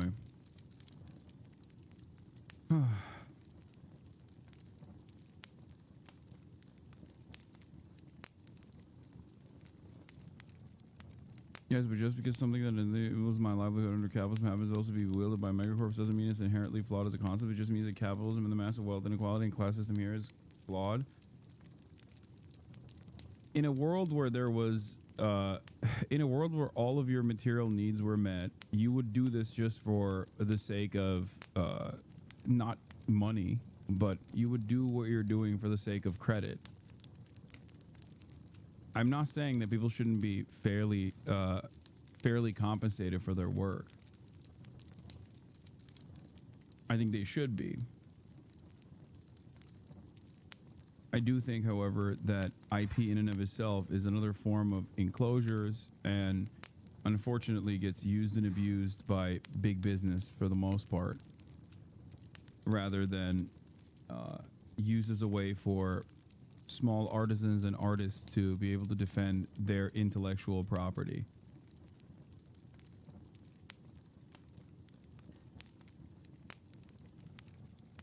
I'm much more understanding of IP or some kind of patent structure for something like art, as opposed to tech and medicine and things of that nature.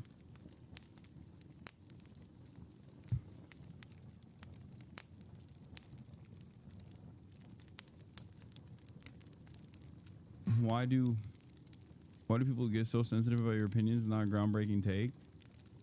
Because it feels like people that like everything else that I say feel as though I'm coming after them directly, individually, hurting them, hurting their business, hurting their livelihood.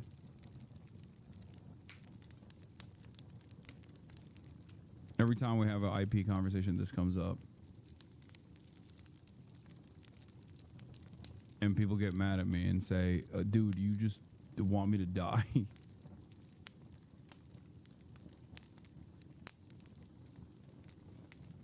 No, you're being obtuse and not nuanced. That's a bad faith take from you, which is disappointing. Can you please read my actual question? You're not discussing the actual point. Why did SAG-AFTRA go on strike? Come on, dude. Shut up, cunt. You don't know shit. We live in capitalism. I understand socialist economic structure, but you can't change one without the other. Is that better? Shut up. I'm confused on your position in regards to individuals who make art or something for a client. You organize and work through a company who makes your merch with hired illustrators. I guess I'm just wondering what you say to those who may be apprehensive to this dialogue. Like, I get you, but it's a scary thought to think about, just having my shit stolen so easily. Hope this makes sense. What?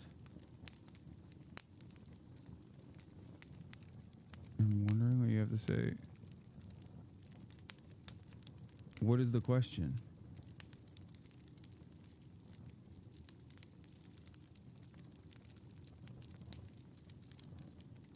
What is the... Let's be real. IP and copyright only exist to prevent Mickey Mouse porn.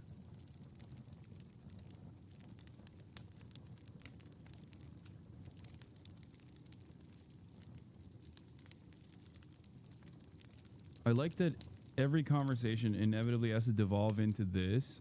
When I clocked it ahead of time and literally said, I don't think China is stealing your fucking, you know, deviant art submissions.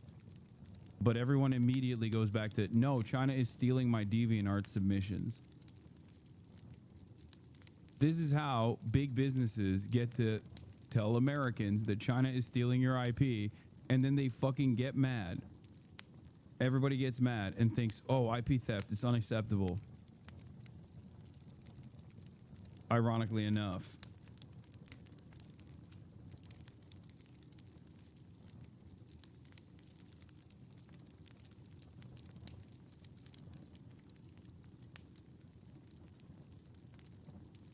You are a yapper, not an artist. You will never understand how most artists feel about their own shit. It is an emotional topic for a lot of people, but then again, we're talking about China bootlegging our washing machine and microwave, which is a completely different subject.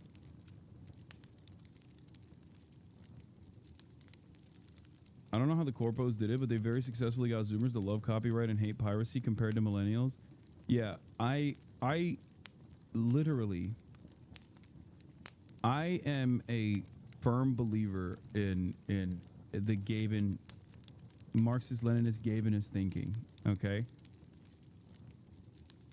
In terms of piracy being a service problem, I fully agree with it. When I was growing up in Turkey, I would have never been able to play these video games if it wasn't for piracy. So it's going to be very difficult to convince me that piracy is bad.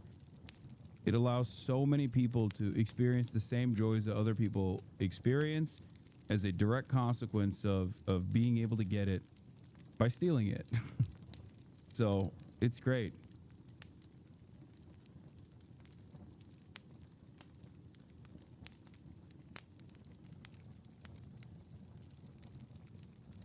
I think what a lot of you guys get mad about is corporations doing that, like big businesses doing that,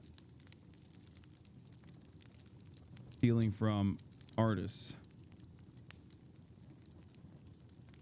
Game piracy is tough nowadays.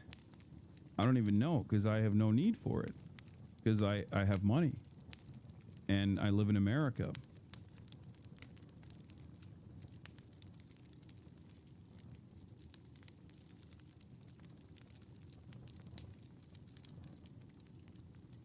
You know?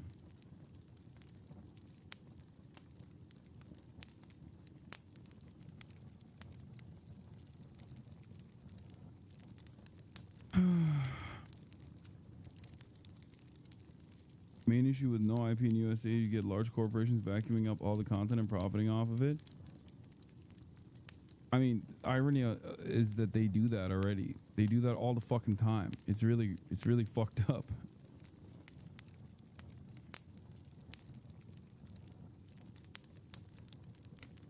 Didn't you have an issue with Hasanabi Archive like a couple days ago? Yes, because they're a fucking bot account and they literally engage in false DMCAs of other fucking free Hasanabi Clips Industrial Complex accounts. That's my issue. It's literally a fucking AI bot account. I don't give a shit that it exists if it just like was any other content creator. How do you not know this? Use your brain, please. Yes, I hate evil robots. That's exactly what my smoke is here.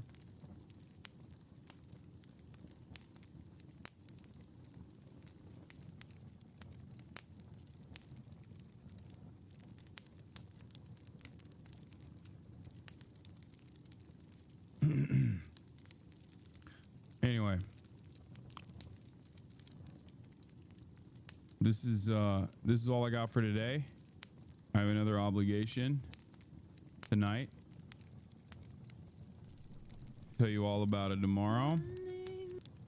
But I'm tired as well. I love you all. And I will see you tomorrow. Peace, everybody. All the shadows trickling in has how people hate. Sunny Los Angeles, California.